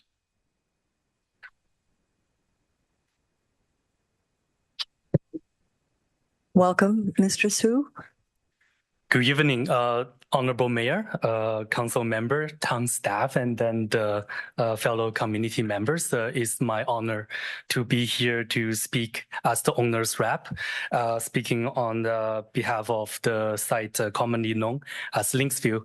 I want to thank the town staff relentlessly effort to analyze the planning aspect and then look at things holistically from their perspective. But I kindly disagree that the recommendation would allow the site to lapse. I'll explain why. Like Kory mentioned, YView acquired the site back in 2018. And after that, we were eager and proactive to move forward with the moving the development site forward. I vividly remember that we were trying to improve the road layout. As you may have remembered, the draft plan wasn't really lotted out. It had the first phase, but the rest remained just empty blocks. We wanted to have a efficient development, and then we also incorporated. Actually, I remember back then was Mayor Hamlin recommended the traffic calming design, which we implemented to introduce the winding of the road to have the functionality of the collector road, but not having just a full straight road blast through the community. So we also worked with the town staff back then to introduce a variety mixed use of different product type, including the larger frontage of single detached mixing with townhouses, and then various size, so it doesn't look like a chimney effect down the road. So we were eager to proceed, and then we are actively developing and building communities within the GTA. But today I wish to stress the fact that and humbly request, ask the council to do not adopt the recommendation to allow the site to lapse, because without extending the draft plan, we face the very real possibility of losing our land financing, because it will have triggered a material change. So with that, as you know, the current real estate market, especially in the lending market, is very challenging, and losing that status would put a big question mark in the lender's head as to, oh, what's happened? There must be something wrong with this. But as we note, we have been eager to move this forward, and some circumstances out of our control have really put us in the situation where we are to date. So I urge the council to reconsider the fairness of this situation. And then we are not asking for special treatment. We just asking for rather equitable resolution, and so that we can face the challenge, and then we'll continue to push forward with the development with our best effort. Thank you for your time, for listening. I sincerely hope that council will extend the draft plan approval by amending, and then to allow us to continue our effort to develop this responsibly in the town of Collingwood, which I find very enjoyable. Thank you. Thank you very much. And I understand there's one additional person to speak. Thank you. We will allow our online participant, their legal representative, to speak. Thank you. Welcome. Thank you, Madam Chair, and thank you, Madam Clerk. I hope that the committee can hear me. I will lower my hand. Thank you. Thanks for confirming. My name is Katarina Sliva. I'm a municipal land use planning lawyer representing the developer Yview Group. In addition to what you heard from Mr. Chisholm from Kory and Mr. Eric Zhu, and without repeating their submissions, I just wanted to raise 3 points with respect to this request, that the lapsing provision be extended and that the draft plan approval be extended. Firstly, in terms of fairness, our client has invested significant time and resources into this development. To now not extend the draft approval for 7 or 3 years, as you heard from Kory, would be unfair. I heard planning mention that as it relates to one of the other requests, the lapsing provision was extended 7 times previously. As you know, our client is nowhere near that sort of request. They purchased the lands in 2018. They made 1 extension request in 2021 amid COVID crisis, but also amid the servicing uncertainty and the interim control bylaw related uncertainties in the town of Collingwood. I reiterate that there are financial and business implications as it relates to Yview Group, in particular, in a very difficult economic crisis that we are in today, if the draft plan approval is not extended. And I ask that council not treat the developer unfairly or penalize our client. The town servicing challenges made it difficult, as you heard from both Kory and Eric, made it difficult for the project to progress. Our client, Madam Chair, did not appeal the draft plan approval or the town's interim control bylaw.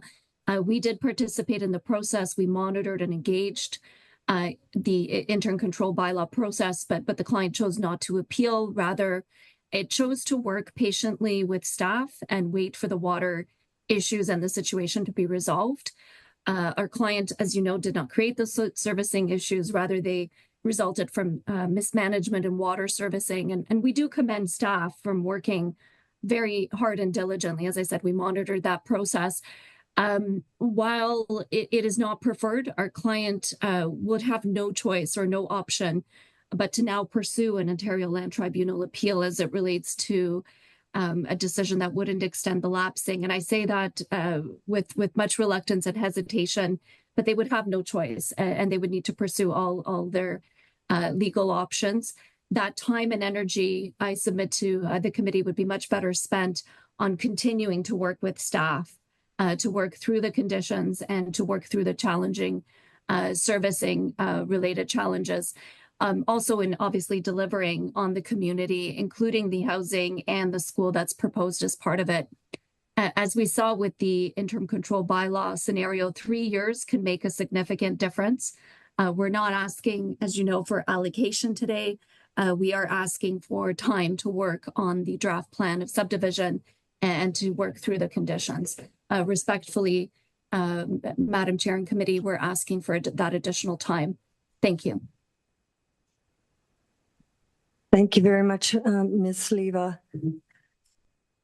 Would there be anyone else in the gallery or online that would wish to speak to this request? Okay. Seeing none, then I will read in the recommendation first to receive. So that report P 2024-18 draft plan approval extension request for Linksview dated July 8th, 2024 be received. Mover and a seconder, Councillor Potts, Deputy Mayor Fryer. Any questions or comments? Councillor Baines. Thank you, Madam Chair. Through you, I think to Director Valentine, but it could be to Planner Chisholm. 1 year, 3 years, or 7 years in regard to the request for an extension.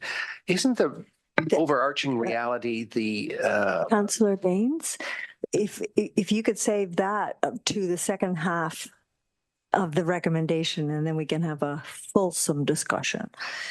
So just voting to receive. All in favor? Okay, and that carries unanimously. Okay, second part. And that council refuse the requested extension of draft approval for the plan of subdivision Linksview D12020324 and allow the draft approval for the plan of subdivision to lapse. Mover and a seconder for that recommendation. Mayor Hamlin. Councillor Jeffrey. Questions and comments, Councillor Jeffrey. Thank you. And I think in respect to staff's request within their presentation, there are some intricacies that go with this one, and that the request was that we wouldn't make a decision alternate to the staff recommendation, but rather refer it back. And I'm assuming we have time for it to come back to council for July, or to us for July 22nd. No time. Can you do another one of those magic 30-day extensions? Okay. All right. So I would, in the spirit of the request, have it referred back to staff so they can work on those intricacies, or at least speak to them, I guess, tonight first. Okay, so you're making a motion to refer. I will. I don't want to cancel a discussion, because I think that's important to have, and the staff want to have further comments, but I think they've probably explained it to us. But when it's appropriate, I would like to just simply refer it back to staff. Okay. To come back. All right. So any other questions? Councillor Baines, my apologies for cutting you off like that. No, mine, I'm sorry, it was a rookie mistake. And in that regard, either to Planner Valentine or to Planner Chisholm, Director Valentine, sorry, Planner Chisholm, and that is the relationship between 1 year, 3 years, 7 years versus the reality of water not being available to 2030. I mean, how do you square that circle? Go ahead. Thanks, and through the chair, and if it's okay with Director Valentine, I'll take a crack at that, and then if she has any remarks she'd like to add. It's an excellent question. I think at this stage, I mentioned we have a zoning bylaw amendment and a red line revision application that were recently submitted to the town. Certainly 3 years would provide more than enough time to work through that process. We'd be back in front of the public with a public meeting, presenting the changes, the proposed changes to the plan work with town staff and council and ideally move forward with an improved plan that everyone likes better than the existing one. From a timing perspective, the full water solution right now, the year's 2030, that we're hearing that'll be online. There is appetite from our client's perspective to move forward with the first phase. I think SCAP allows for a first phase around 100 units. They would need to front end a significant portion of those external infrastructure improvements. But there would be interest in moving forward with that if allocation could be secured for a first phase, which we foresee happening following a successful zoning bylaw amendment and redline revision process. And ideally, the construction to do those external works would happen between now and 2030. We wouldn't wait till 2030 and then start what I think is about a 24-month process to do those external infrastructure improvements. So again, that's from our client's perspective, ideally how things would roll out. We can work through the zoning bylaw amendment and redline revision. When that comes back to council, consideration of additional time, depending on how much time has elapsed, could be considered. And we would be requesting that allocation for a first phase be granted. And I think that would work in parallel with discussions on that cost sharing front-ending agreement as well.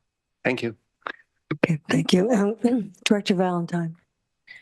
Thank you, Chair. And if I can just add to that conversation, although a front-ending agreement still remains possible for the linear and reservoir upgrades that are required. So for this particular site, as Mr. Chisholm mentioned, it's not just capacity in the treatment plant, but there is also additional West End upgrades. Unlike Panorama, this subdivision is entirely dependent on those upgrades. And with the resources available in Director Slama's department, even if we were to start that work in the very near term, it could happen only concurrently with the water treatment plant, and having those infrastructure in place before 2030 would be very challenging. And we have given a 2030 timeline for both the water treatment plant upgrades and the linear and reservoir upgrades that are required. So unfortunately, it would be highly unlikely, I would suggest, that we'd be in a position to move forward with phase one prior to 2030, as mentioned by Kory in his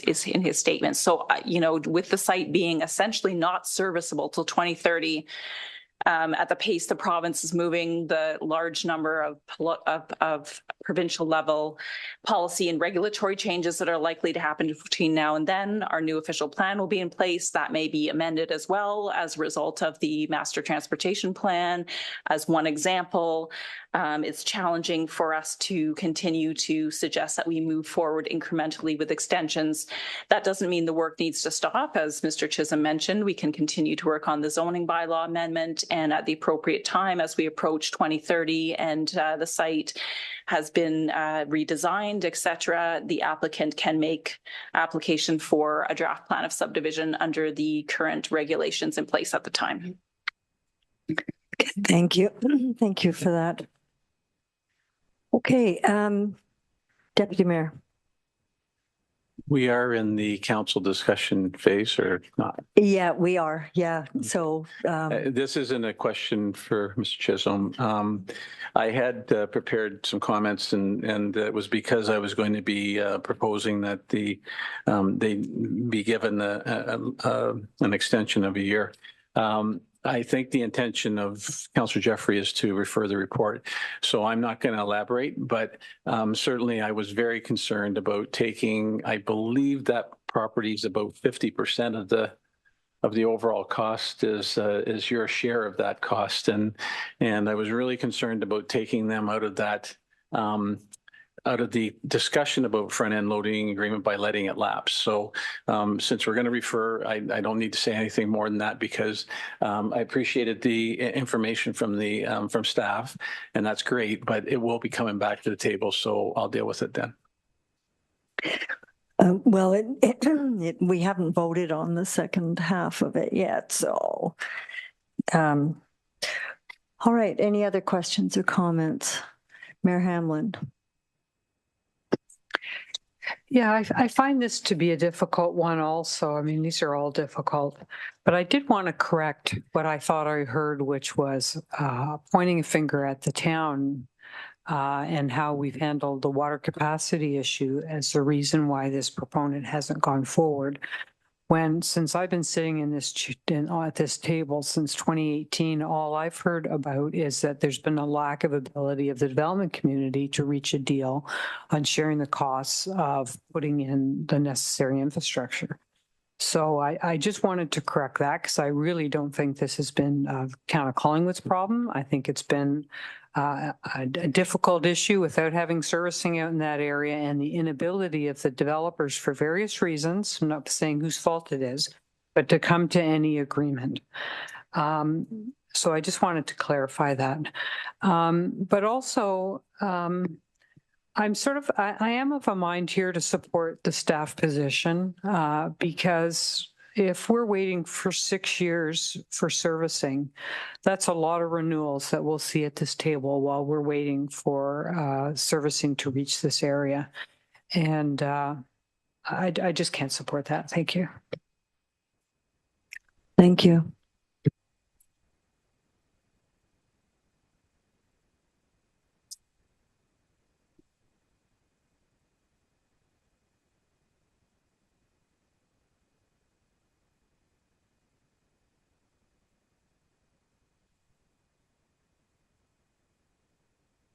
Are there any other questions?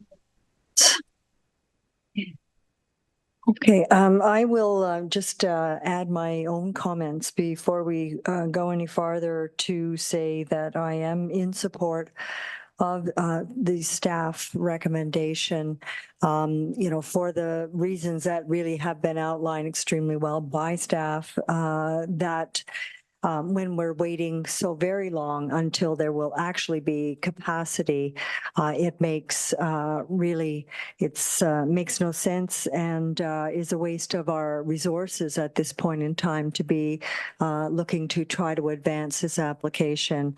I do take some positive assurance from Director Valentine's remarks that some of the activity, the background activity, the application for zoning bylaw amendment and red line revisions and so on can still proceed in the background. So we also have now a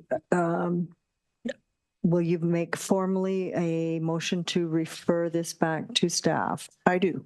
Okay. Do you have a seconder for that? No. Councillor Houston. Okay. And that motion to refer, there's no discussion. So I will call the vote on defer and back to staff for which additional information. Because that's what staff requested rather than us sitting there with the potential of changing the recommendation on the fly. I thought I saw in brackets, not recommended beside this one and then refer back to staff. That is what I'm doing because I did hear some things in the proponent's presentation that would give me pause and I would want staff to have pause to consider that again. Okay, so I'll go to Director Valentine and then to Mayor Hamlin. Thank you, Madam Chair, for the opportunity to provide some clarity. So if council's of the mind that they wish to entertain an extension for this file based on what they've heard today, what staff did not do was the deep dive into the conditions, ensuring that they can conform and comply to the regulatory and policy instruments in effect and updated standards and so on. So that's what staff would be doing if you referred it back to us. So that is probably a couple months of work to do that deep dive to ensure that if you are going to entertain an extension that we can provide a planning analysis that demonstrates good planning with the instruments in effect today. So we'd also appreciate some direction around capacity allocation. As the proponent indicated, they are willing to take no capacity commitment at this time, and we can certainly revise the conditions to be reflective of that position so that the development is not essentially really sitting on any committed capacity without being able to move forward to 2030. So the referral back to staff was to allow us to update the conditions and do our planning analysis if an extension is being contemplated by council, because otherwise we can't say to you, yes, this does or doesn't represent good land use planning. We do need to take that analysis. Okay, thank you. Mayor Hamlin, did you still want to comment? No, Director Valentine answered my question. Thank you. And facetiously, if there were 30 acres there for a high school, I'd be pretty excited.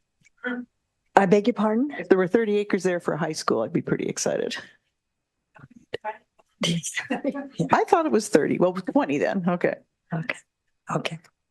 So we do have a motion to refer, and it's been duly seconded. All in favor to refer back to staff? Okay, 1, 2, 3, 4, 5, 6 opposed, if any. 3. Okay, so the matter is referred back to staff. Thank you. Okay, so now we will move on to item 14.2.6, which is the Responsible Pet Ownership Bylaws Amendment. So I will turn it over to Clerk Almas. Thank you, Chair Doherty. This can be short and sweet. Basically, this is a housekeeping report based on the recommendation that came through with our bylaw service review back in March, and the recommendation of an efficient and fully functional integrated solution to support our animal licensing program in evaluating the different programs out there.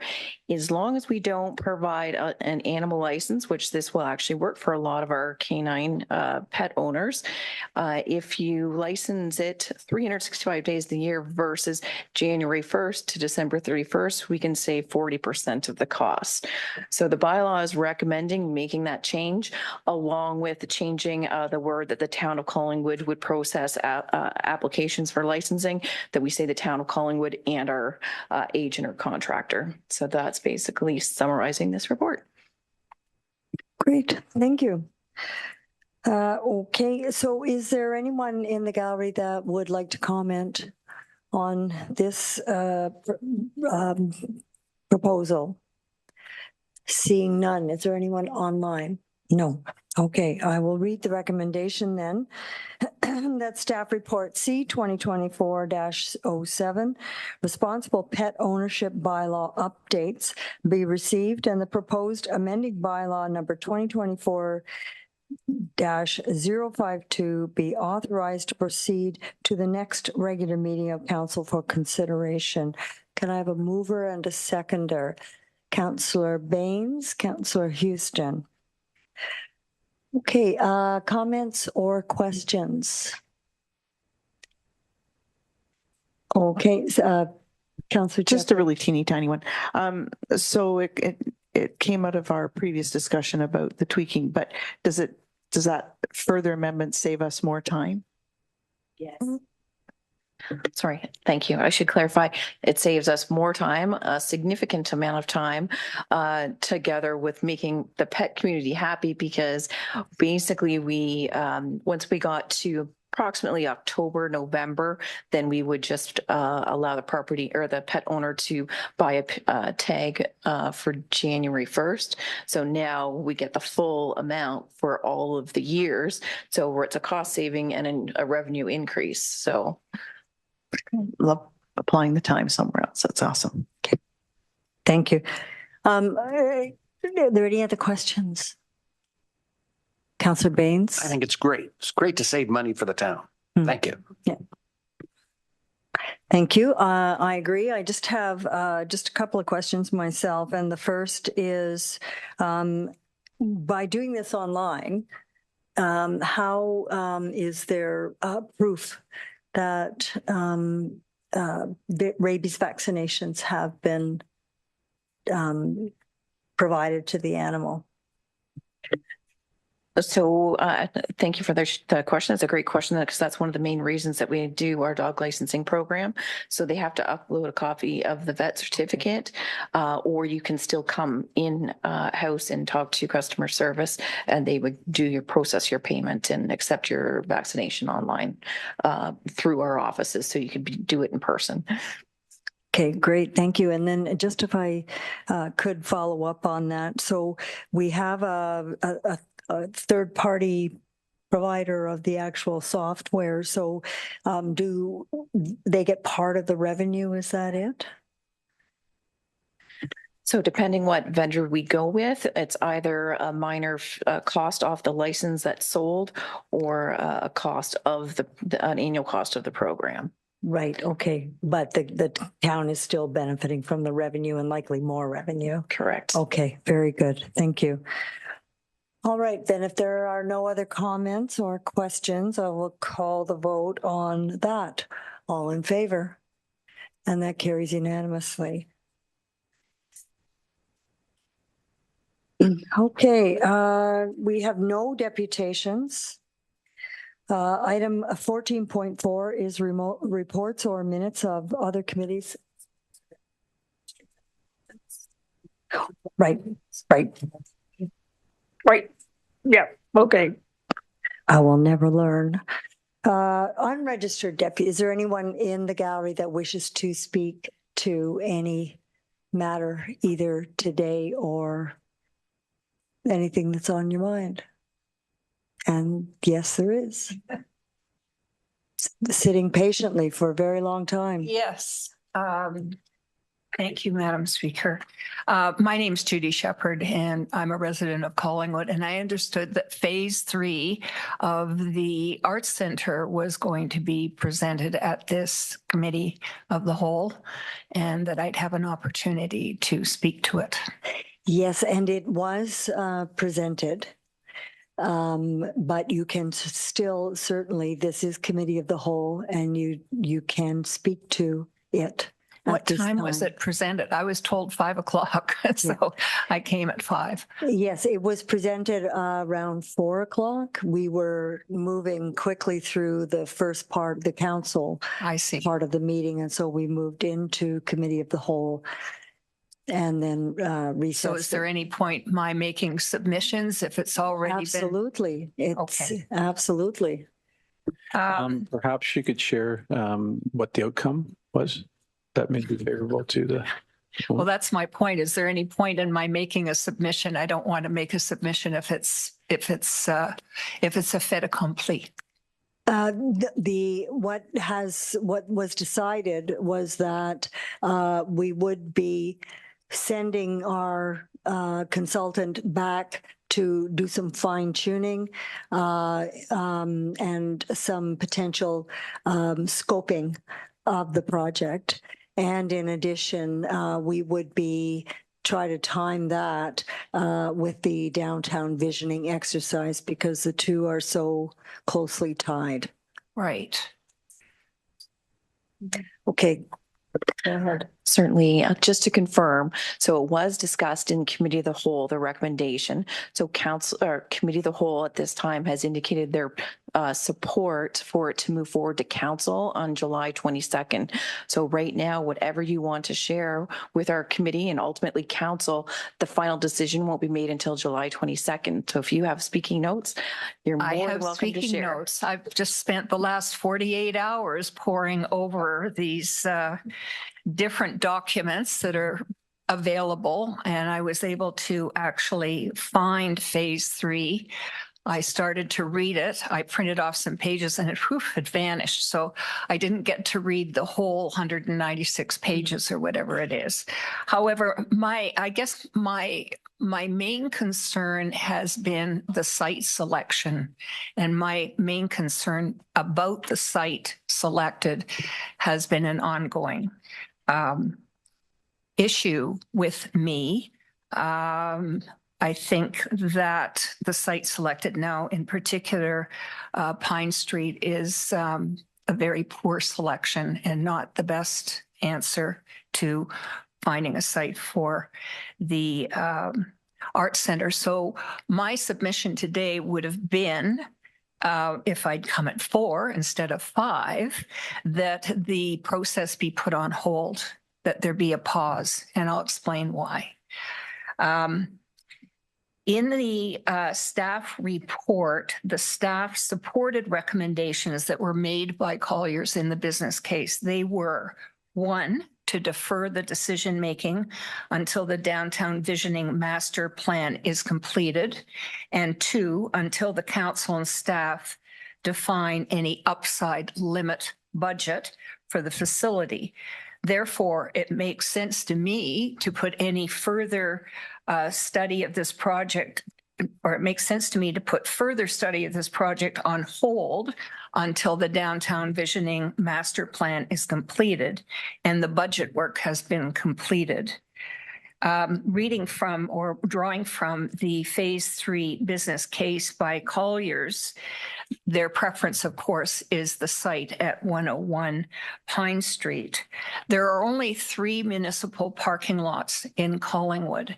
And back in 2023, a decision was made by this council to just look at the 48 St. Marie Street and any other related parking lot. So basically in 2023, this council decided to limit the site to one of 3 parking lots, which are used continuously and are really important for our town. You take away one parking lot and it's going to have a significant impact on the parking in town. Colliers came up with 2 proposals for, they were just to back up a bit. So Collier was then given in 2023, a year ago, they were limited to whatever site they could look at. They didn't have a broader scope. The 3 parking lots, and they, in their report, they steadily eliminated the 2 St. Marie streets for very good reasons. And so we were left with 101 Pine. And then with respect to the Pine Street parking lot, they've now got 2 options. One option where there's a standalone building with underground parking and the other with a standalone parking building plus the extension onto Hurontario Street. The estimated costs for option 1 is $80,460,632, and for option 2, $91 million, and this is all of today, $641,519. And the cost of the underground parking alone is almost $20 million for 100 parking spots.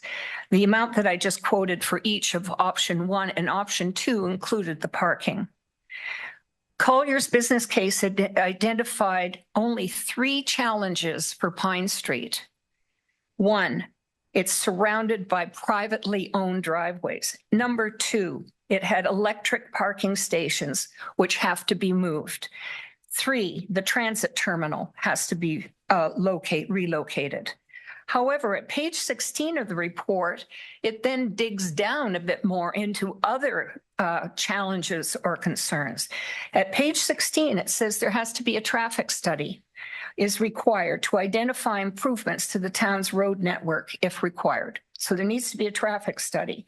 Under the heading stormwater and flooding, the report says that there is ponding water, mostly within the roadways surrounding the site.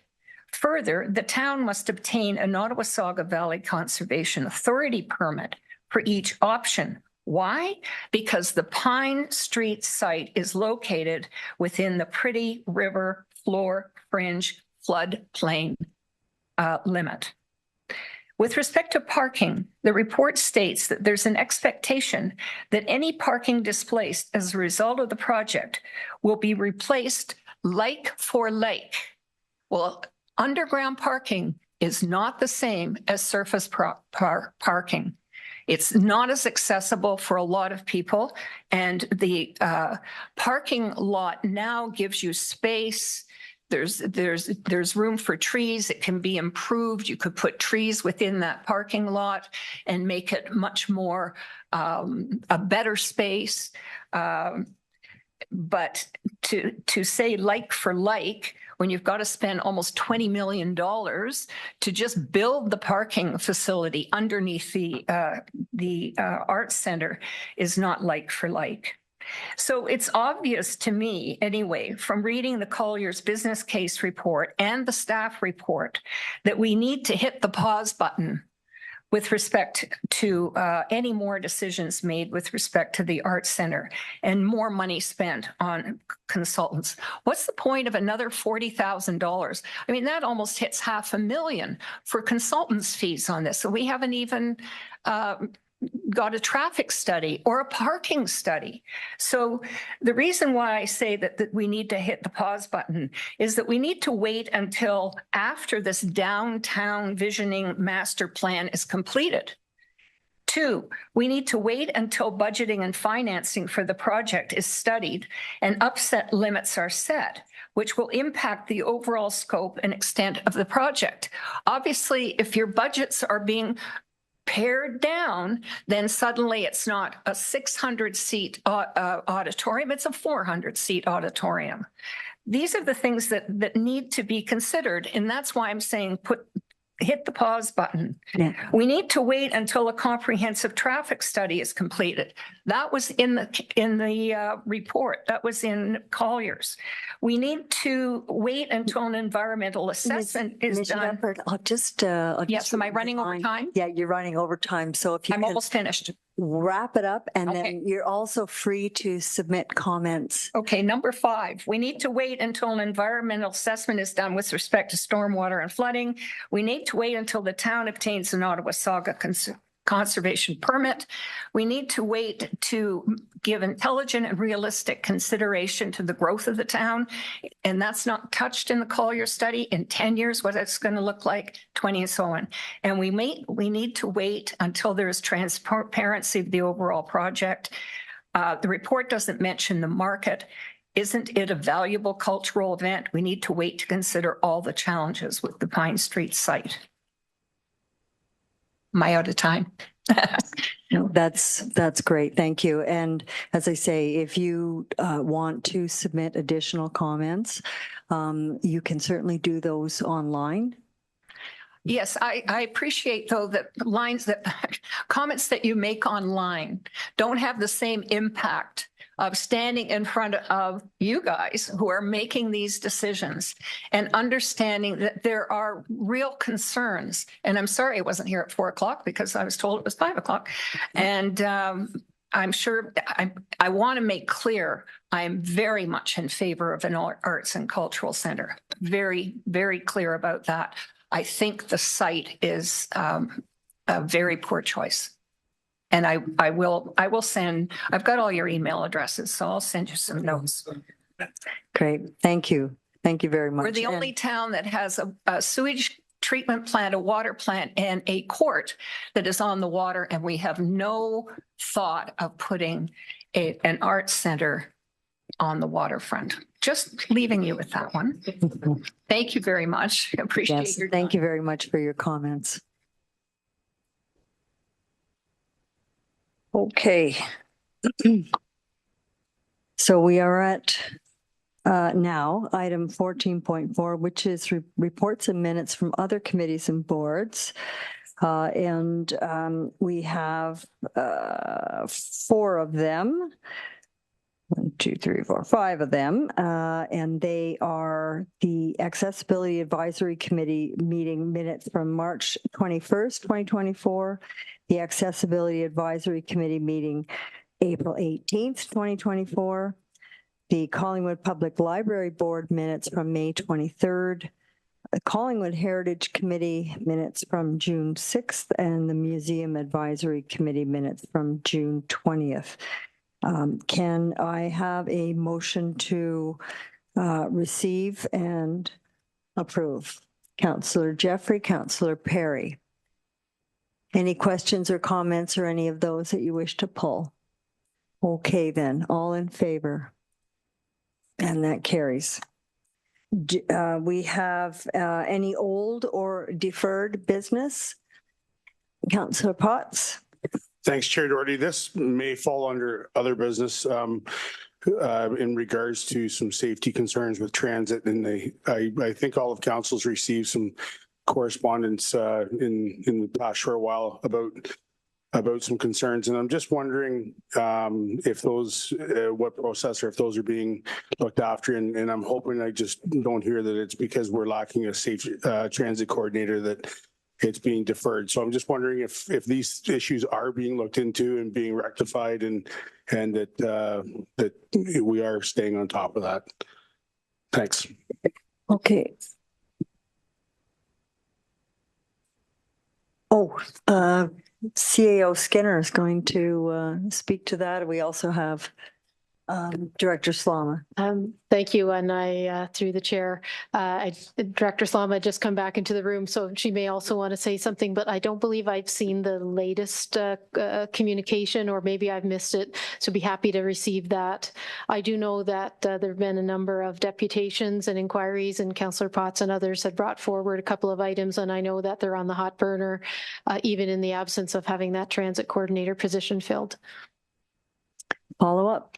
Yeah, so the correspondence I'm referring to was the safety concerns at along Sunset Point and speeds of transit buses, and just, I guess, some safety concerns that way. So I believe, if I can remember correctly, I know I received it, but I think all of council might have received the correspondence as well, along with staff. So it's been there, and I'm just hoping we can have that rectified, and that there is accountability where accountability should be. Thanks. CAO Skinner. Sorry. Thank you, Chair. I was confused because I thought I heard just received, and I do know that one's been in for a couple of days. And I do know as well, Director Slama does have an update on that piece. Thank you. Over to you, Director Slama. Thank you, Madam Chair. Through the chair to Councillor Potts. Yes, there was recently some concerns brought forward with respect to speeding on St. Lawrence Street, and staff were able to contact our service provider Landmark immediately, and I was pleased to see some immediate action on their part with respect to not only discussions with the drivers, but some ride-along, some, additional training. And then we have had some follow-up discussion with Landmark about how ways that they can continue to monitor things like speeding, or, other concerns that have been brought forward. If I use the example of the connecting the accessibility devices.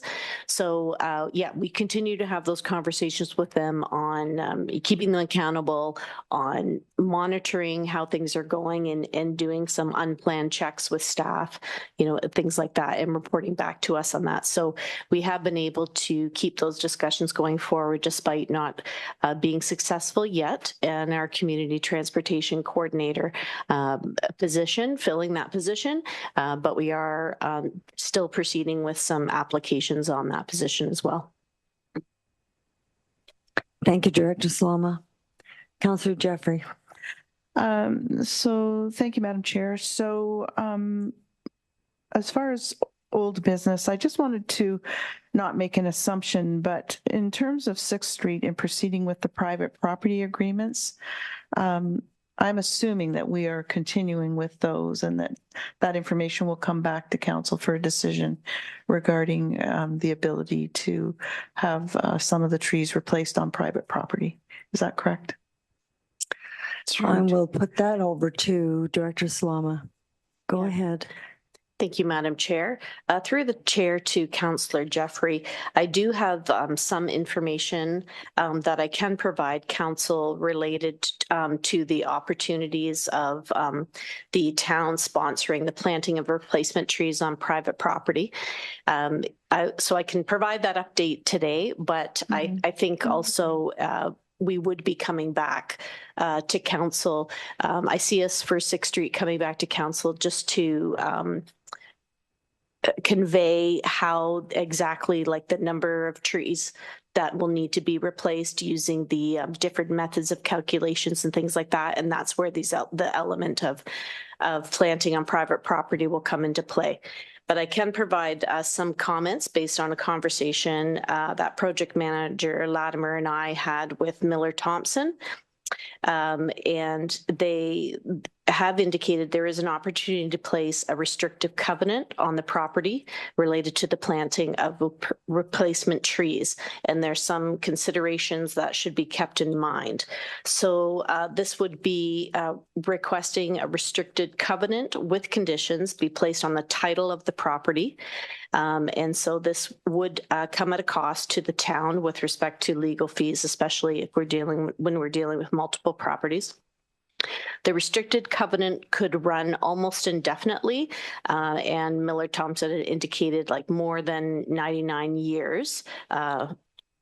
On the property. The trees can only be placed on private property upon agreement with the owner. So this would only be possible if the owner is interested and willing to agree to the conditions of the restricted covenant.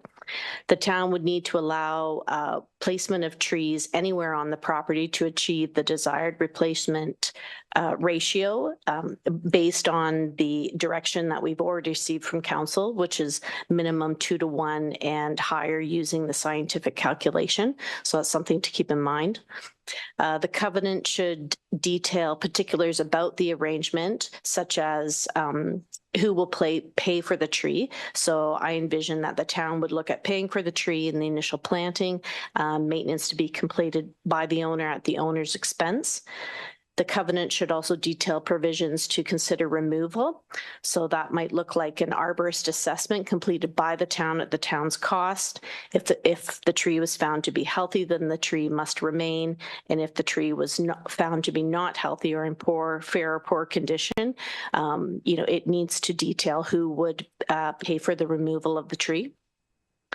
As the covenant will be on title, future owners of the property must adhere to the requirements for the term of the covenant. And if a homeowner does not abide by the provisions of the covenant, the town's recourse will be to take the homeowner to court for non-compliance. So it could be a lengthy process if we found that the covenant wasn't adhered to in perpetuity. So hopefully that bit of information helps council. I'll follow up. Yes. First of all, just to say thank you, and just assuming that is going to come back in a future staff report where we can make a decision once we have the full information. Is that a correct assumption? Through the chair. So, yeah, at this time, council has given staff direction on the replacement of the trees.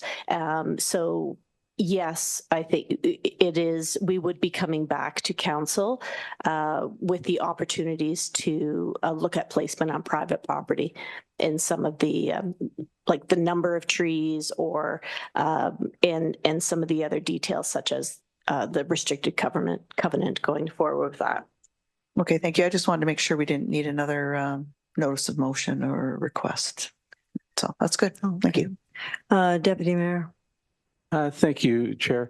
And I was going to bring it up under other business, but I think it's still applicable under old because even though it just happened today.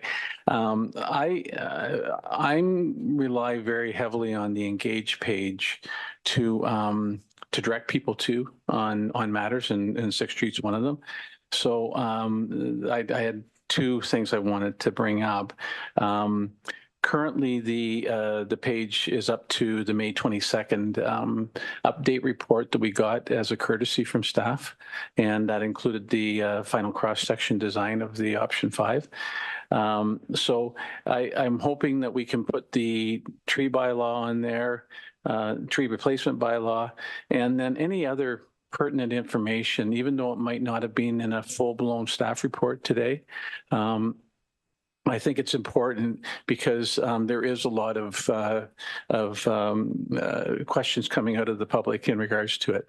So that was one aspect of things. And then the information that Director Slama was referring to there was part of the email that we got in regards to the arborist report.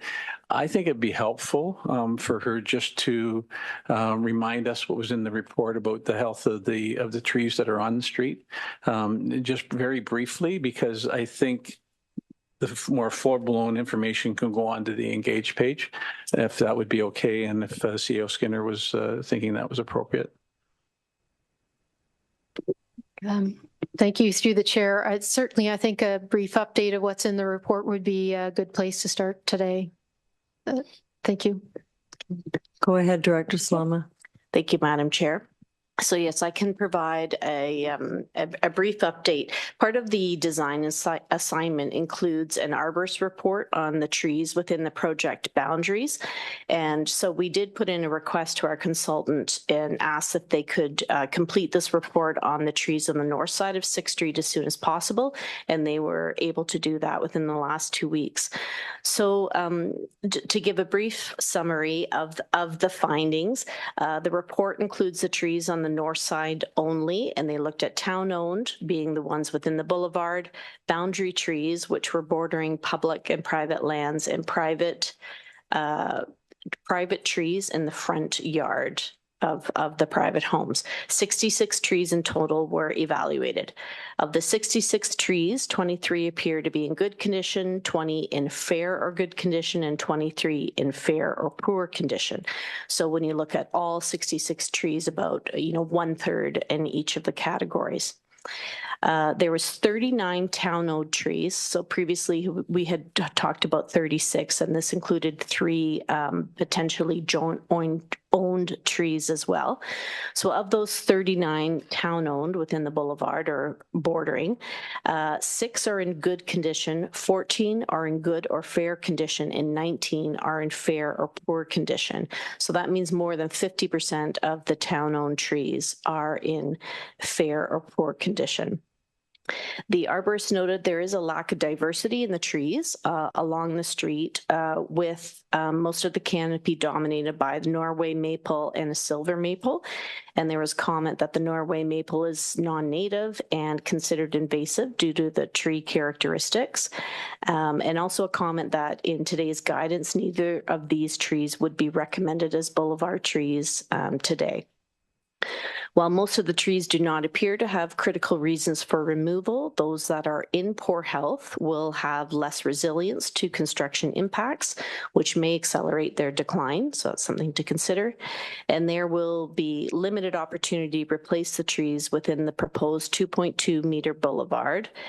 It's noted that there is also limited opportunity to replace trees on the front yards of the private property, and again, that this would be subject to owner agreement. The arborist also gave some good advice on mitigating measures for the trees that can be retained during constructed, and suggested alternative locations for replacement trees, such as town parkland and boulevards where ash trees have been removed. And the arborist also made a note recognizing the need for adequate budgets to be dedicated for tree maintenance in operating budgets going forward. Thank you for the opportunity to share that. Thank you. Anything further, Deputy Mayor? Okay, thank you. Councillor Jeffrey. Thank you. I have 2 more between old and other.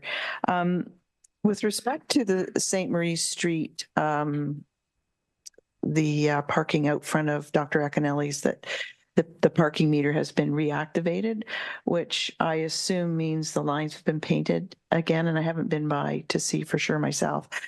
But I'm thinking, would it be too much to ask that staff go in and explain the concept behind the pilot? I don't think if the Akinellis weren't here for the meeting and they're not aware of the change that was made and why the pilot was being done, I think it would be, they might understand better if we could explain that by the narrowing of St. Marie Street, we're hoping that it will slow traffic and allow them easier access and exit from their property. So I'm hoping someone can, I know it's complicated to get in there because it's a doctor's office and you have to knock on the door and they have to be able to get to you. But I just think it would be important for us to convey, for them to understand what's going on there. Director Slama. Yeah, or yeah. Director Slama? Thank you. Through the chair to Councillor Jeffrey. Yeah, that would be no problem. Our staff have had, a few different staff members have had conversations with the Acanellis over the last year. And yeah, no, I think that's a good idea. Okay, thank you. And then lastly, I'm starting to receive a lot more complaints about bicycles in the downtown. Close calls, people calling out to save people from getting hit. And I just really think we need to up the enforcement on bicycles in the downtown. And I don't know how that'll probably be through to the clerk, but we really do need to do so when we start. I mean, it could be because it's the season, so you start to hear it more anyway, but it just seems to be a lot more right now. If you could just clarify, are you talking about bicycles on the sidewalk, which are not permitted? Bicycles on the sidewalk. Okay, thank you. Clerk Almas? Certainly, we can take that back and have a conversation together with our town police enforcement partners as well, because it's kind of a joint effort. Great. Any follow-up? That's great. Just to say thank you. Thank you. If I could follow up on that, Clerk Almas, we are doing a review of the sidewalk bylaws, though. Okay, anyway, so great, thank you. And Mair Hamlin? Yes, thank you. My comments, I just wanted to make, since we've had the discussion on the arborist report, that I noticed that, and I had a question, I noticed a lot of the trees that were in poor or very poor shape seem to be suffering from bad pruning. And some of it's I took from the fact that they were pruned because of conflicts with hydro wires. In a number of cases, it said that where it was cut, it wasn't healing, which I'm not really sure what that means, but it doesn't sound good. So my question through you, Madam Chair, to Director Slama is there some way that we can be involved, if it is hydro who's doing all this pruning, in doing things to ensure the survival of our trees? Director Slama? Through the chair to Mair Hamlin. So I think this would be a great opportunity for our community forester position. And I know that Manager Martin has been leading that recruitment, and in looking at some applicants currently. In the meantime, certainly, we can have a conversation with EPCOR, and I think I could just we can look into the matter more in general, for works that town staff are doing. Maybe this is another opportunity to look at the budgets that are dedicated to the pruning work. And, if we see that we need to increase that, that's something that we can bring forward in a budget as we have in the past, certainly. But I would recommend that, this be something that the forestry coordinator, if that's the right name of the position, look into. Okay, that's fine. And the other point I wanted to mention along the lines of the restrictive covenant idea for people who would have trees planted on their own property by the town. To my mind, and I guess we'll see this come forward, we have more of a discussion, but I just wanted to offer up, I thought that it sounded too cumbersome for the average homeowner to want to get involved in. And I wanted to ask if, when this came back, other alternatives could be looked at. And I'll just throw one out that came to my mind as I was sitting here, which is, what about if the town gifts the tree and does the planting at no charge? And then we implement a private tree bylaw so people can't take down trees. Because I know we've had a lot of discussion about that. And I know maybe this is the time. But I just think it gets way too complicated. And I'm also worried about the enforcement of this. If we had extra enforcement staff, honestly, I wish they were looking at people who have stormwater swales in the back of their property and are planting trees in them. To me, that's going to create a lot more problems in a lot of neighborhoods than somebody who's, I don't know. Anyway, this is a complicated issue, and I just wanted to share my thoughts. Thank you. Thank you. I'll just also mention, as Clerk Almas has advised me, that EPCOR will actually be attending our next council meeting. So that'll be a good question to ask them. Is there any other business? Councillor Potts? No. Okay. So are there any notices of motion, Councillor Potts? Thanks, Chair Doherty. I don't have a specific notice of motion with the amount of items we had on the agenda and the last week or so with our schedules being busy. I will work offline with the clerk to try to come up with some wording, and it's just a follow up from the Keep Calling It Clean deputation last meeting. So I have to kind of determine what some acts and bylaws and other things that are going on before I can actually put a specific motion in. So but I will have something for the next meeting. I just wanted to speak to it tonight because I know there were some people maybe viewing at home that were maybe waiting for a motion. So but I will have something for next. Thanks. Thank you. I'll be happy to work with you on that, Councillor Potts, because I have many thoughts about the cigarette butts issue. Councillor Jeffrey. Thank you. And the clerk always helps with the wording, but this is what I have so far. That an appropriate policy regarding tree replacement townwide for municipally owned controlled properties be instituted to enforce trees to be replaced at a 2-to-1 ratio or using a scientific method that ensures similar environmental benefits. So rather than having every time a development comes to us, or it doesn't matter where it is, the town is automatically on a 2-to-1 or the scientific method every time. And it's just our standard of replacement. So that is notice of motion. Okay, thank you.